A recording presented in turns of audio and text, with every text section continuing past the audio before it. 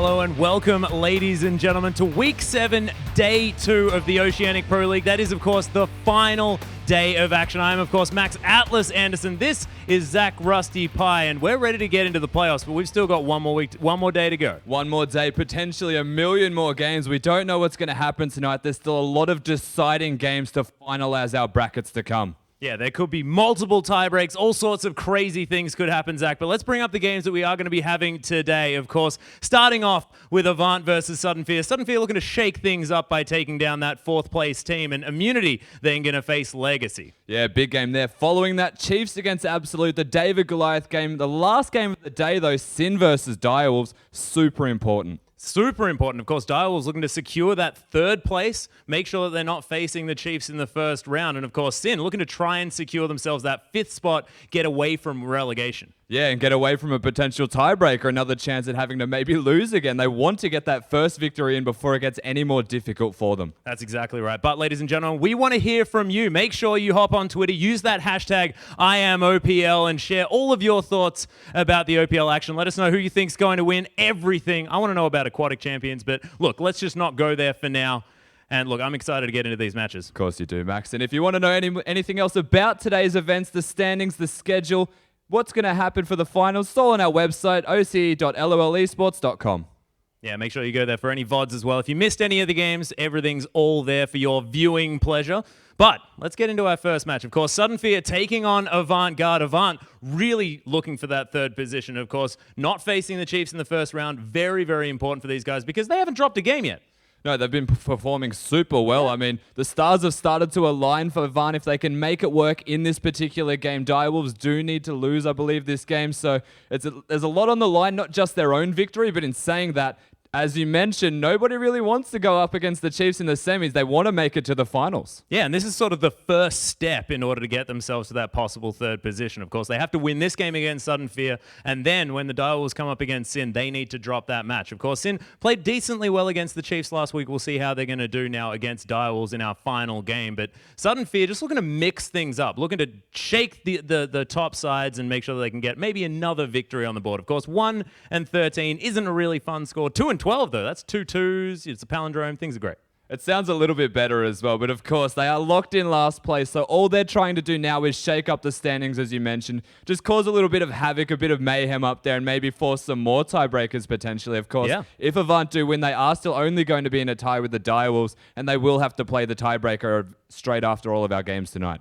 Yeah, that's true. Of course, there's 3 positions in the OPL at the moment that are actually solid. Of course, the Chiefs in first position. Legacy have locked down that second place. Of course, if Direwolves manage to get up there, the head-to-head does put Legacy in front, so Legacy are going to secure that second position. And then Sudden Fear down there in 8th. But the rest of the spots, everything up for grabs. And that's why this first game is so important. And even up to the last game, every following game is just super important. It does have to go in the favor of certain teams. There's a potential for a 3-way tie if the stars do align. Yeah, of course, that's if Immunity manages to take down Legacy and then Sin and, of course, Absolute both lose their matches, if I have the mathematics correct. But we are into Champion Select, ladies and gentlemen. Azir and Ezreal so far going to be removed. Of course, 5.12 means that Ezreal a little bit strong at the moment with the Rune Glass. Yeah, I hear he's pretty good. But, of course, Avant being on that blue side, you can see Sudden Fear straight away removing that off the board, not going to see play tonight in the first game. Yeah, and very interestingly, of course, Christmas Tree is getting a lot of attention on the ban list here. Azir and Jace both removed from that mid laner. Of course, once top laner, played Hecarim in his last game, so he's more than happy to pick up some unconventional mid picks, but we'll see what Avant are going to ban away for their final ban here. Yeah, so the only other mid-champion we've really seen Christmas Trees play prolifically is that Victor. So if they are looking to completely target ban him out, they may go for that one, but it doesn't seem like they want to. No, Callista going to be removed. Of course, Chenny Boy's actually on the Sudden Fear lineup at the moment, ladies and gentlemen, playing in the AD carry position. So maybe understanding that Chenny Boy plays a little bit of Callista there in solo queue, but Chenny Boy is sort of predominantly a mid lane. Yeah, definitely. He might play a bit of Callista, but Callista as a champion, just super strong. Does need to be taken off the board before the game even begins. Causes a bit of a flight risk, opens up possibilities for other supports that can just work together in tandem and creates this ridiculous bot lane. Yeah, and it looks like Chelby actually going to pick away Rek'Sai from a Pink Bomey. Of course, Chelby's been playing it a lot himself, but it seems that a Pink Bomey needs that early pressure in order to take control of the game.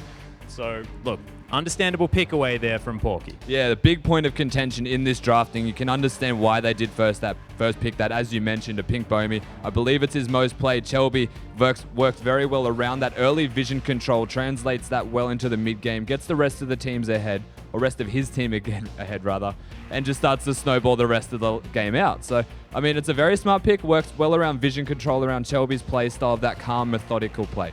It also prevents sort of the likes of something like an Evelyn who's been seeing popping up a little bit more often into the meta, so it means that Tremor Sense fantastic against that champion. But we now have Sudden Fear going over a couple of picks, and I'd actually understand the Varus if that was to be locked in, but Chennyboy is going to take away the Sivir here. Of course, Shiny, very much a Sivir player, so Chennyboy looking to hop into the same seat. Seems to be a Sudden Fear bandwagon style of champion. They have locked in that Sivir with the Alistar, and I would have been very surprised if they did lock in the Varus because the Sivir was available, the Kalista being banned. So the natural progression of AD carries goes from the Kalista towards the Sivir. Usually see maybe the Jinx in response, but we'll await that decision. We have a look at their bot lane completed from Sudden Fear. That is a ridiculously big bottom lane. Yeah, well, especially as far as Engage is concerned. Yeah. Pop the On the Hunt, you can get that Alistar wherever you need him. Now Avant looking at what they want to put onto the Rift in response. I'd actually be excited if Warble picked up what could possibly be another Vayne pick here, but Kensty's currently hovering a Gangplank. That might be a shout out to you there, Rusty. I wish he would lock that one in. More than you know, Max. More than you know. I think I do know, Rusty. Don't you worry. Well, Chelby continuing to hover over this Shen. Of course, a couple more seconds on the clock. So Porky going to be playing that one in the top lane. Stand United now available, and that's double global already. Yeah, Shen popping up massively in the meta lately, working so well around the mid-game strengths, the rotational plays. Everyone using those teleports. You've now got the option of Shen in the top lane, a Rek'Sai potentially doing a 1-3-1. They've all got the ability to move around the map very quickly now as a trio, and it's a very good start to the rest of their draft. They've got their front line, they've got their support set in stone. All they're really missing is that raw damage to back it up.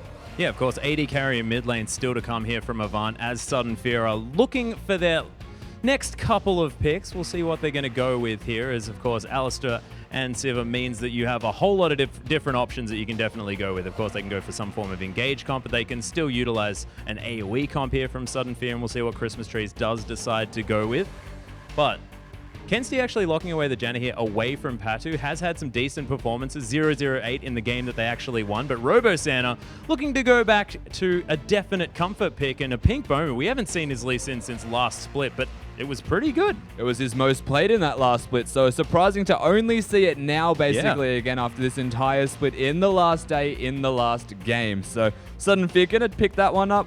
A bit of early aggression, matches that of a Rek'Sai, of course, just has a little bit more damage to boot, especially around that level 3 mark. The Sonic Wave resonating strike, using that extra damage, taking away from health, is just phenomenal. Yeah, fair bit of early game pressure here as well as Robo Santa there with the Maokai in the top lane, can build that Righteous Glory, get himself into some sort of state where he can engage fights pretty early on. We'll see whether Sudden Fear utilize that one, of course, saving Christmas Tree's pick until last.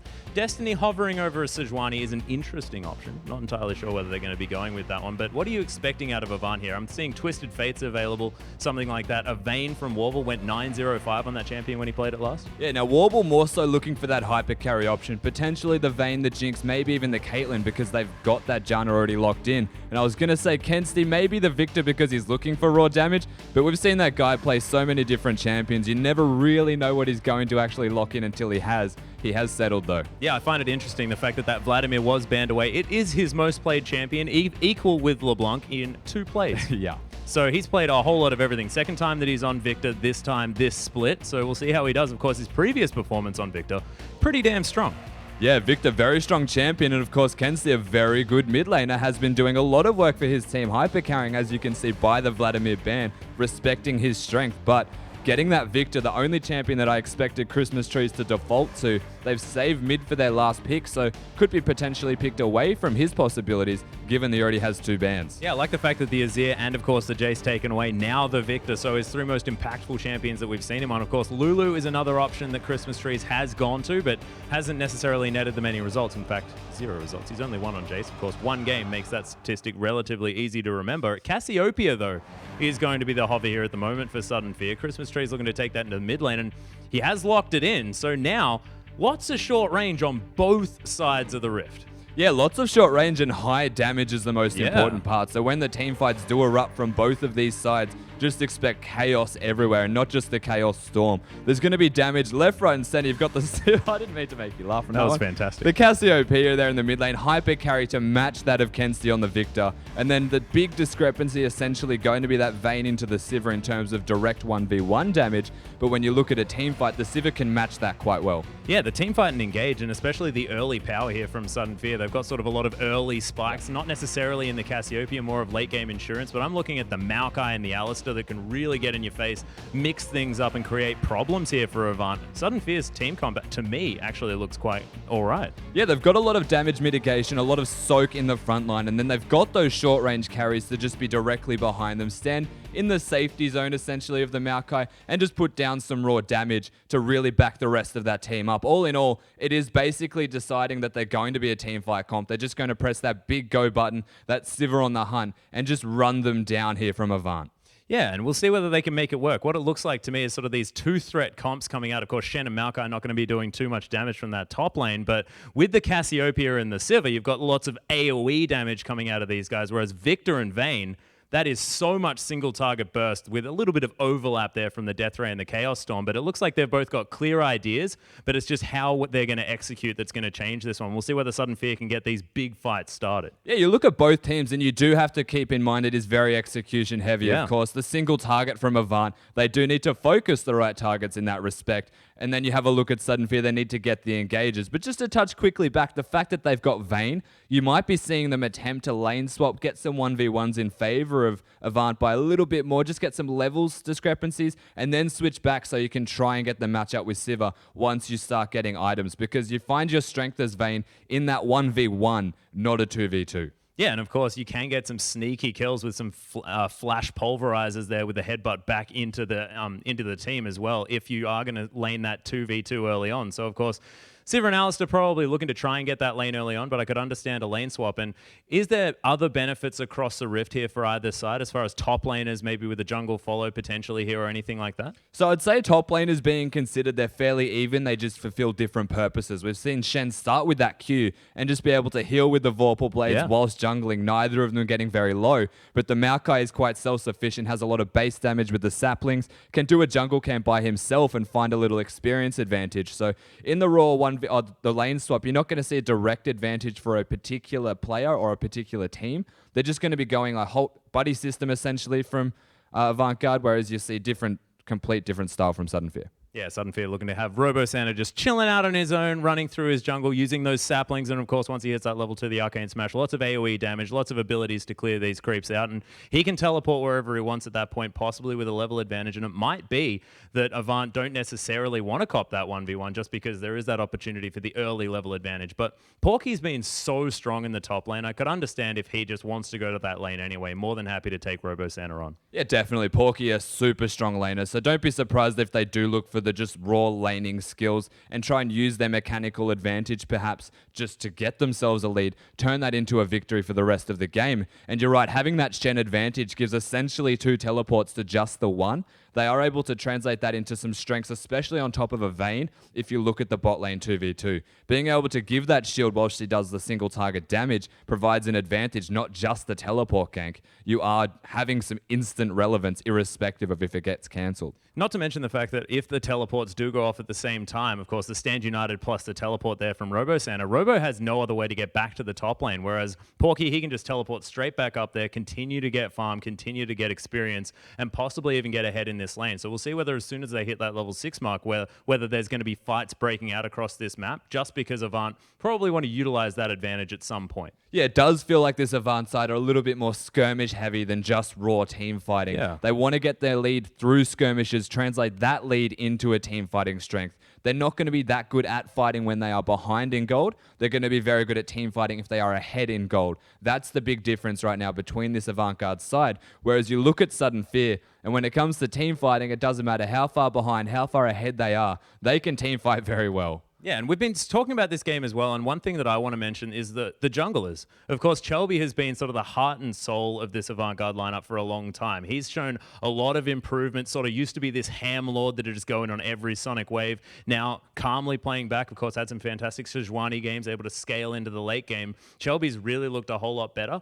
But a Pink Bomi, he was managing to get victories for Sudden Fear last split, hasn't quite managed to this time around, and we'll see whether he can get aggressive now back on this comfort pick, this massive comfort pick on the Lee Sin, or whether Chelby, back to his early aggression style on this Rek'Sai, can really carry it through, and whether this affects the mid lane, because Kensti and Christmas trees, they're the ones that get advantages. Yeah, Kensti's generally a slightly aggressive person compared to Christmas trees perhaps, but having the top lane roots, you'll find Christmas trees does like to trade a lot. But you look at the junglers and you think that is where the beginning of this game, translating to the mid game, does rely on very heavily. Of course, a Pink Bomi having the highest kill participation of his team throughout both splits, I believe, has been doing a lot of work for their successes wherever they can find it. Yeah, that's exactly right. But we are ready to get onto the rift, so let's put it over to the caster desk with Pastry Time and Spawn.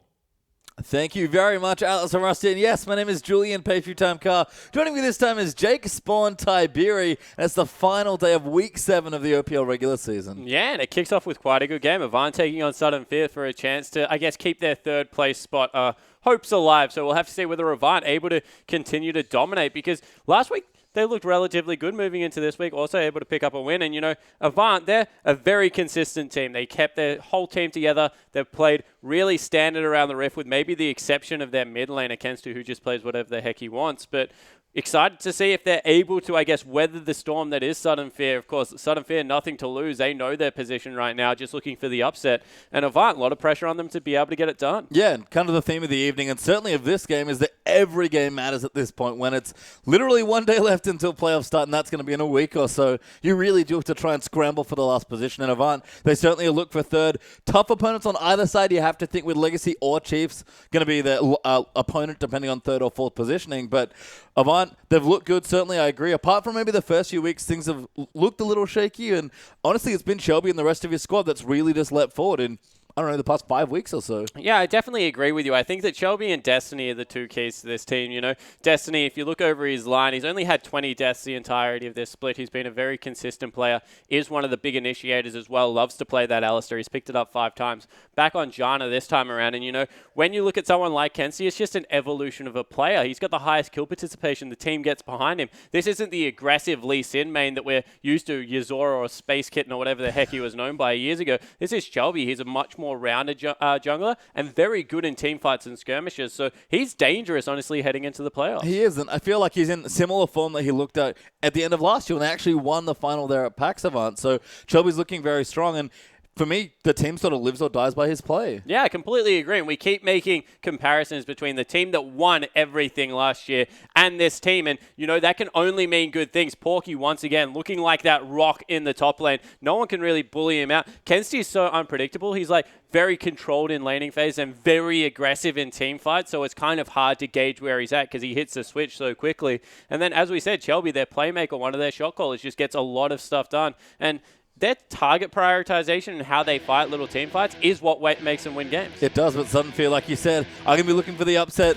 Big eyes on Bomi's Lee Sin here to get aggressive and be that gank-happy jungler he was pretty much all of last split and some of this split as well. But we are onto the rift now for our opening game of Day 2 of Week 7 of the OPL, as Avant looking for third and Sudden Fear just fighting for momentum. Yeah, exactly right. You know, they're going to be up against the best challenger team. We've seen a couple of games in the last few games, and there are definitely some strong ones out there, but Destiny might be in some trouble. Yeah, can I spot all 5 members of Sudden Fear moving through? Or drop a trinket wall, but it will get cleared. Part 2 with the final slap in the first CS. Yeah, with a big punch. That Alistair skin, very intimidating. Look at his horns. He's really, I mean, Destiny certainly knows. He's played a lot of this champion and this skin, I believe, as well. So, funny to think that an All-Star player, obviously All-Star, arguably the best support in the meta right now, but it feels like whenever Destiny doesn't get Alistar, he doesn't go for Nautilus or Annie. He just goes straight back to disengage style champions like Janna. Yeah, he certainly does. A little bit of Morgana thrown in there as well. So I agree with you. Is a difference right now. I think it's how Warble likes to play, honestly. Janna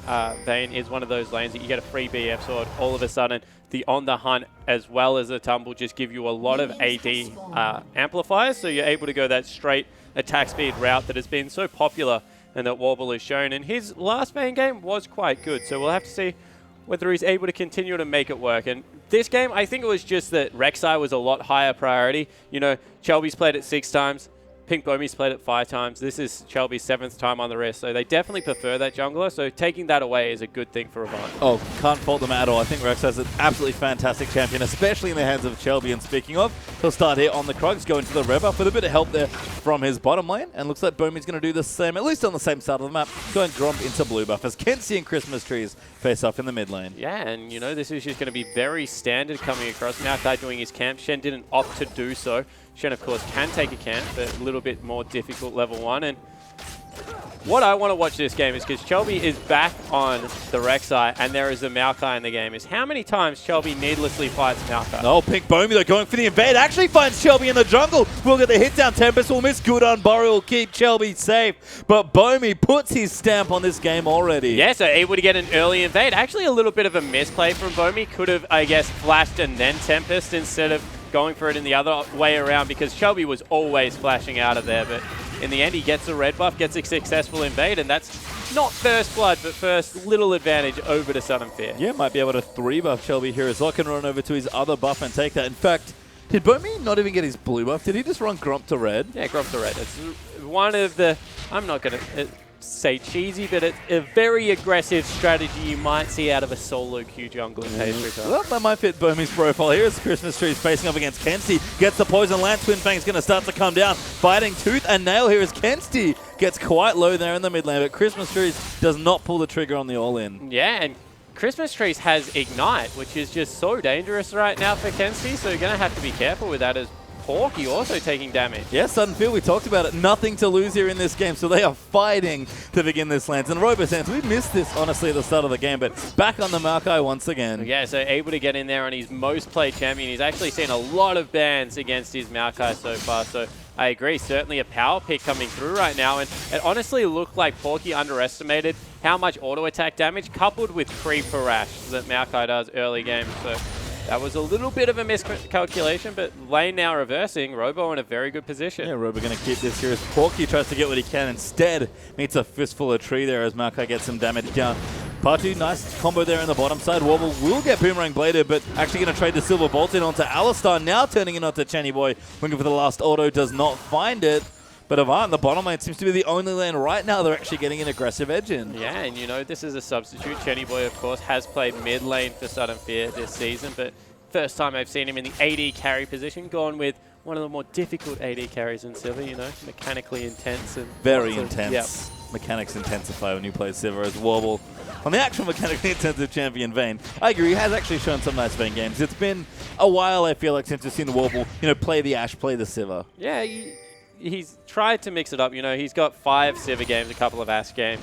He's got some Jinx and Caitlyn in there as well, but Vayne has been something you like to pull out. It's out over here onto Porky. Twisted Advance lands. Q will land as well. Good taunt from Porky. Flash not enough though. Q will follow and Bomey gets first blood. Yeah, so able to pick up first blood in the top lane. Porky goes down and that is an early advantage over to RoboSanta. You know, he's already double the CS of Shen. And now with that gank, going to be able to shove out a huge wave, get back and get a free purchase in there. You can see Shelby trying to, does get the Scuttle Crab, sorry, looking for a gank mid now. Here to help Kenzie out. Going to swoop into the mid side. Christmas Trees does have his flash. We'll get the poison down. Actually going to try and take him on here. Ignite goes down. Shelby's going to fall. Christmas Trees, wonderful 1v2. Yeah, just held his ground. This is what we're used to seeing out of Cassiopeia players. No fear against. Uses the Ignite, picks up the kill, grabs a blue buff at only 5 minutes into the game. And Kenzie, all of a sudden, the lane goes from being difficult to now being all out dangerous for him to stick around. Yeah, Tear of the Goddess now finished for Christmas Trees. Nice and early, so we'll get that stacking. And Christmas Trees has actually backed twice. He had Doran's rings there, which maybe Shelby wasn't quite expecting. But CS being even is nice, but that kill's really going to help out Cassio. Yeah, it certainly is. You know, Kenzie did the right thing. He held the wave, made sure a lot of creeps died. So he might have an experience advantage right now, but they need to look to use the level of 6 if that is the case, because otherwise mid lane going to be difficult to survive. Back down on the bottom side, you can see Warble and Destiny teaming up here, actually doing a nice job holding the wave where they can, turn into nice MCS. And Jenny Boy on the Sivir there, actually struggling 10 CS behind now against the Vayne. Yeah, and Bomey hadn't even taken his own blue buff. No. That's really weird. Left it up for a long time. Now a huge experience advantage. He's halfway through level 5 against Shelby's level 4. Bomi hilariously, good poison down here as well. Christmas trees with level 6 and the blue buff that did belong to Shelby once upon a time.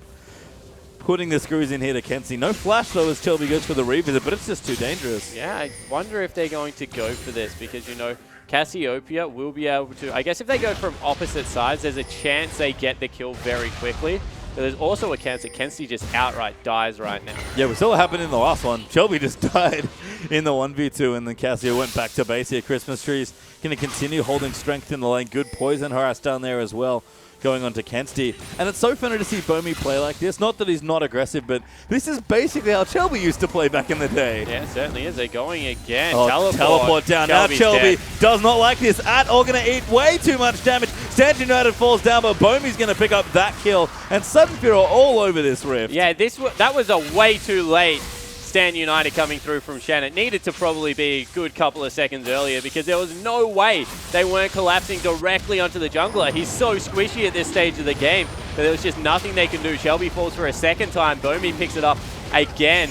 And 2-0-0 right now for the Lee Sin, going to mean that he's very fed at the early part of the game. And I believe that longsword signals Warrior here for Bomi, so Dragon's going to go down as well. Sudden Fear will collect all of the early game advantages. They sit one Dragon up and 1,000 gold ahead as well. Yeah, well, this is the thing about Lee Sin, is that if you're going to play him, you may as well just go Warrior into Sightstone and make your early game presence known. Invade very heavily. Try and get the other jungler behind, because realistically he doesn't scale the way that Rek'Sai does. Rek'Sai has global presence on the map, has a knock-up, very spammable, and the ability, I guess, to use his sight to give his team an advantage, whereas Lee Sin really has his early game pressure, and then once 50-minute hits, he has the chance of the one kick coming through to win the game. Yep. But apart from that, you just need to play to the champion's strength, so I love the fact that he's going towards the Warrior. And we talked about junglers being important in this matchup, how Shelby has looked so good but very controlled, can be aggressive or be defensive when he needs to. Bomi is really only aggressive as a player, as he does finish his Warrior enchant with this Skirmisher Saber on top of it already. And you can see right now, at least early on, it's just been all Sudden Fear, just because of the jungle matchup. Yeah, it certainly has. He's had a successful dive, and really, with the exception of Chris turning around that 1v2, everything has been Sudden Fear, being proactive around the map, and that's not good news right now for Avant because they're slowly falling behind, actually quite rapidly. It's 1,000 gold at only 10 minutes in. They're in some trouble. Yeah, Bomi going to look again for the blue buff. Might find Porky instead, does get the kick down. Just follows immediately, doesn't even think about it as Porky turns around for a nice trade. Yeah, takes a fair amount of damage out of Bomi there, so he does have to be careful if he goes back into that lane. But once again, his presence is felt. Shelby, 2 kills, 2 deaths now, hasn't been able to really get around and be that early game jungle that we know him to be. But on the other side of the rift, Bomi continuing to do what he does best. He's a First Blood King and being able to impact the map. He is the First Blood King. Won't get the blue buff though. That will go over to Kenzie as Wobble and Destiny continuing to have good things happen in their lane. They've got that CS lead. Still playing up and aggressively, and actually the first backset completed.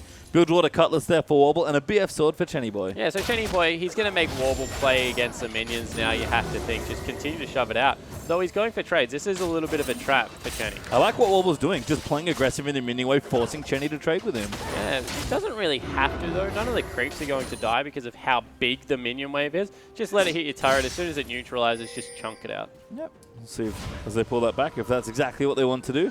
In the top side though, Bomi and Robo Santa are setting up a rush bait, but not going to fall for that one is Porky, who's keeping the wave nice and close to his particular turret. Well, his lane's reversing, so eventually he does have to go out. Ooh, immediately Shadow dashes away from just Robo. Didn't see Bomi, just Robo Santa. You can tell Avant, they know it's been an aggressive early game. They just want to play a bit more carefully here in the next few minutes. Yeah, exactly right. And Robo actually gives Porky a little bit of a favor there. Start shoving the lane back in one more time.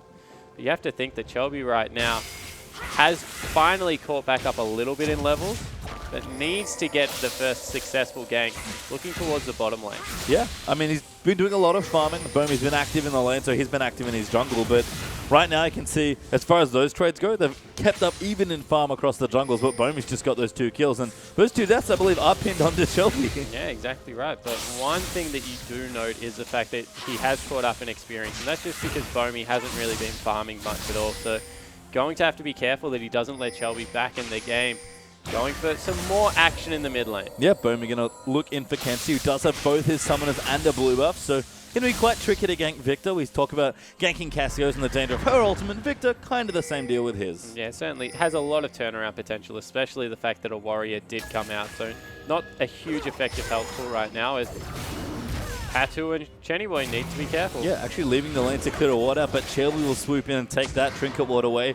Do get a pink ward out of it, so not too bad as Warble. He's just sort of relaxing on the bottom side, keeping the wave there and farming away happily. Yeah, exactly right. He's doing what Vanes do best. As we might have a fight. No, everyone backs off. Oh, nobody wants to fight over a ward. Destiny with his sights and just going to put one back down. A Warble again. Going to keep the wave here and farm till his heart's content. Yeah, and this is what Vane's lanes are all about. Just being able to free farm, get to your first one item where you're a duelist, 2 items where you're fairly decent in team fights, especially if you go with something like... Wow. Warble really wants to fight, apparently. Still getting CS, so doing a nice job with the balance there, but I do like that Warble sort of come into his own, playing a bit more, I'm going to say selfish style carries like Van.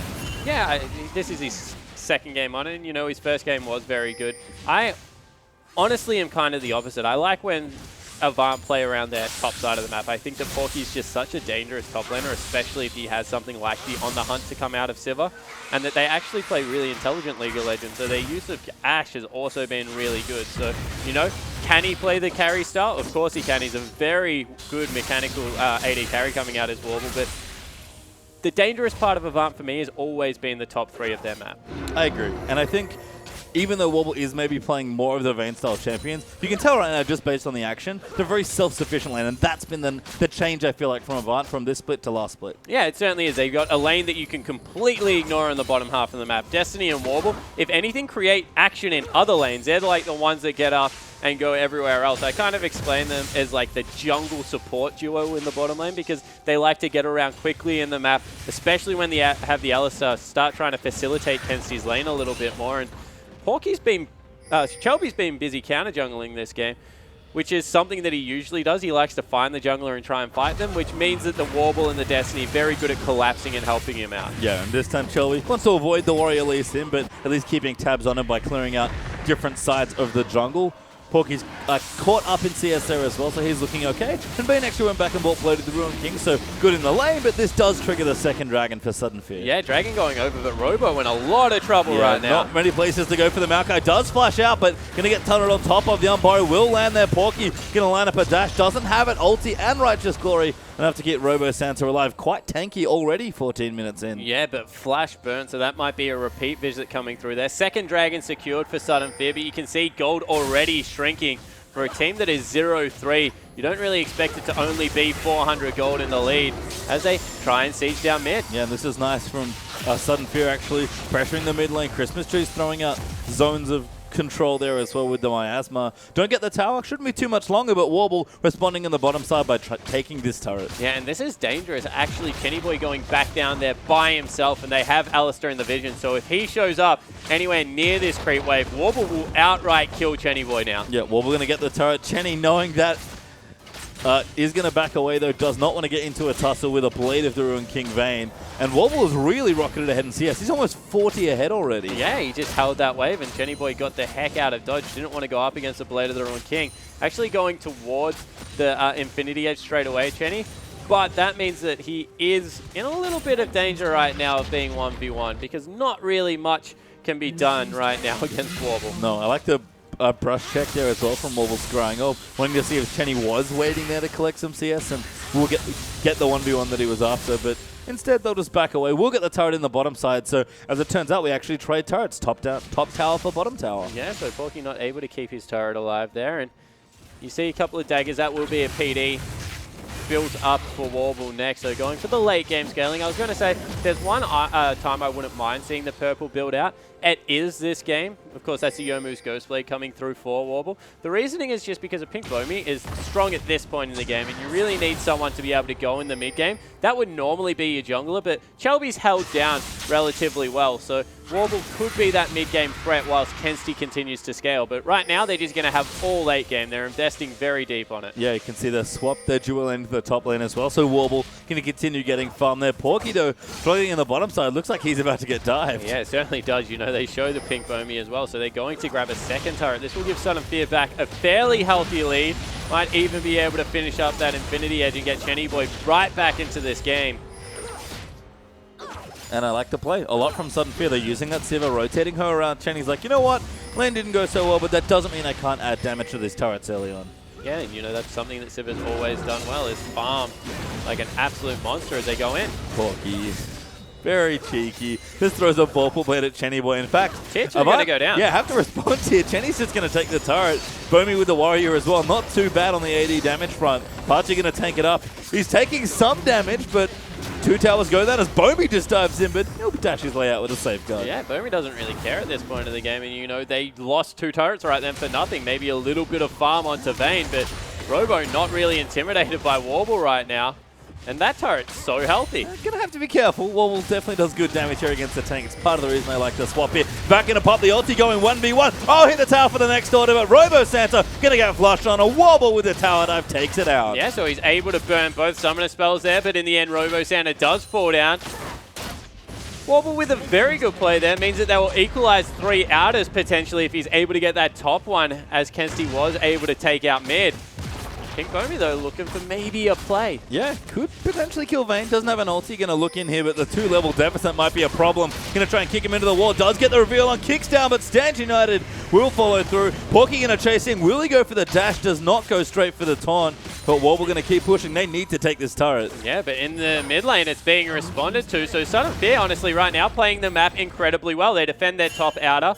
They chase Warble off a little bit, and they respond very well with the mid-inner turret, so 2 turret advantage still over to Sudden Fear. And Avant know they can't push because Robo does have that teleport, and Porky's already in the top side, used his ulti, so good transition there from Sudden Fear to take the mid lane tower after Avant had, and as all said and done, it's actually 4-2 up in turrets for Sudden Fear, and still 1,000 gold ahead. Yeah, and now they're in a position to fight the next Dragon fight incredibly well. You know, they've got an Infinity Edge Zerka Reeves coming through there, Abyssal Scepter finish up for Chris, as well as some armor onto Robo Santa, and if any win condition exists right now for Sudden Fear, it is the 5th one. It's looming very early on in the game. And there's not really a power spike right now to speak of out of Avant. Maybe Victor has started to roll, but Shen, he's sitting on a Spirit Visage, and everyone else still trying to scale. And he said it already. Avant are investing into the late game with the Phantom Dancer Vayne, with the scaling from the Victor and the Shen. But right now, that unfortunately doesn't help them because they need to try and fight for this next dragon. Yeah, exactly right. You know, 3 dragons is a lot to give up for free at the start of the map, especially if you're losing out on turrets as well. You would expect turrets to be going in your favor if you traded correctly, but right now, Avant, they've fallen a little bit behind through some sluggish early game, but you would expect if this game goes anywhere near 30 minutes, they will continue to scale up. Yep, absolutely. As Kensti still doing good, has the Abyssal Scepter and he's Mark 2 Hex Core, I want to say. So has 2 evolution points there with the blue one. And Avant getting in position to contest the dragon, potentially, as it is back in 25 seconds. But we've talked about it already, Sudden Fear. They are the ones that not only want to fight for this next dragon, that are prepared to fight for it. Yeah, they are, but Bomi... That's not a good catch for them. Bomi is going to have to safeguard away. Shelby flashes in, but a good ulti by Christmas Tree is going to deny their kill. But that might be just enough pressure to give Avant their first dragon. Yeah, it looks like it might be their case.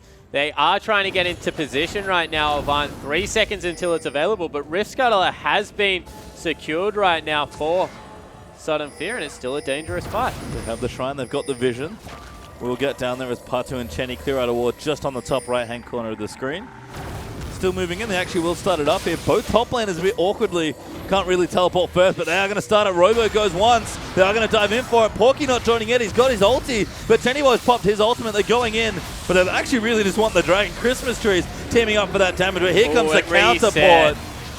Dragon resets, Porky's here.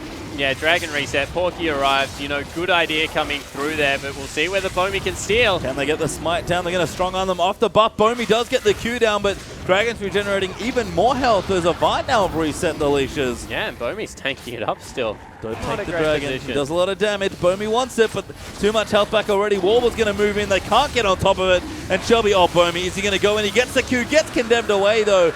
And Shelby does secure the dragon for his team as Chenny Boy gets chunked out. Kensti flash Death Rays and just takes him off the rift. Yeah, in the end, Avant able to pick up their first dragon. They get a kill in response as well. And now all the members of Sudden Fear need to back away because they are so low.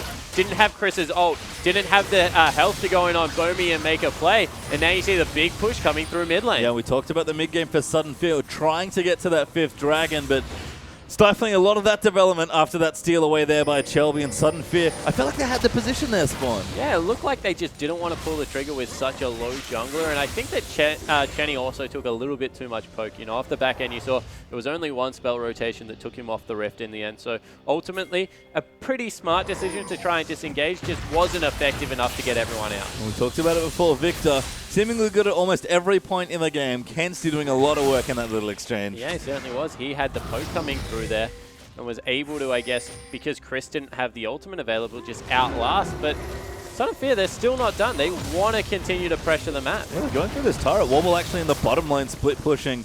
Means that Sudden Fear will get the first few hits on it, but they're all grouped together now. Porky can rejoin. He's got his ultimate, just sitting in base, waiting to see if anything eventuates. And Sudden Fear sort of seeing that Avant are showing strength and grouping around those turrets will back away, and Avant, with a nice push on the top side, get themselves the turret. Yeah, they had a huge stacked up minion wave, but it was started by Porky up there, so able to push through and secure that objective as well. Bomi going all in on this mid game has actually opted for a Sunfire case. That's interesting. Yeah, he's definitely got Warrior already, so that's not a Cinderhog. No, He's going for an actual Sunfire. And he's got a cave. chain vest, Yeah. so unless he's going for like a no HP, I guess, Thornmail, it's definitely going to be a Sunfire coming through there. You know, it's a lot more mid-game strength. I don't know whether I like the pickup, but I guess, once again, this is what Lee Sin does. He all-ins on your mid-game, so he's either going to win or lose in the next couple of minutes because the item will start to scale up. Yeah, we've talked about 30 minutes being the key timer there for Avant. They're starting to approach that 7 minutes away to the exact moment in time here in the game, and they're actually already ahead by about 500 gold. It's not a massive lead, but given that Sudden Fear at one point, we're up almost 3,000 gold. Avant have done a good job pulling this game back. Yeah, and you know, they're still down a turret. So right now you would have to say a little bit more gold potentially on Patu and Bomi than what you have on Shelby, but you see the Vayne, and wow, Warble is definitely ahead of Chenny Boy. Yeah, Warble's had a really good game here. 50 CS ahead. Phantom Dancer, Blade of the Ruined King already completed for this Vayne and likely moving in for something like an Infinity Edge here. Warble for me, we talked about junglers looking good. It was Bomi in the first 10 minutes here for Sudden Fear. But the last 10 have honestly been Kenzie and a lot of Warble. Yeah, exactly right. Warble is just stuck in his lane and continued to farm up, and he's become such a threat right now. Means that Baron, very real possibility with the Silver Bolts coming through. A lot of kite ability because of the Janna, and you know, they're going to have to dive for him because he is the member right now that has got going.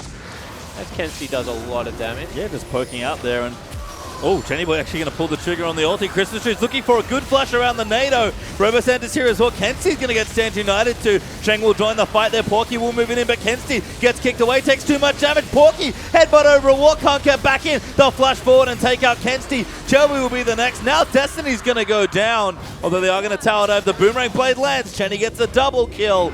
Chasing Porky and Warble, they don't get it, but Sudden Fear, 3 kills for 0. And all of a sudden, Baron is open. They have the Cassiopeia. It's 24 minutes into the game, and Sudden Fear pull the trigger on their mid-game comp. We mentioned the fact that AV needed to scale, and they're going to be able to secure the biggest objective on the Rift. Blue buff Cassio here. Bomi not a whole lot of health, but his smite will come up soon, and that's about all they need. Porky and Warble going to try and make a heroic 2v5 under the Baron pit. Porky gets locked up, though. Warble actually starting to poke on a Christmas trees, but eats some poke. They need to finish the Baron, but the core's a little scattered. Warble will make his way back in. Bomi did kill Shen, but they bought enough time as Shelby's come back. He's taken out Lee Sin. He'll get Chenny. Warble will be able to pick up Robo. Patu's not long for this world either as he headbutts Shelby away. And Warble on that passive Night Hunter chasing down Robo. That's another kill as Avant answer at 4 for 1. And maybe it's their turn to Baron spawn. Yeah, it might be their turn. I don't know whether they'll make a similar call, but they do. 30 seconds on the teleport with the Silver Bolt. Should be able to chunk this one out. And that was just miscommunication after a very good call of fight and Baron. They made the call to fight again, whereas I think they could have just stayed on the Baron, and that will cost them Avant being able to pick it up. Yeah, costing them a Baron is not good for the mid-game team and Sudden Fear. Let's watch this again. Yeah, so you see that they've got Baron at half health, and Chris could have just honestly walked towards the back of the pit and allowed Robo to go onto Warble because he was the threat. Porky's not really a threat at this part of the game, but instead no one hard engages onto Robo. Shelby gets into the back line, and Warble, because of that passive, as you said, the increased movement speed when you're running towards someone, you can see just having a lot of effect, and Warble able to hunt them down. He had red buff for just long enough to chase those kills as well, which was pretty gross. The Dragon back off in 40 seconds as Avant leaked themselves ahead in gold by about 2,000, but they're the ones, like we keep saying, that do have the slightly better late game scaling. Yeah, they certainly do. You know, maybe that was the last roll of the dice coming out of Sudden Fear. It is only 26 minutes into the game. They might have another window, but right now with the waves in their favor, you would think that Avant will continue to pressure through and just deny resources away from the carries. Yeah, and you can see Porky still in the top half. Warble actually happy to split push with the Baron buff again, and we saw Avant setting up for this 1-3-1 earlier. It prompted Sudden Fear to engage them, but it's going to be a bit trickier to do so now with the Baron buff on Avant. Yeah, I don't even know whether they have to split push. You know, they can just continue to shove down as a group. They've got good poke under the turret with Kenzie. Warble's range isn't horrendous as an AD carry, so he's going to be able to push through there. And they have the Baron buff, the all-important ability to be able to shove in and take these turrets. Dragon is back alive, but they'd rather pressure turrets with their Baron. I like the call here coming in for Avant. Porky again tying up Robo Center in the top lane. He can join whenever he likes with either his teleport or his ultimate. He's going to need both, but probably only going to have to use the ulti there. And again, Avant just happy to chill out. Shelby got vision with the Tremor Sense. Destiny has to disengage from the giant. I've started to see a lot of this composition in the OPL, I feel like. Yeah, we certainly have. Just being able to have the couple of threats with the Janna, backing them up, able to disengage. They decide that with the wave clear of Chris and Chenny, not going to get the turret down, so they're instead going to take it free Dragon. Yeah, rough back, take it away. Bomi around the side trying to steal it, but can't get there in time. Warble now going to go back. Empowered Recall will help him out there, and oh, never mind. He trolled me. He's actually just going to stay around. Oh, there he is. He really trolled me.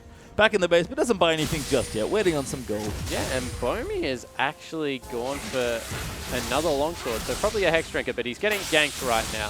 Or That's Shelby not good is. for Bomi. Oh, Shelby now the one getting ganked. Bomi and Patu have found him out. Shelby taking quite a bit of damage. Not awfully tanky at this point, although Teleport going to come in. They're really committing to this kill, but Porky has ridden in as well. Righteous Glory pop. Q lands for Bomi. Shelby will get locked up. Chenny Boy down. He's going to chase the first kill, but they can't quite get Porky either. What a good call to fight coming out of Sudden Fear. You know, they recognize that they have this stickiness to hold them up until the carries can arrive, and they're able to get another catch. This time when Avant have the Baron buff, and you know, that's going to mean that there's no effectiveness coming out of this. They're going to get 0 turrets. That's true, actually. Avant have been on 3 turrets pretty much for the last 15 minutes of the game. So not cracking any of those with a Baron buff available is a loss here, although Warble, he did go back and it was a last whisper that he decided on. Yeah, so he's going to be able to use all that Janna AD, add some, I guess, armor shred in there against the Sunfire Cave and the Frozen Heart. Definitely is an appropriate pickup. You know, mathematically speaking, double Phantom Dancer gives you more prolonged damage, but that relies on you getting 3 auto attacks off on one target, and that's not what he wants to do. He wants to be weaving in and out of these fights, chunking people with the Tumble and the Janna Shield. And he has been chunking people, that's for sure. 60 CS ahead now of Chenny is Warble. 3-0-0 having another good start to a Vayne game. And Avant, we're about to hit that 30-minute timer. You look up, it's about 1,500 gold ahead. This game feels quite close for a game where we feel like Avant should start taking over. Yeah, Avant right now are definitely stronger. You see the Death Cap coming through. The last Whisper was a big purchase, and they're just incrementally ahead of the part of the game where their champions are also stronger. We're talking about a Victor that's level 16, nearly a Shen Shield at level 16, and the Vayne at the later stage of the game. More importantly, her Q and W would be done right now. So you have to think that right now, Avant have everything in their control. And it's just a matter, Spawn, of how do they want to close out the game. They got the Baron but couldn't get towers. Looks like we might be going back to a 1-3-1 looking formation. Yeah, they're just sending Kenzie down there to absorb a lot of the farm. I think that it will be open fights coming through. You know, Avant are a patient team. They'll chase you through your jungle as much as you want, maybe even turret dive when they have to, but they don't really have the armor so far, so they'll look to just fight around neutrals. They've got the 3rd Dragon coming up in a couple of minutes as well, and not really much Sudden Fear can do unless they continue to find these picks. Well, they have the tools to, but can they find the picks they need? Bomi, maybe the one actually caught out here. Shelby does spot him with the Tremor Sense, but Warble doesn't get there in time. Kenzie's still committing to the bottom side, happy to wave clear as long as he needs to, but again, playing around his team, going towards Shelby, and going to hit the recall button. A Sudden Fear make a press for mid. Yeah, you know, respecting the base race that can come through. Sudden Fear already showing that they can win one. That was against Immunity. This time around, they just get the middle lane turret, and, you know, once again, fantastic shot calling. This is something that Sudden Fear have definitely performed better in as the split has continued to go on. Their comms look much better. They do. Very clean here, despite the disadvantages they're fighting at this point in the game. Again, still at a 1,500 gold lead for Avant, and have the strength as far as their composition goes. But Sudden Fear looking for the right things, find a turret. Can they find the fight? That's the big question. Yeah, I think that they still need to wait on, I guess, the Void stuff as well as that last Whisper before they really pull the trigger. And a minute 30 on the Baron might be the area that they look at to try and force another one. Looks to be our next pressure point as Warble might actually have a big enough stack in the bottom to take the tower out. Going to go down, at least take out the minions for himself. Destiny down here as well to make sure nothing goes wrong. The rest of his team coming through. Hasn't got the QSS. Warble actually needs to be careful around Chris still. You know, Chris, he's only just ding level 15, so he's a full level behind Shelby, but Cassiopeia damage per second is off the charts. It is completely off. As Kensti going to clear out the rest of the waves for Warble, who is going back. Could be the QSS you mentioned. Wouldn't be particularly surprising given that we do see it. Honestly, often is a third item for Vayne. That's just how effective her passive is, but instead has a red part in the Vampiric Scepter. Yeah, that's a really interesting choice coming through there from Warble. I honestly completely disagree with it because if Robo ever gets a home guard gank through and is able to get on the back line, or Christmas Trees just hits a miracle ultimate, there is so many things that can go wrong with a dual threat comp. He's really right now relying on the shield coming through from Porky being used on him, which opens Kensti up. You know, Victor doesn't have the same easy time of being able to itemize for the MR coming through there, so he's in a lot of danger as well. Both are mobile carries, and we're going to have to see whether Warble's able to make it work. Ooh, right now, Avant, they're going to look for Baron. It's up in 10 seconds as they'll get the Rift Scuttler. Shelby does see the pink one. Shelby wants to take it away. Will now unburrow and swipe it out as Pink Bomi lands a Q. And once again, a race down mid lane comes through, you know, waves being pushed out. Oh, Tony Boy now has to disengage from the mid lane though. Avant will shred the Baron quickly.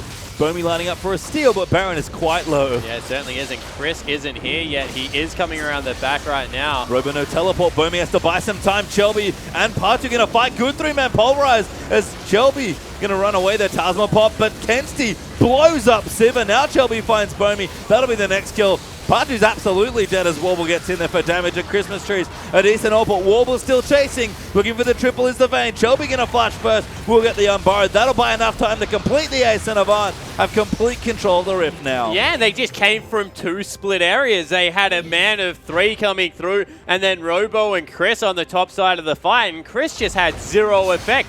Wasn't able to get anywhere near the back line, and you have to say the amount of damage that came out of that Victor to completely destroy Bomi was ridiculous. Yeah. And in the end, they're going to be able to grab the Baron. Yeah, Baron going to die now. Avant will pick up their second of the game, and Warble 6-0-1 on this Vayne. Not doing too shabby. Going to claim the Baron buff though, will Avant. In fact, it's Warble himself that gets it. Yeah, so able to pick that one up. They're also going for Dragon number 3. Let's take another look at that. So Bomi goes over the wall and, you know, gets zoned because he has Baron buff nearly attacking him, and they do commit on this, and all of a sudden it was Chenny, not Bomi, that got deleted by the Victor.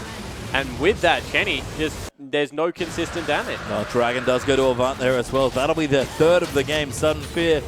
The early game looked like they were poised to take 5 Dragons at around this time, but instead it's Avant that have the lead on the objective. Yeah, so you know the first fight that Avant were really able to shove them off was the beginning of Avant's resurgence into this game. We kept saying they had the scaling coming through there and the ability to be able to take this late, and now it is late game. 35 minutes in, they've got a 6,000 gold advantage. They've got nearly a Bloodthirster on their Vayne and a lot of, I guess, items across the board ahead of their opponents. And right now, Sudden Fear, they kind of just have to batten down the hatches and hope it gets a little bit later where items become irrelevant. Yeah, I mean, we've seen them get picks. They've made good calls in sticky situations this game, so can look to pick some people off, but the disadvantage just going further and further. And the big thing is still, Avant, this is their second Baron buff. Still haven't taken a tower in about 20 minutes. Yeah, but Chris in trouble. Oh, Warble's going to find him. He's warded. Good condemn, and he actually got 3 shots. Yeah, so 3 auto attacks coming through there from Warble. Clean up the kill. That was really sloppy. Oh, Kensi maybe got out of position, gets kicked back to his team, will take the damage, and Partu actually collects the kill. Another nice pick from Sudden Fear. Yeah, and we'll see what they want to do with this. Do they decide to push through? No, they're backing They off. know they can't race here. Avant actually going to keep pushing in. Finally, they'll look to break the base. They take their 4th turret of the game, going to get their 5th in about 30 seconds. And that is it. They're actually broken the base. Avant get what they want. Yeah, so they're able to get in there. It only costs them, wow. Shelby caught? No, Warble actually going to catch Robo instead. Damage is massive. Porky climbs in. Jelly Boy barely gets away from under that taunt, but still there with the unburrow is Shelby. He's getting low though, his old Rek'Sai. And now Warble has to kite away Partu, but the true damage too much here as Warble's firing at whoever he can see. Christmas Trees is back though. Sudden Fear will be able to defend their inhibitor. Yeah, so in the end, no one goes down. It's just a disengage coming through there. Inhibitor stays alive, and scrappy team fight from both teams leads to not much really happening.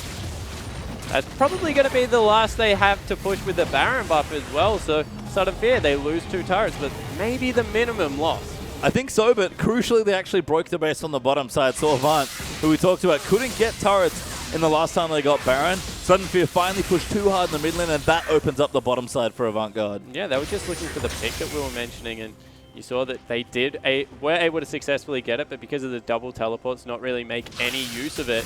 We'll have to see where this game continues to go. Cassiopeia, she's fantastic late game, so not really going to be much worry coming through there. Robo Santa, he's honestly always going to be useful. The build that Foamy has gone, he's useful as well. He's going for a more, you know, he's got legitimate one-shot coming through onto either Warble or Kensti with the combo, and I have to see if he's able to make it work. Yeah, even a mini exhaust there on the challenging smite, so I like what Boomy's going for as well.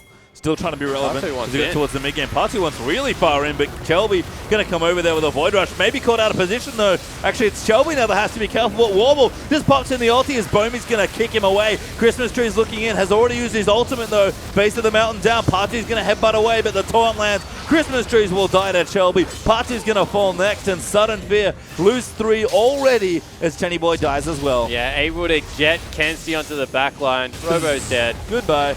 1 auto and a death ray after that power transfer. You can see the mobility, the damage, the Victor. He's got it all on Avant. That is too far ahead as they break the bottom inhibitor. Yeah, and they're going to push in, win the game off that. Not much a Pink Foamy can really do. Avant keep their hopes a third alive with a very convincing win in game number 1. You know, Sudden Fear, good early game, but Avant just too much. And it just feels like the story of Sudden Fear, but Avant-Garde do keep the 3rd place dream alive for now.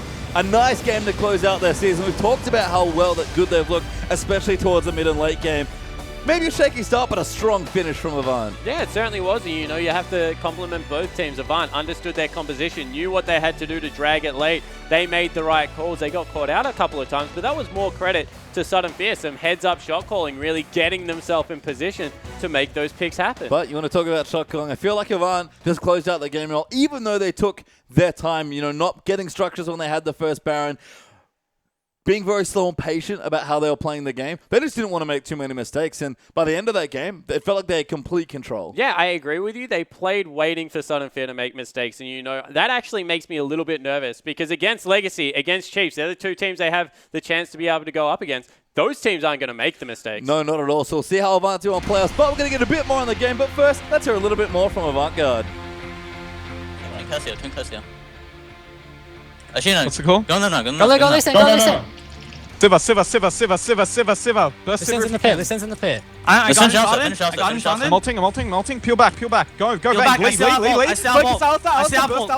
Finish Cassio. Gensi, play aggressive. I have Flash ult. Flash Q. Nice. Lock him out, He's slowed. Shields on Vayne. Lock him out. Cooldown. Finish him up. Knock him up. Flying him. Knock up in one. Push mid. Right, let's go mid. It's fantastic to hear from Avant-Garde there, just really calling out those fights, making sure that they have their eyes on the prize, picking up exactly what fight they needed to win. And look, the early game didn't necessarily go the greatest there for Avant. Pink Bomy able to get around that jungle quite nicely, but ended up sort of grinding the stone down and taking the victory in the end. Yeah, so a lot of early pressure from this Sudden Fear lineup. We saw it very evident in Pink Bomy doing what he does best on that Lee Sin, and that is finding kills or trying find semblances of kills wherever he could. Didn't work out because once the game hit that skirmish mark in it, the Vayne started to reign supreme. Yeah, and sort of this Vayne just 3-0 at the beginning of the game, farming up a Storm, really Warble going completely off, and Immortal on the Vayne now. 2 times picked, not once dead. So fantastically well played by this Vayne player. But we have some more questions, Rusty. Of course, you guys sent through your questions using that hashtag IamOPL, and we're here to answer them. So let's get the first one up here and let's cycle through. So, your Aussies streamers, interesting. Rugby league or rugby union, which is best? Contentious By question. Peace, not beef. Is it a contentious question? Yeah, Because you I go personally first. don't watch either of them. Well, so what would your answer be? I like league, so I'm going to go with league. Now, I'm actually an AFL and basketball player, so this question is really difficult for me to give a straight answer. From Queensland and you play AFL? Oh Yeah, my goodness. I'm from Melbourne, to be fair. Oh, okay. So in saying that, if I had to choose, I would go rugby league, and I am a Queenslander, so that'd be it. Okay, well, let's get our next question. Congratulations, of course, for your mouse pad there. Of course, everyone that did submit a question going to grab that mouse pad if they manage to get it on the show. So where do you see the OPL competitive scene in 5 years compared to the skill and following of the LCS? Says Real Elf Fat 01. Yeah, now it's a very difficult question to predict what is going to happen in the next 5 years. I'm assuming that our scene is going to continue to grow and become better and better to the point where we don't even compare to the LCS because we are our own thing. I want us to develop our own style of meta, style of play where we are really strong and grow individually to best them.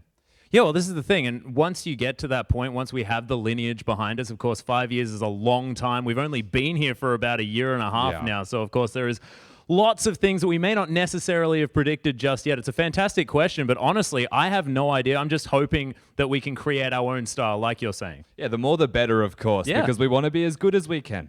Exactly. So let's move on to our third question here. Rusty, what was the biggest challenge getting to where you are today? By TY Fusion. Learning to talk as loud as Atlas. To put it simply, of course. Did you actually learn that? Or? I have to train myself. It's like altitude training. In saying that, no, the hardest challenge was, of course, learning everything about the game. I spent a few years as a pro prior to actually becoming a caster. And by sheer force of will, actually applying to be a caster, I found myself here. So it was very hard to learn how to translate what I knew as a pro to becoming this caster and actually talking about it, not just thinking of it. Yeah, and learning things other than the mid lane there as well, Rusty, where you were definitely proficient at, but now, of course, just a master of everything. But, of course, ladies and gentlemen, we do have Rosie from Sin Gaming standing alongside with Pastry Time and Spawn, so let's throw it into him to have a discussion about how that last game went and maybe the games in the future. Thank you, Atlas, for us. And yes, well, here with the top laner of Sin Gaming, it is Andrew Rosie Rose. How are you? I'm pretty good, thanks. Awesome. Thank you. So, how'd you find that last game before we get into a couple more things? I think that game was pretty interesting. SF did what they needed to do early, but I think they just failed to capitalize on their mid game, and that first dragon definitely is what got them behind. Yeah, I mean, it seemed like, again, things are going to plan, but maybe not so much towards the end. So, backing up a little bit now, we'll talk about you, of course. You were on the Chiefs last split, now on Sin Gaming playing top lane. Yep. How's that transfer been? At the start, it was a bit shaky, like learning a different role. I hadn't really played it that much recently. I mean, I played it when I started playing professionally, but that was about a long time ago, really. But yeah, so I've just really been learning it, and I mean, coming into the end of the split, I think I've finally gotten it down packed, and I think that I'm probably one of the best top laners and that I can beat anyone, to be honest. Cool. Let's expand on that a little bit more because, you say you came into the split, you took a long time to learn it, but I'm looking down at my sheet and I'm like, sure, there's a lot of Heck Room games, but there's a heck of a lot of other champions on that list. You could read them if you want. But so that's a big versatile champion pool. Do you just play what you think is strong at the moment? How do you come up with your picks? Well, at the start, I could only really play Rumble because when I was playing support, if I got forced to top lane in solo queue, I'd just play Rumble because he has such a big impact on the game. But yeah, I generally just always have a pretty big champion pool because I play whatever, and I just play whatever I find fun, to be honest. So cool. And one last thing, going up against the Chiefs, the top Galio came through. Was that a shout out to Spooks? It wasn't really. It was something I didn't actually remember that we actually had that talk until you said it, and you were like, oh, Spooks, kind of invented this almost. But we practiced a bit of Galio, and we thought it was actually really good. And especially into Rumble and double AP. And they picked double AP, so we're like, well, we got nothing to lose, so let's just whip out the Galio and try something. Yeah, no, I thought it was pretty strong. Sound of fun, I guess. One last question before we do move on for now. What's been the hardest thing for you as a top laner? What was the biggest challenge sort of changing roles, or maybe even more importantly, changing teams? The hardest thing for top lane is probably dealing with getting camped. Yep. As you saw, in our first game versus Chiefs, dealing with a Rek'Sai, and you're playing something like Rumble and they have Maokai, he just tunnels over the wall and you just die. There's nothing you can do about it. It's well, okay, cool. Well, glad you seem to have learned a lot since then, but we are going to pop back into the war room as we get into our next game. Thank you very much, Pace your time. And fantastic to hear from Sin's new top laner there, Rosie, of course, formerly over the Chiefs. Exciting to hear what he has to say. But we do have an interesting game coming up. Of course, Claire playing in this one, a definite Jace player. Of course, Christmas Trees had the Jace recently banned away from him. And Rusty, I want to go through exactly what makes Jace a fantastic pick at the moment. Why is he so strong as we move into 5.12? So there's a few factors as to why Jace is actually so strong at the moment. First and foremost, he's recently had some changes. He no longer has to level up that ultimate. He has 6 levels in all of his spells now. That's providing him with this little extra bit of power that he was sorely missing in that point. And the other important factor, I guess, revolves around the meta a little bit more. Yeah, of course, the meta now suiting him a little bit. Is that to do with the fact that we're seeing a little bit more mid-game power coming in?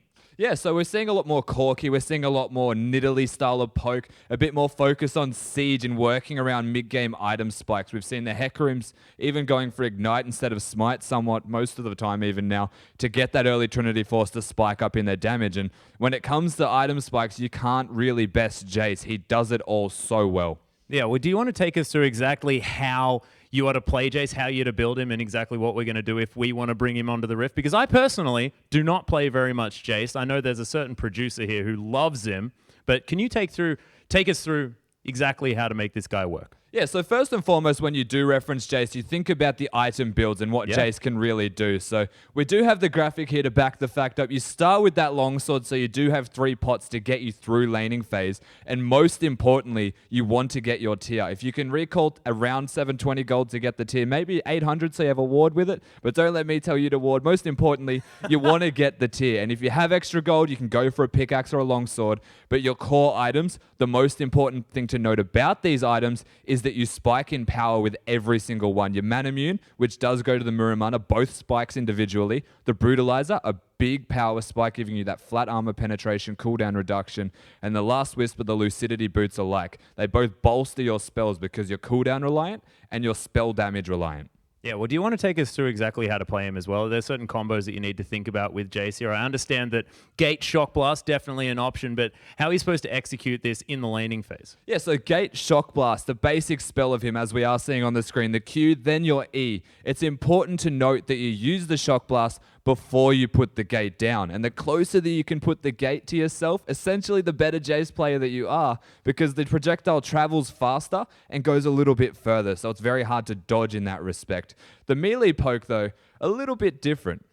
Yeah, of course, melee poke, you're going to be wanting to head back into that hammer form, get that to the skies. A few auto attacks there with that W running, and then smack them away so that they can't respond. Would it be how I'd assume you'd let it go? Yeah, definitely. So we do have a couple videos to back that up and ways that you actually go around using these combos, just to give you a bit of extra proof of how to do it properly so you know that you're doing it right. So this first one that we're seeing here is the unfortunate unbiased cast that does take some raw damage is the Shock Blast Gate combo. This is the very slow way of doing it, I believe. No, he's doing it right. Sorry, I read that backwards. He throws the Shock Blast down before he puts the gate. It accelerates it further, and it allows you to ensure that the Shock Blast is in the right direction before you accelerate that, increase its damage, and increase its AoE. I'm noting here that Riot Benji actually used that gate fairly far away from his character, so obviously not exactly the best Jace Directly player. related. I did mention that one earlier.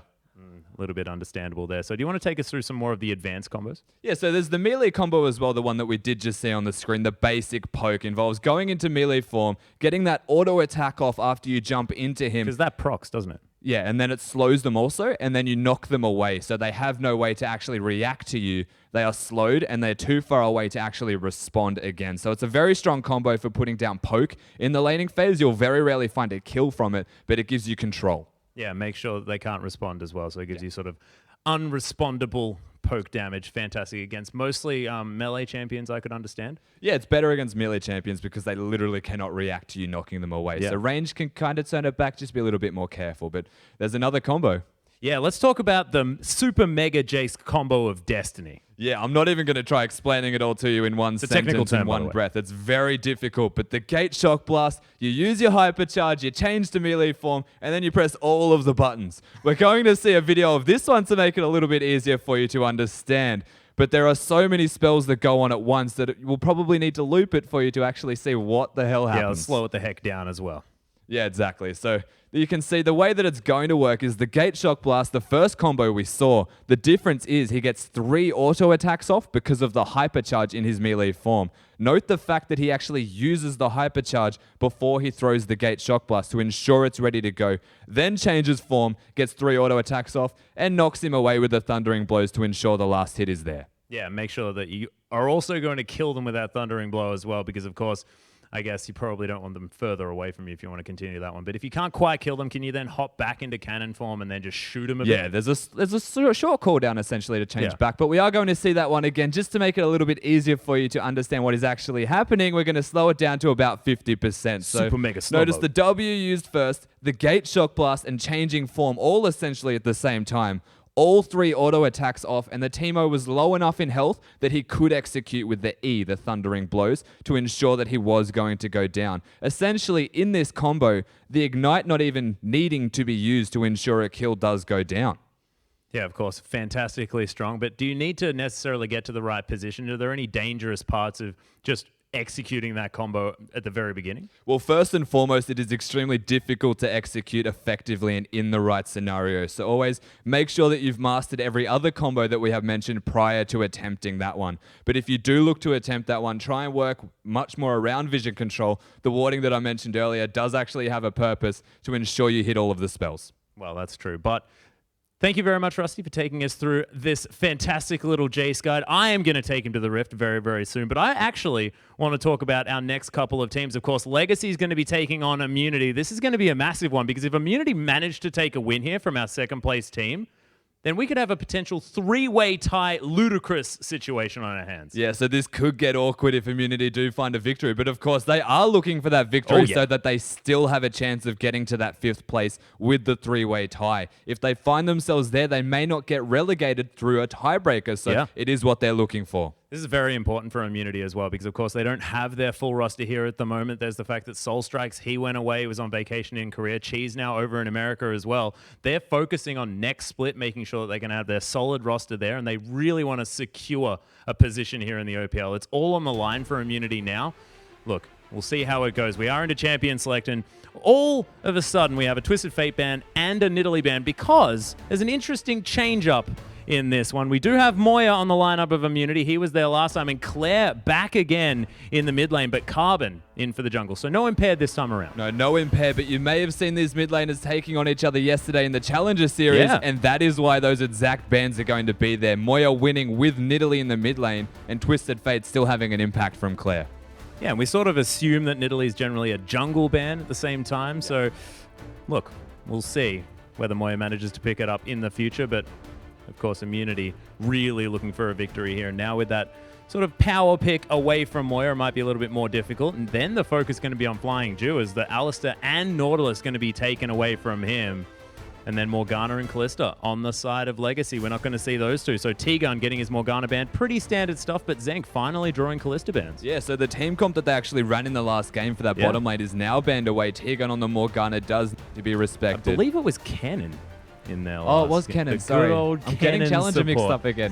What is happening? But again, two focus bans on the support lane against Flying Jew. He's been doing a lot of work in this Legacy side. It's like he's been there the entire time. He's just fit in so well with this bot lane. But a lot of bottom focus ban does leave Sivir available. Yeah, Sivir, of course, fantastic with that on the hunt. We'll see whether they do decide to lock that in straight away. But without Cheese, I wouldn't assume that the Sivir pickup would be as important. Cheese really likes to run sort of these heavy engage style mid. I'm thinking about Swain, of course. But it is going to be the Rise. He's going to get locked in first up, and left open, it is going to be nipped away here by Ryu. And I actually really like this, because Ryu's had a much better experience on the Rift just recently. Speaking of left open, though, are you missing something? Am I? Are we all missing something that is potentially Oh, is there a certain Jace that hasn't been banned away, Rusty? There's a Jace and an Ezreal. Oh my So both goodness. picks are available. Claire has played a lot of Jace. It was banned away from him in all of the Challenger Series games that he has played, because when it wasn't, he was going massive and carrying the rest of his team. So smartly, there's their picks.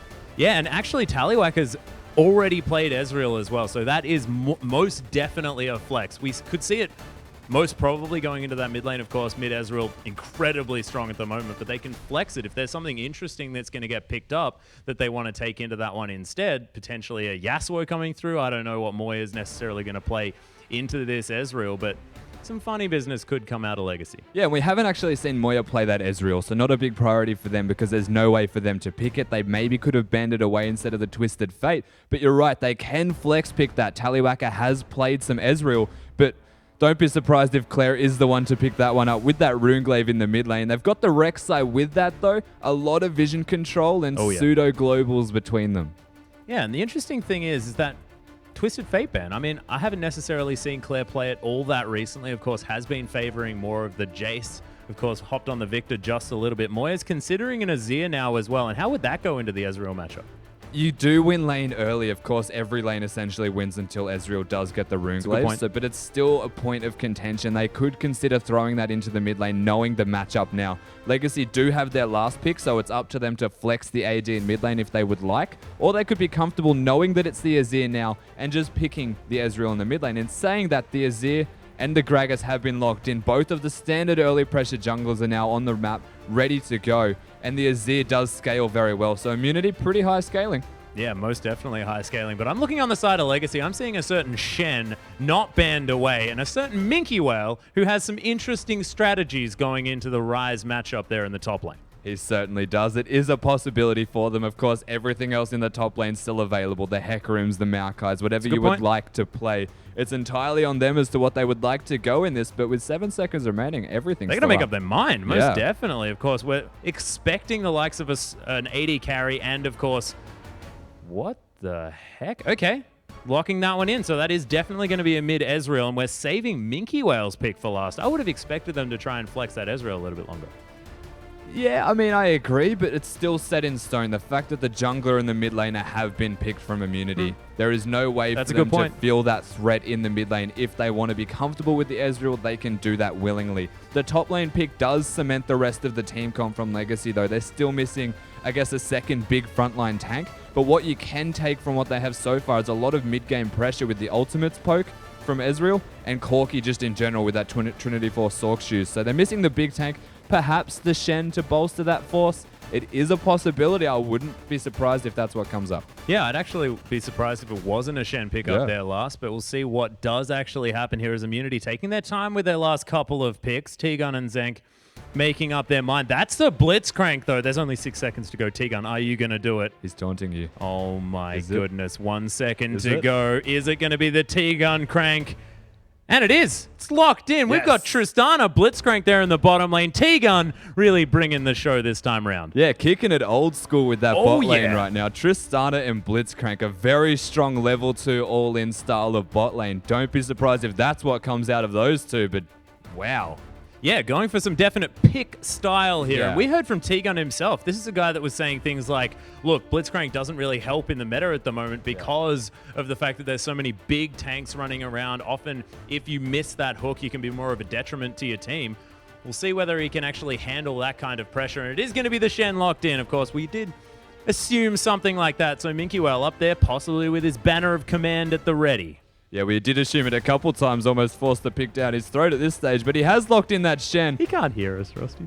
You don't know that. Let's move over to Immunity, though, and have a little bit of a look at their finished team comp and what they're looking to do. You mentioned it briefly, the fact that they're looking to potentially just pick everyone ever, and that is exactly what they're going to do, essentially, but they've got a lot of disengage to boot to actually add to the fact that they're not going to get engaged on until they make a pick with that Blitz hook. You can see the Emperor's Divide from the Azir ultimate, the explosive cask from the Gragas, and the fact that it's nearly impossible to get on top of a Ryze.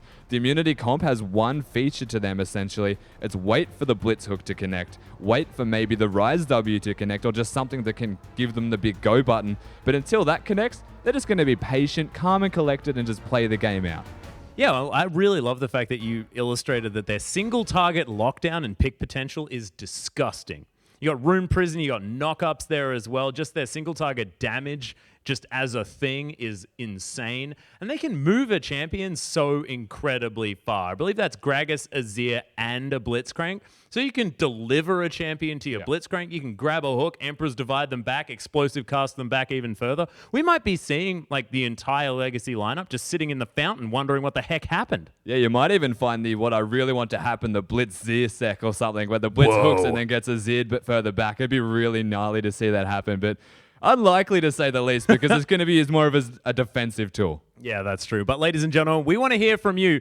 Do you think that Immunity's crazy pick comp is going to be able to take this one? If you do, hop on Twitter, use that hashtag IamWin, or on the other side of the rift, if you think our second team, of course, second in the standings, just behind the Chiefs, who have had a dominating performance, Legacy here. If you think they're going to be able to take this one with just pure power alone, use that hashtag LGCWin and share your pride with us over there on Twitter. So I'm excited to see how this game goes, because, of course, Legacy looking to confirm that second spot, just create some momentum moving forward. But Immunity, it's all on the line. If they want to get to that 5th position, they have to win this game. Yeah, Legacy, an emotional side, definitely want to have the momentum moving into the semi-finals. They are cemented in that second spot, so we're still yet to see who they're going to verse just yet, but at this stage it could be either Avant or Dials, depending on what happens from here on out. Yeah. But we have a look at the Legacy team comp. We've touched a lot on Immunity, and I see the Shen, and I see the Bard, and I think it's almost anti-pick.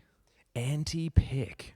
Very interesting. And, of course, that certainly works for what Ezreal wants to do. He wants to be poking you forever. So if they can use the peel, if they can use all of their extra mobility, their shielding that they have as well, not to mention Rek'Sai and his ability just to knock people up, be a nuisance there in the front line, block those hooks, because if he gets grabbed, he just knocks up the whole team, and he's pretty psyched about it. Yeah, definitely. And there's also the cute interaction between Claire's Ezreal, the Arcane Shift, and the Blitzcrank hook. So there's always going to be that cute little interaction. In saying that, you look at the Bard, it can disengage everything. The Shen can put down that ultimate as well to deny whoever gets hooked in, depending on how many members are there to follow the hookup, of course, can actually diffuse the situation. The Corki, on the other hand, not known for his ability to actually disengage a blitz hook, especially in laning phase. If the hook connects, there is no way to get out. You're not a Tristana or an Ezreal where you have the deny button. Yeah, this is the thing. In the 2v2 matchup, I could actually see Immunity running away with this one potentially. If they get into the right position, if they land the hooks, of course, you can knock the Corki out of his Valkyrie with that punch. So,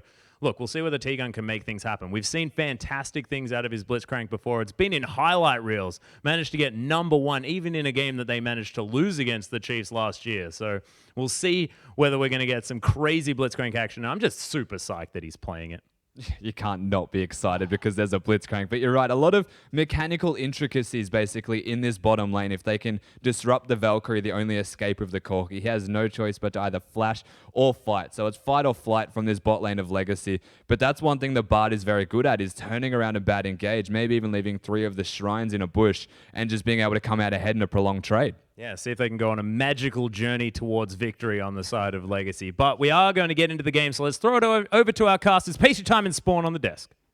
Thank you very much. We are about to get into our next game as Spawn shaking his head. That was just bad from Atlas. So forced. Magical journey into the game. Well, speaking of supports, I do like that T-Gun's on Blitzcrank, because we've sort of said it already, but Immunity, they have nothing to lose here. They need to win this game, and why not give T-Gun, honestly, he's carry champion. Yeah, exactly right. This is a champion where I first really got exposed to how T-Gun likes to play League of Legends, and it was funny because he got home guard boots, like bolted down mid lane, took this whole host of damage to his face, hit recall, ran back down mid lane, got a hook, won the game, and everything was over from there. So, all you need is one hook. It's like this easy mode Lee Sin. You don't even have to dive into the back line. If he snipes the Corki at any point, there's a really good chance that Immunity will win this. Yeah, and there are good targets as well. Ezreal, a little tricky to pin down, especially if Claire's mechanics are on point, which we expect them to be. But like you said, T-Gun can let the game run away with one hook. We've seen his bindings do work and win them games. Can he do it now with his fists? Yeah, definitely going to have to see. And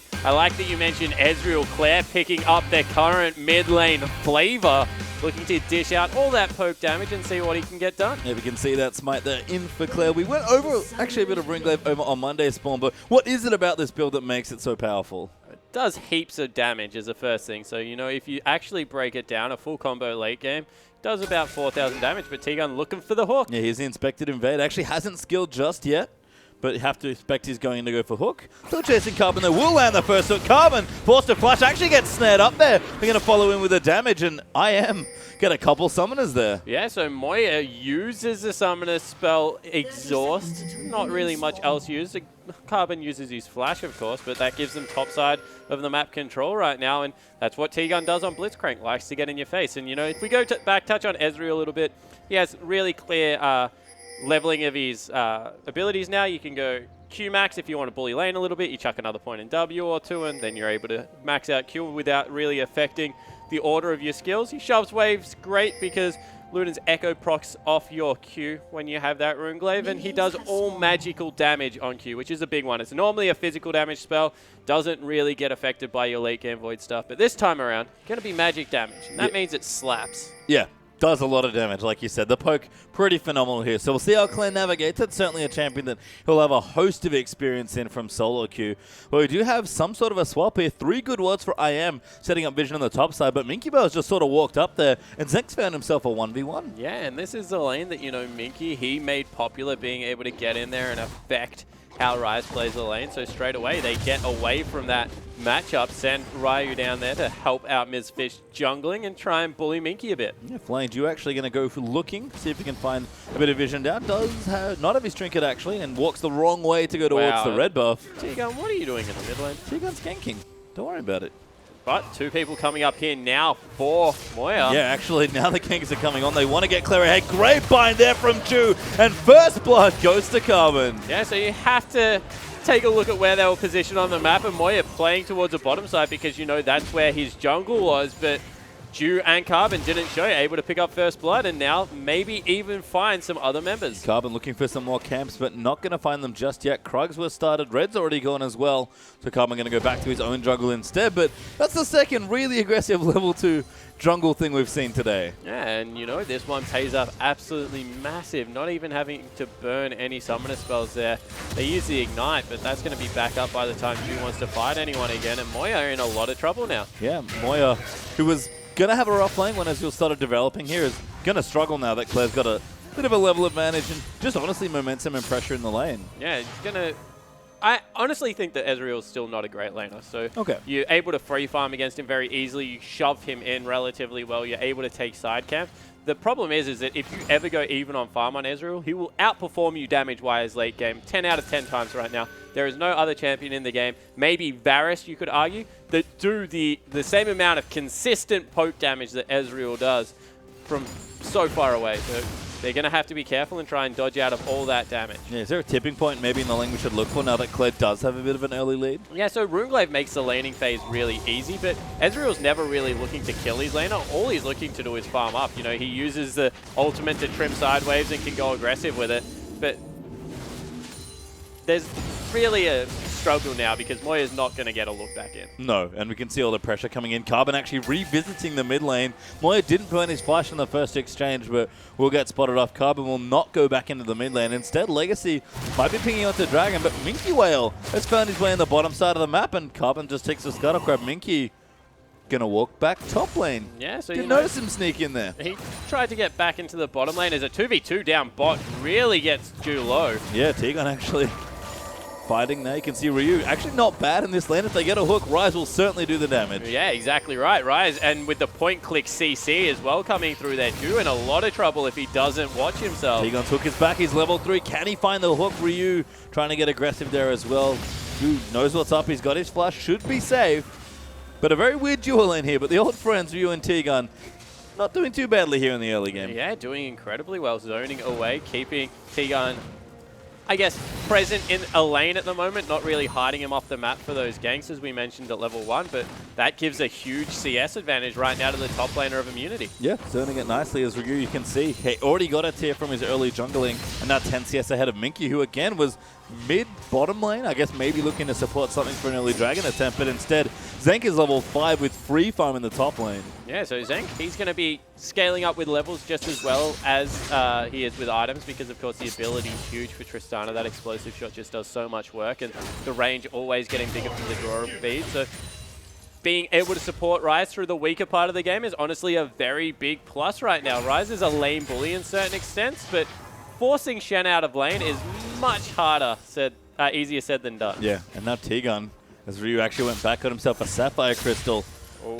The port's going to sit in the mid lane. Going to go in. Moya just gets some knock up. Does force Claire away, but Carbon's going to join in. T-Gun has to pull the trigger, but Drew's already behind them. Claire going to get that first kill there, and now T-Gun's in trouble. Gets slowed down. Claire going to chase in. Hook lands, though. Claire takes a tower shot, and T-Gun keeps himself safe. Yeah, so T-Gun able to get away. You see that he's not in really much danger, but once again, Moya goes over-aggressive, this time burning both summoner spells and still falling as an Ezreal whips across the map. Yeah, looking for T-Gun, but not enough damage regardless. Although Magical Journey going to pop Dew and Carbon in. T-Gun now does have his flash, probably going to have to use it, although does get to the safety of Ryu. In fact, going to go for the hook. Good stoppage there as Talibaki going to eat damage there from the Rise.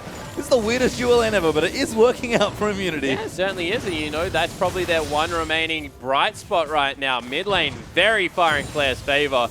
But Rise still continuing to do work down here. He's picked up nearly 40 CS to the 30 of Minky Whale in the top lane. And you have to say that with the range values coming through, they've got a very short range AD carry. Ezreal isn't the longest range if he's ever flashed upon.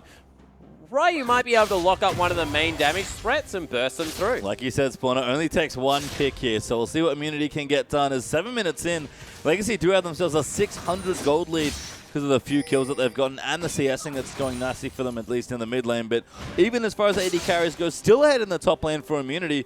Things just kicking off, although Legacy do have 2 Sheens now, which is quite cute. Yeah, it certainly is. You know, it gives them some good pressure around turrets, and they're going to be able to siege incredibly well as this game goes on. That's one thing that Ezreal lends. If you're not a Braum or a Yasuo, there's just no way for his ultimate to not shove you off that turret. So going to see how it works out right now with Claire continuing to scale up.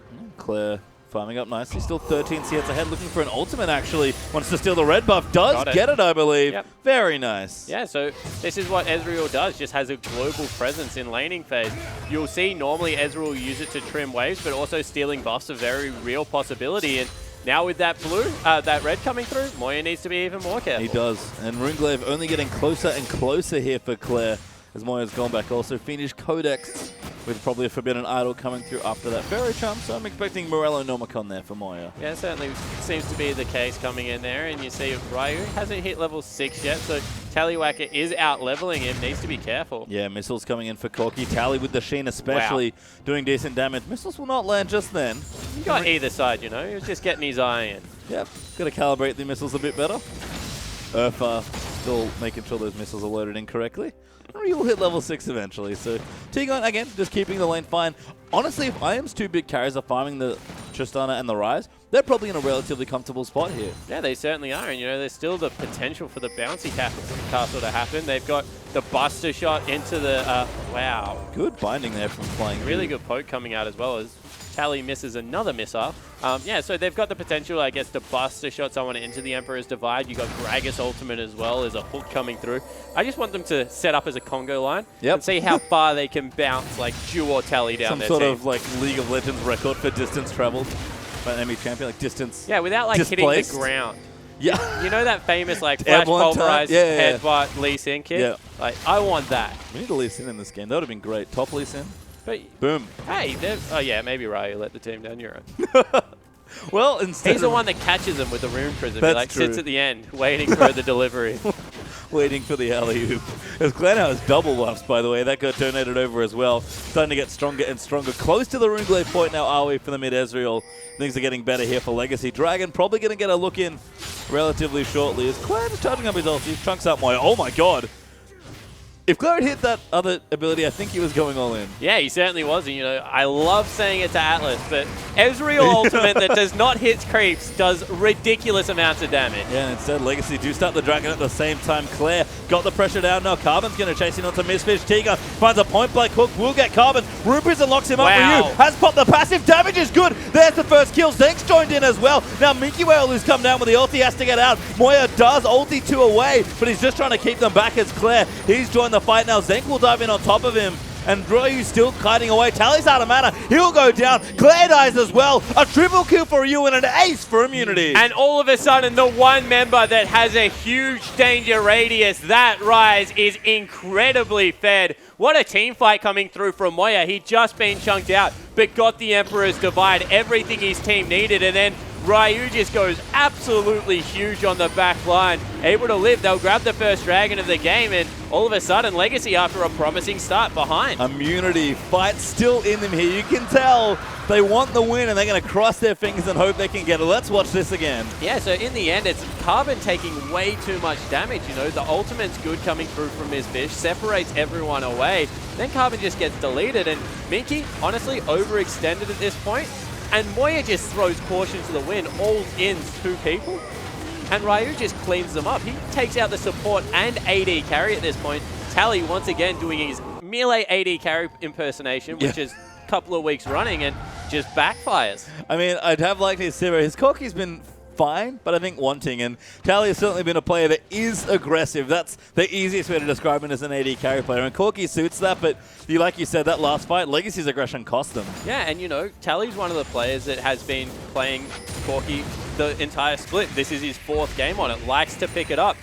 Not really known for his meta picks coming through here. No. He was the one that really did stick with the Tristana. He's also got 3 on that. You know, he plays a fine Sivir. Actually a really good Kalista. I think Tally's Kalista is really respectable coming in here, but right now, not really making the Corki work. No, not just yet. Here is Zank also getting stronger. Infinity Edge almost completed, but Tally will outpace that with the Trinity Forces. He's got a Sheen and a Fade online.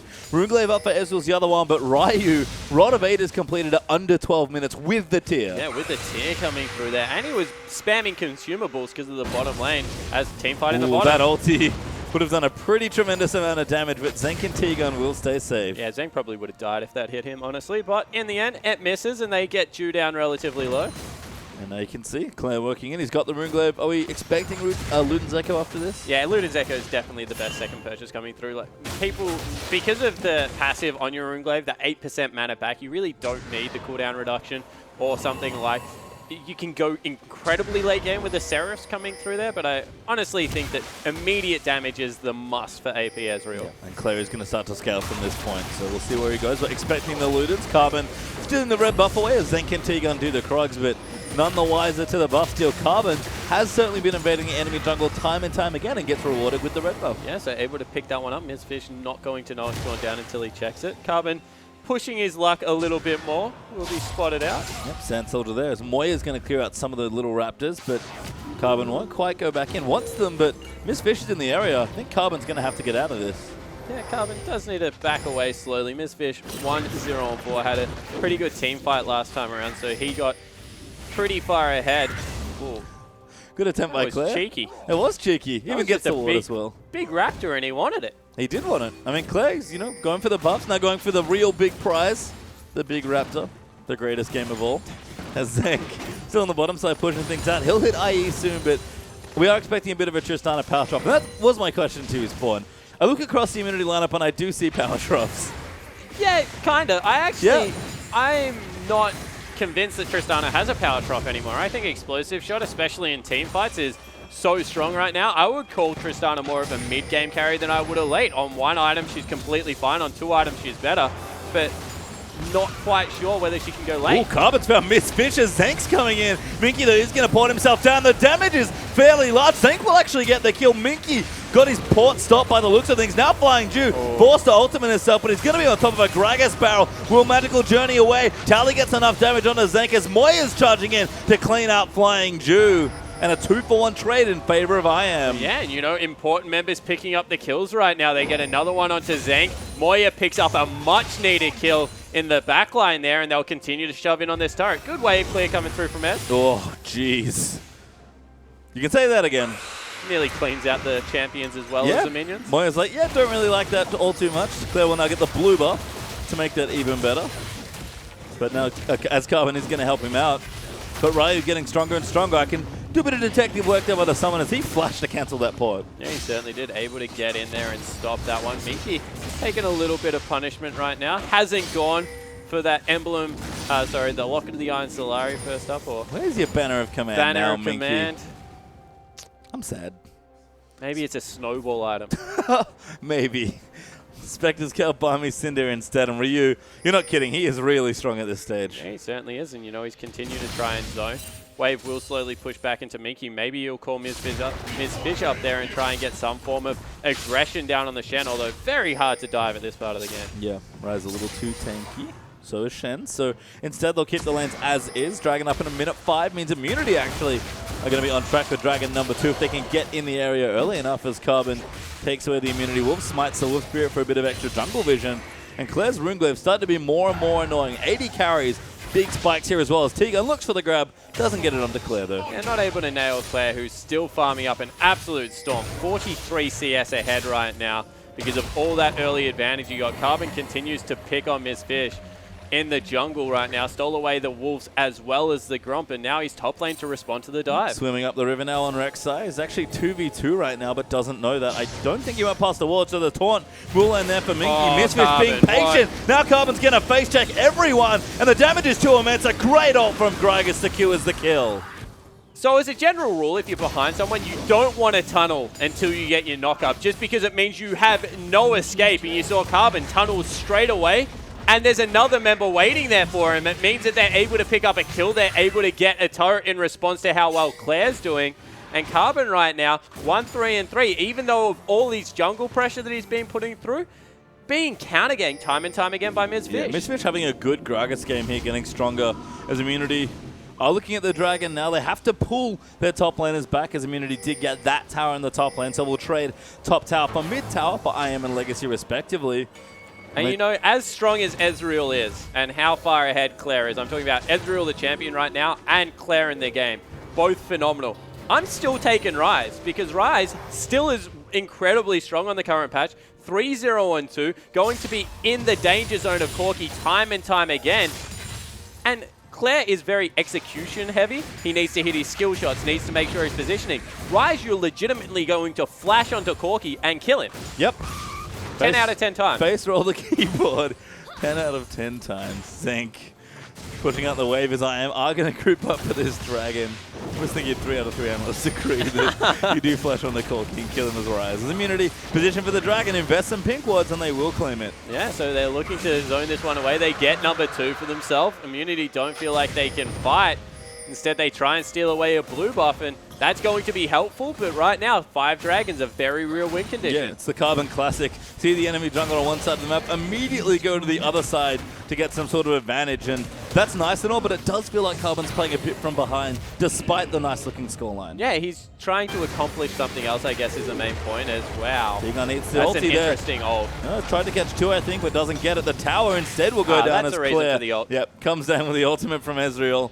But I am now 2 towers up to 1 and 2 Dragons up. The gold lead very thin for Immunity, but they do have a lead. Yeah, it certainly is. And I want to see whether Carbon wants to fight Ryu here. He's got Claire. And Minky with the Stand United ready. Ryu knows that though. He's just going to walk up to the top lane, but realizes right now he's losing his turret. In fact, it's dead. Yeah, so in the end, they're able to zone him away with 3 members because of the members that went bottom. And Minky going to continue to push this up. Actually has finished the Spirit Visage, which of course synergizes well with Shen's Q. But it doesn't look anything like a Banner of Command, so going for the different magic resist item this time around as Tegan finds Claire with a hook, gets the silence. Moya going to dive in. Not enough CC. In fact, Claire just makes him eat damage. You were not kidding about Runeglaive Ezreal. Oh Carbon comes in. Ulti from Easy almost takes out Tegan, and that's going to force Immunity off their push in mid lane. Yeah, it certainly is. Tegan saw his life flash before his eyes right there. In fact, I think we all did, and Claire, even though he was chunked out, goes back to base, and Tegan has to do the same. I feel like the wave clear is still good enough here with Tallywacker being around, so Legacy are going to deny them that turret, especially because Tegan had to retreat. And Ryu instead is going to keep pushing up the top side. The good news again, Immunity's carries are still getting stronger. Yeah, they certainly are, you know, and Azir, no slouch in the late game, always has the potential of making that huge play, has good consistent damage himself, along with some wave clear to come across, and we've seen the rise in prominence of Blue Ezreal, but there are certain things that it just can't do, and wow, that's a lot of damage. Zank ate a lot of damage, but he got the turret as a result. Claire actually gets grabbed by Tegan. Moya takes him out. Immunity get the double. Yeah, so they get the turret, they get the kill as well. Tegan coming up huge on this pick, and we keep complimenting Claire for the damage he's doing, but he's died a couple of times as well in the game, awfully close. Yeah, he's got those CDR boots now, so might have that Arcane Shift on a slightly lower cooldown. Going to help him against the Tegan hooks that has been landing nicely.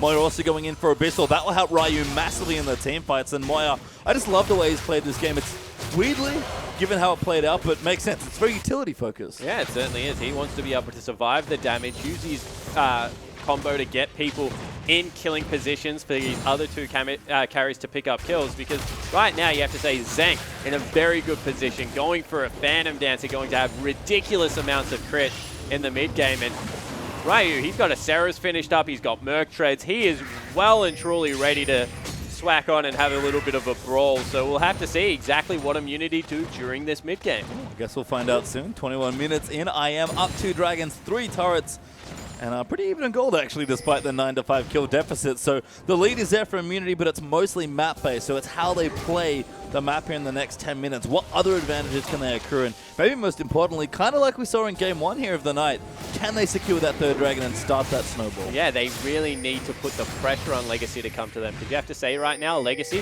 farming way better across the board. They're just in better positions right now. You know, we've talked about how much of the jungle missed visions had taken away as Zank. Oh, eats a lot. Not enough though. Claire to go through a couple minions for that ulti. That doesn't do quite enough damage. Sun turret set up, but I am no other buff to really retreat to here. I feel like they might have grouped a bit early. Yeah, so they're not able to really pressure for much as T-Gun looking for a hook. Doesn't find the Raptor though. Carbon will pull that back and take it away. Zank probably has to go back and heal, and that's just going to be a reset. They're dragging up minute 50 now, so that's the next point of pressure we can look at. But Ryu goes back to the top lane, continues farming up. Scuttle Crab goes down there for IM. They'll take in a minute 40. With a minute 40 remaining on Dragon, they're probably going to go back, spend some gold, and then group in for that fight. Yeah, we'll see whether actually Legacy give up Dragon number 3. Something that we've seen some teams do, not really worry until number 4 comes across. And, you know, with the scaling of Ezreal coming through, it's a real possibility, especially because of how well they're farming up right now. You have to say they're staying very relevant just through CS margins, and it's something that it's going to be in the back of Immunity's mind. They have to fight us, but when and will we be stronger? Yeah, right now, very even. Yes, and like you mentioned, the serious difference is pretty much 45 up for Claire and Tallywhack in their respective lanes as Carbon going to dive in there. Julik for a binding, doesn't land. Ulti misses there as well. On a pretty short cooldown there for Ezreal, but Claire does miss the first one. Yeah, especially if he starts throwing some Qs out, you're going to see that he'll be... Oh, Zank going in. dead. That's way too aggressive. Does live though, but the ulti nails T-Gun there from Flying Jew. Zank has to get away. Ryu just trying to find cleanup duty. Moya pushes him out. Tally lands the missile for the kill. Now Ryu going to clean up Flying Jew, but he's the next target. Minky dives in for the taunt. Ryu can't live long enough. He's a little too squishy. T-Gun trying to take him out. Tally gets the double though. Now going to launch in, try and get another. Ryu's going to lock him up, but that'll be the next one coming through. A triple kill coming in. No, Claire does get it, so denies the quadra, but a triple for Corki and a double for Ezreal. Legacy with the ace. Yeah, and wow, what a interesting decision coming through from Zank, deciding to jump into a team. And in the end, Legacy just catch him out, able to get all their CC down. Looking for a Baron. This is dangerous because teleport, actually, it's still 15 seconds away, so they should be able to juggle all the damage coming out. Have to make sure they juggle aggro correctly, but do have the damage, that's for sure. Claire gets a nice 4-man essence flush for some attack speed, and we'll actually get the Baron as well. Does have smite as well, remember. Yeah, so able to take that one down, and, you know, let's take another look. Zank dives in and then gets immediately flashed on by Carbon, and Carbon gets knocked into the team, but that's exactly where the Shen wants to be, and Ryu comes through the back, able to lock down Ju, but after that it was just a full-blown retreat coming through there. They couldn't really get enough damage done onto Minky, who's incredibly tanky right now, and the appropriate targets didn't deliver themselves on a silver platter the same way that Zank did at the start of that team fight. Yeah, Zank far too aggressive. I look back and I thought it might have been a vision-related thing, like I want this pick, because we're actually fighting again. Immunity brute forcing their way for this dragon, they get it! But Legacy have Baron, they're going to keep fighting. T-Gun is insanely low, but Ryu diving straight in will go down as Carbon able to take him away. Miss Fish now trying to kite them off as Moya gets a slowdown. Does get hit by the Pro Seeker. Tallywhacker will keep Moya chasing. Can kill Tally. I think that's the best that he can hope for right now. Gets away to the turret instead. Legacy looking to dive though. Claire still firing Mystic shots. Doesn't quite land that one. Moya going to take some damage. Claire going in, but he gets grabbed up. Will go down. Just barely misses getting the kills. But Carvin and the rest of Legacy take the bottom turret. Yeah, but, you know, 3 dragons now still keeps the hope of that 5th one alive. A very relevant buff still on the map. And even though they lose out on a turret, they have Baron buff, so they're expecting to lose the turret anyway. A 1-for-1 trade, definitely not something Immunity are going to be disappointed in at this stage of the game. And now it's about stopping the bleeding. The siege is done because Ezreal isn't available on the map. Maybe they can farm out for the rest of this buff. And that's a good waste of time for that Baron buff, exactly. So Legacy have 3 towers now. We'll see if they can get any more. This was Avant's thing with their first relatively early Baron, is they couldn't get enough done with Baron number 1. So IM can hold on and keep things going in Ryu. Little squishy as you've seen despite the Seraphs and the Roa, but he is going all out damage. Yeah, he's going Luden Zeka. Yep. Which is, you know, one of those builds that it's all in. It's like the Lee Sin build we saw last game. I'm strong right now. I think that we only have a window to win this game. Otherwise, we're going to continually be poked out. Let's just roll the dice and see what we can get done. Although Ryu has he's in trouble. A lot of friends. Minky Well going to join in actually. Now Tallywhack is here as well. Goodbye Ryu as Tally's going to get the kill. Carmen even there as well just in case, but too far forward there was Rise. Yeah, just not able to get away in time. Good flank coming through from Ju, who's having a pretty decent Bard game on the Rift, and we'll have to see whether they're able to defend this siege coming through. Yeah, big fan of Drew's Bard. He's on point, very creative with the skill shots there.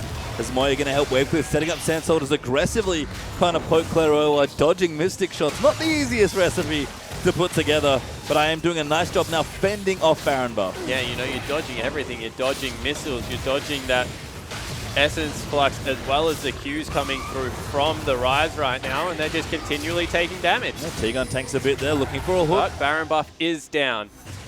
So finally drops, that does open. A bit more breathing room back for Immunity, although Legacy not really done with the pushing. Have a bottom wave working for them as well. Ulti nearly back up for Claire. Moya needs to be careful that he doesn't go back and clear sight. And Legacy, they can just be patient. They know they've got their side waves working. Someone's going to have to join it, but there's the ulti, just pokes them out. Immunity's still clearing waves, but they're going to run out of time at this point. That bottom tower is going to fall eventually to that massive wave that's building up. Yeah, but there's also a wave in mid lane right now for Immunity, so if they can hold on a little bit longer, mid will be under fire. Bottom, Moya backs away as well. Will home guard his way back in. That's going to force Carbon off on the jet ski down to the bottom lane, actually. But that might be the go button that they're looking for right now. Yeah, you can see Immunity trying to pressure forward now. But they don't find a pick. Legacy do back away together. And Carbon's just going to try and get some damage under this turret. Yeah, you're going to try and take it out. Well, are you going to try and stop him? We'll do so successfully, but that's a teleport for a Rek'Sai ultimate. Legacy will take the trade. Yeah, definitely. And, you know, Carbon able to get away there on his jet ski. Tunnels through the pool. That is such a fun looking skin. That is, yeah. It's great, but it is fun. Is Ryu going to clap some of those tunnels? Oh, I'm going to get more gold for himself. You know, it's not just a creep wave anymore. Tunnel money. The most delicious kind.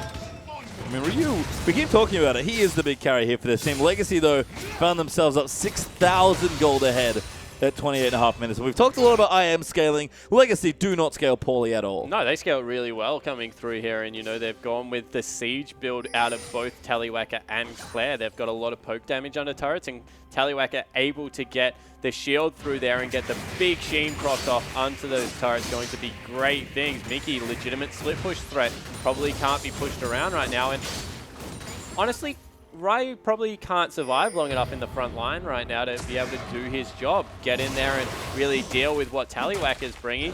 Going to be looking for flanks and maybe one-on-one potential, but can't really go into team fights with reckless abandon. No, and we've sort of seen it already. We talked about it in the draft. Immunity need picks here, and they do have that dragon. If they can brute force Legacy of 2 more dragons, by the time that rolls around, they'll actually open themselves up to a point where they can take a 5v5, but that is 12 precious minutes away now, at least, for Immunity. And they do need this 4th dragon that's about to spawn in a minute. Ooh, Carbon just dodges out on the hook.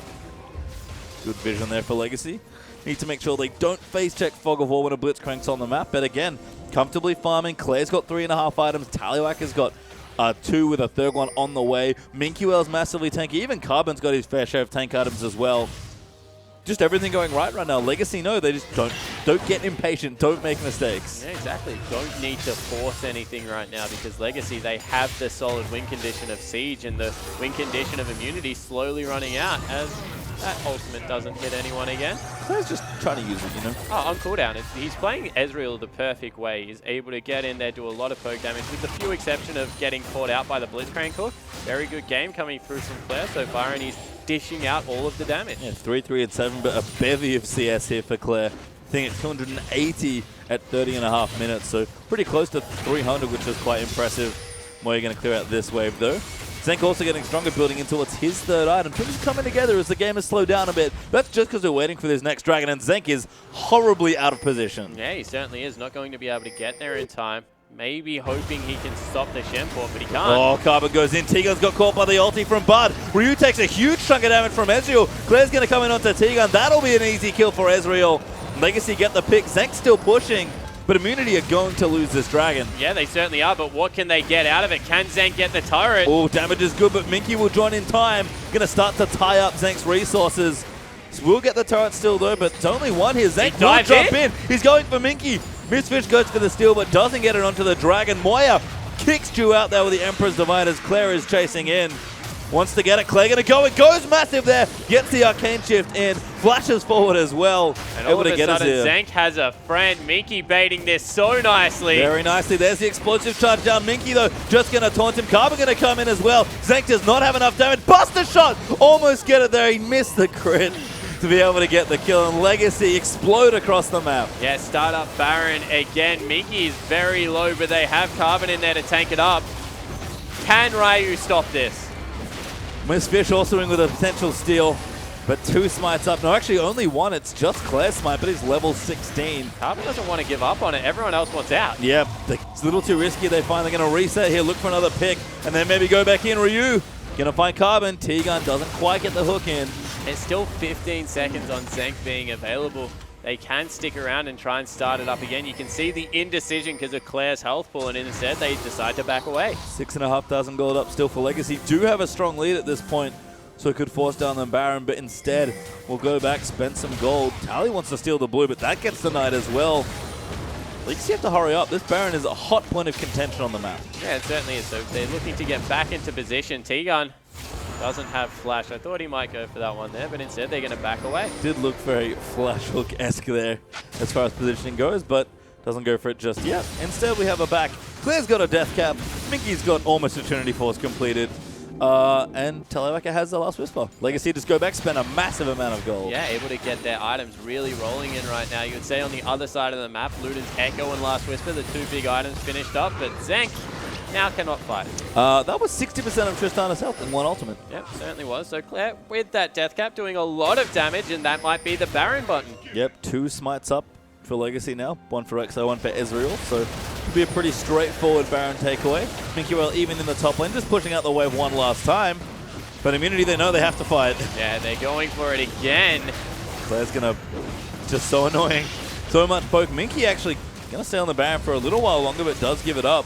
Legacy not committing here despite the double smite. Yeah, so you see that they're moving towards the big minion wave they have. Immunity instead might be looking to try and base race, but you can see very big indecision. Yeah, I am now turning around. Maybe a little too late. Baron is getting shredded as Flying Jew lands an ulti onto Zenk. That's 1. That'll do. Legacy get the Baron with a double smite and now look to fight Immunity as they immediately turn themselves Immunity around. might go in for this. Flying Jew goes in. That's too much. Fish throws the ulti out, but it's not quite there. Immunity. The call was not to fight, and now Legacy descend upon them. Moya gets almost 2-shot there by the Ezreals. He ultis them out, and that last Q would have killed him if it had hit. Yeah, that was Ju going really deep, landed a good Q in the end, but I honestly think Immunity probably could have fought. The ultimate from Ezreal missed. The Bard ultimate was down. There was all these big cooldowns, but they decide not to take it instead. Another Baron buff goes over to the Legacy lineup with great zone control and I guess shot calling to be able to take that one, but some indecision on both sides of the rift. Certainly, and Legacy still the ones with the big lead as a tower actually went down in the bottom lane. Their 2 Immunities. Minions who have been doing work for them. It's 5-3 up in turrets in a currently losing game for Immunity. Crazy to think, as soon as Legacy equalize that turret disadvantage, they'll be 10,000 gold ahead. Yeah, gold lead explodes from that point on. It's already big enough for them to really start controlling this late game, and Moya just has never been in the same position as Claire. Always levels behind, not able to get the big items he wants. Hasn't got any form like the Void stuff, the Death Cap we're talking about right now, and you can see they're starting to really get chunked out. Yeah, Tegon, who wants to be in the front lines, threatening with hooks, just eats a couple of pokes there from Claire and realizes that he can't do that for much longer. Minky also off to the side looking for a flank. Sun turret goes down. Legacy, again, very patient with the way they're pushing. They still have not got a turret since that first Baron buff. They got one with the first one. Yeah, so they're trying to get some more done right here. Moya in very real danger of being dove. Yeah, this will make it 2. Legacy able to get a tier 2 in the mid lane turret down. So that's 2 turrets for 2 Barons. Makes sense, right? Relatively equivalent. Moya riding in. Once Tally doesn't get him. Claire, though, going to pop back in and do absolutely absurd amounts of damage. Moya steps out of the Bard ulti. Flash Prey Seeker gets the kill and the level up, I believe, for Carbon and Zank. Face checks Flying Jew. Gets the explosive shot down, but does not go back in. Yeah, and that'll be a second turret, probably a third in the mid lane as well. Immunity starting to fall further behind. That's the 10,000 gold, 11 that you were mentioning, and the pain still isn't stopping. No, Minky Well Trinity Force means he's a Zank really dead. threatening split pusher. Ooh, Zank will live. The Claire ulti just a little off angle there down the lane, but they'll take the inhibitor. They've broken the base. Second Baron buff was maybe all they needed here. Flying Jew goes quite a long way there. Over the base wall with a magical journey, and Minky Bell say, "Hey guys, I prepped this wave earlier." You can see just the end of Baron buff coming through here. They really want the last turret. They're gonna charge it down. Oh, Minky gets knocked back into the team. Not enough though. Claire just throwing in poke. Tallywhacker can walk up to the turrets and spit on them, and they'll die at this point. Certainly can, and Moya, he's returned as well. See Minky in the base. Baron buff's worn off as well. Minky, what are you doing? He's such a nuisance. Certainly is, and there's just no pick to be had right now for Tegon. Oh, Tegon, oh, flashes! Barely lives after the ulti, but Carvin's going to dive in. That will cue Legacy to keep pushing forward. Moya does die. Got a little too close between the rest of Legacy, who are pushing down the base. Top lane's pushing as well for Legacy, but they might just try and close it out. Yeah, Legacy really doing a good job of methodically shutting Immunity out of this game. The gold lead is huge right now, and they're still not done. They want to systematically dismantle the Immunity lineup, and it looks like Legacy heading into playoffs in a very calm fashion. Yeah, and I feel like we can call this play deliberate, because it is fairly deliberate from these teams, but with this comp especially, I can see why Legacy are closing out games in, tutorial style here. Yeah, certainly can. They go in. Shot down the tower. Zank gets caught. Carbon set up. He gets the Umbora. He's absolutely dead as Claire channels the ulti. Just tags Misfit for a bit of damage. Ryu takes a lot more from just a Q, and that's going to be the last inhibitor as the base completely in ruins for Immunity. Yeah, all of a sudden it's 15,000 gold, the lead nearly coming across here. They're going to look to push in, end the game. Immunity put up a fight, but in the end, Legacy just too good. Yeah, Minky now going to get a taunt down. They'll dive in the last few turrets. Moya actually pushes them out. Minky, that was too aggressive. Carbon going to die as well. First Nexus turret will fall down. Super Minion streaming into the base as Missfish wants it, but can't follow in. He's going to follow. Hook lands, no. Flash there by Tallywhacker. And the game's delayed for a little bit longer. How long, I don't know, because it really is a turret defense going on in IM space, but Legacy overextending them may pay. Yeah, Moya clearing out some waves. Ryu with the Ludens, not bad at that either. And Zank will be back now. He's almost got the Blade of the Ruin King finished, so they can clear these 3 super creep waves, but it's a tough ask for Immunity at this point. Yeah, they also need to clear out some tunnels just in case some funny business goes on right now in the base with maybe a Rek'Sai Shen combo looking at. I was going to say, yeah, Minky does have his teleport and his ultimate. That is well within the reach of Minky's playbook. The thing is, well, Minky would just do it like for fun. This isn't even worth Misfit. Looking at it. Ooh, get the ward. There is no point. You're not going to get the 5th dragon. You're probably going to lose the game. Well, instead going to run away. Does give up the dragon. That's 4 over now to Legacy. Minky, though, lands the taunt in, sailing in with a Stand United. Gragas is dead. Tallywhacker with another kill, his 7th of the game. And you know, these are team decisions, so not necessarily Mizfish's fault coming through there. The call would have gone out to try and steal the dragon, but just very little effort for a ward coming out of that one. And now, once again, 4v5 under the last Nexus turret. Yeah, and Legacy so far ahead in this game. Going to take out the last Nexus turret. They might give it one last go. Moya! Massive ult there on Claire. Almost takes him out, but he will live for a little while longer. Legacy do not fall to the last hurrah there of Immunity. Zank flashing 40, pushes them off the Nexus, but it's not enough as Legacy win their final game of the season. Yeah, able to, in the end, close it out. What a good ultimate coming through there at the end from Moya, but they were just way too far ahead. 4 versus 5. Claire dishing out all that damage on the Ezreal. And, you know, very... I'm not going to say clean, but it was. It was methodical. It was deliberate. It was all the things that Legacy has come to be known for in that game. Yeah, and Claire, you know, the sub here, subbing in for Choo Choo's, looking good. Probably went completely off on the damage done grab. Yeah, Claire is such an impressive player, you know, through the championship series. Couple of games now in the OPL as well. He's just continuing to show up. He is. And you know what? Let's get a little bit more from Legacy. Oh, Trist. Yeah. Oh, Yep. I got him all, Azir. Nice. One more hit. Nice. Nice. Alright, Gragas. Going. I got Rise. Yep. I got Rise. Rise. Yep. Back up. Careful. Also Any off him? Yep, nice. We got him. Alright. Can we do it, Baron? Go, Baron. Nice. Rise. Cool. Blitz. Keep going, Tank keep it for going. him. Back out. Baron. Baron. I got him.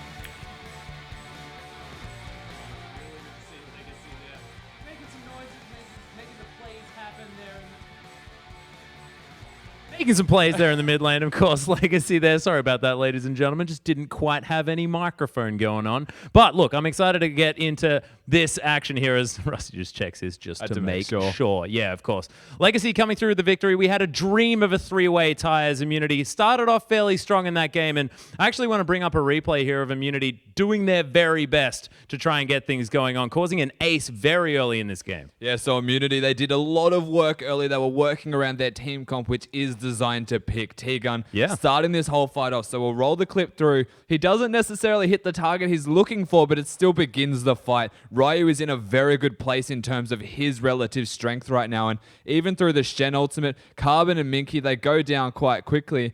And if we can just pause it here, you can see the fact that Moya stuck in the back lane, Minky completely off to his own devices in the wrong side of the map. They're going to try and chase him down, but the hero of this whole situation, irrespective of the fact that Ryu finds himself with a triple kill and does a lot of work for his team, is Moya. So roll the clip through and just watch how he keeps them all stuck. They are completely in a horrendous position now to help the rest of the team. Minky goes down. Claire's taking an abundance of damage. He ends up going down. And then Ryu able to 1v1 Corki in the back. They actually find themselves an ace at 10 minutes in the game off the back of very good team fighting. But for the most part, skirmish strength.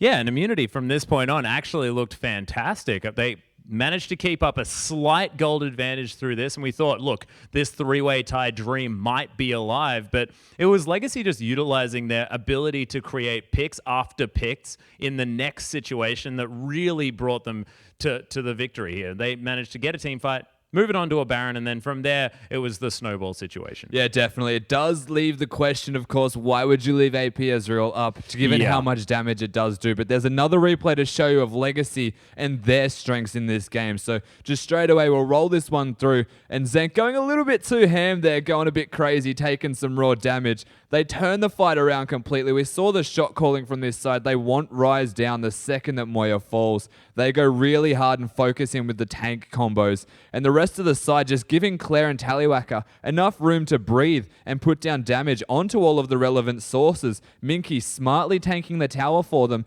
directly after this, ensuring that the rest of them can follow it up. Claire hitting that last Mystic shot. They find themselves the double kill on Claire. They eventually go for the Baron, and that was the snowball moment. Yeah, that was a 3,000 gold swing, and from that point on, it was just the Claire show. He was able to get so much damage off on this Ezreal, and it got to the point where even if he was grabbed, he was able to get so much damage off before that there really just wasn't anything happening there for Immunity. So a little bit unfortunate for these guys, but they were definitely able to make it happen in the end, where Legacy and securing that second spot, of course, making sure that they have the momentum moving into playoffs. But we've got some more questions coming up, Rusty, so let's read some of those out. The first one, is Atlas trying to be the oceanic freak that being the comedian? By 7 Dead Lee Sin. No, this is just me. It might be a sort of shout out to my crappy sense of humor, but look, that's just me. It's just what I do. To each their own, Atlas. I can't say you're trying to be the freak. I can definitely say for him on his behalf that he's not trying to be anything. He's just himself. Yeah, he has to deal with this on a daily basis, so he definitely know. It's a little bit unfortunate. The next question, though, serious question for the casters. How do you get into casting and how do you prep for a game/cast by Basic115? I really like this question. How do you get into casting is just by casting. The way I did it, I just made sure that I was doing as many things as I possibly could, doing any sort of amateur tournament that I could get into. At the very beginning, I was just casting my friends playing games, making sure that I was getting as much casting done as possible. Actually started off casting with a close friend of mine who had a lot of analytical knowledge, so him and I would just hop into games, get all the casts done that we possibly could, and move on from there. And as far as what do we do for prep, we just make sure we know as much about the teams going into the game as possible. History is a fantastic tool to have on your side because we're going to be talking for a very long time and it's difficult when you run out of things. But Rusty, what do you do to prep for a cast? When it came to casting, when it comes to prep for it, I just learn everything I can about the patch champions, what players like to play, what teams prefer, what they always ban. Just notice tendencies and what teams actually like to do. It makes it a lot easier to talk your way through it. Yeah. So one more question, ladies and gentlemen. We'll bring that on your screen. How does Atlas get his hair to stay like that? I've tried, but this happens. By Chupski. That's amazing. That is utterly brilliant. That's actually him when he wakes up. If that was to happen to your hair every single time, I'd be psyched about it. Honestly, just make sure that you embrace it and make that your thing from then on. Because honestly, if I was to deal with that one, it'd be good. So most importantly, how do you get your hair to stay like that? How do I get my hair to stay like that? I just put in a bunch of product and just let it go. Two different types. It's That's not lots. a lot. One's usually enough. Oh my goodness. Okay, thanks, Rusty, You're so for answering my question.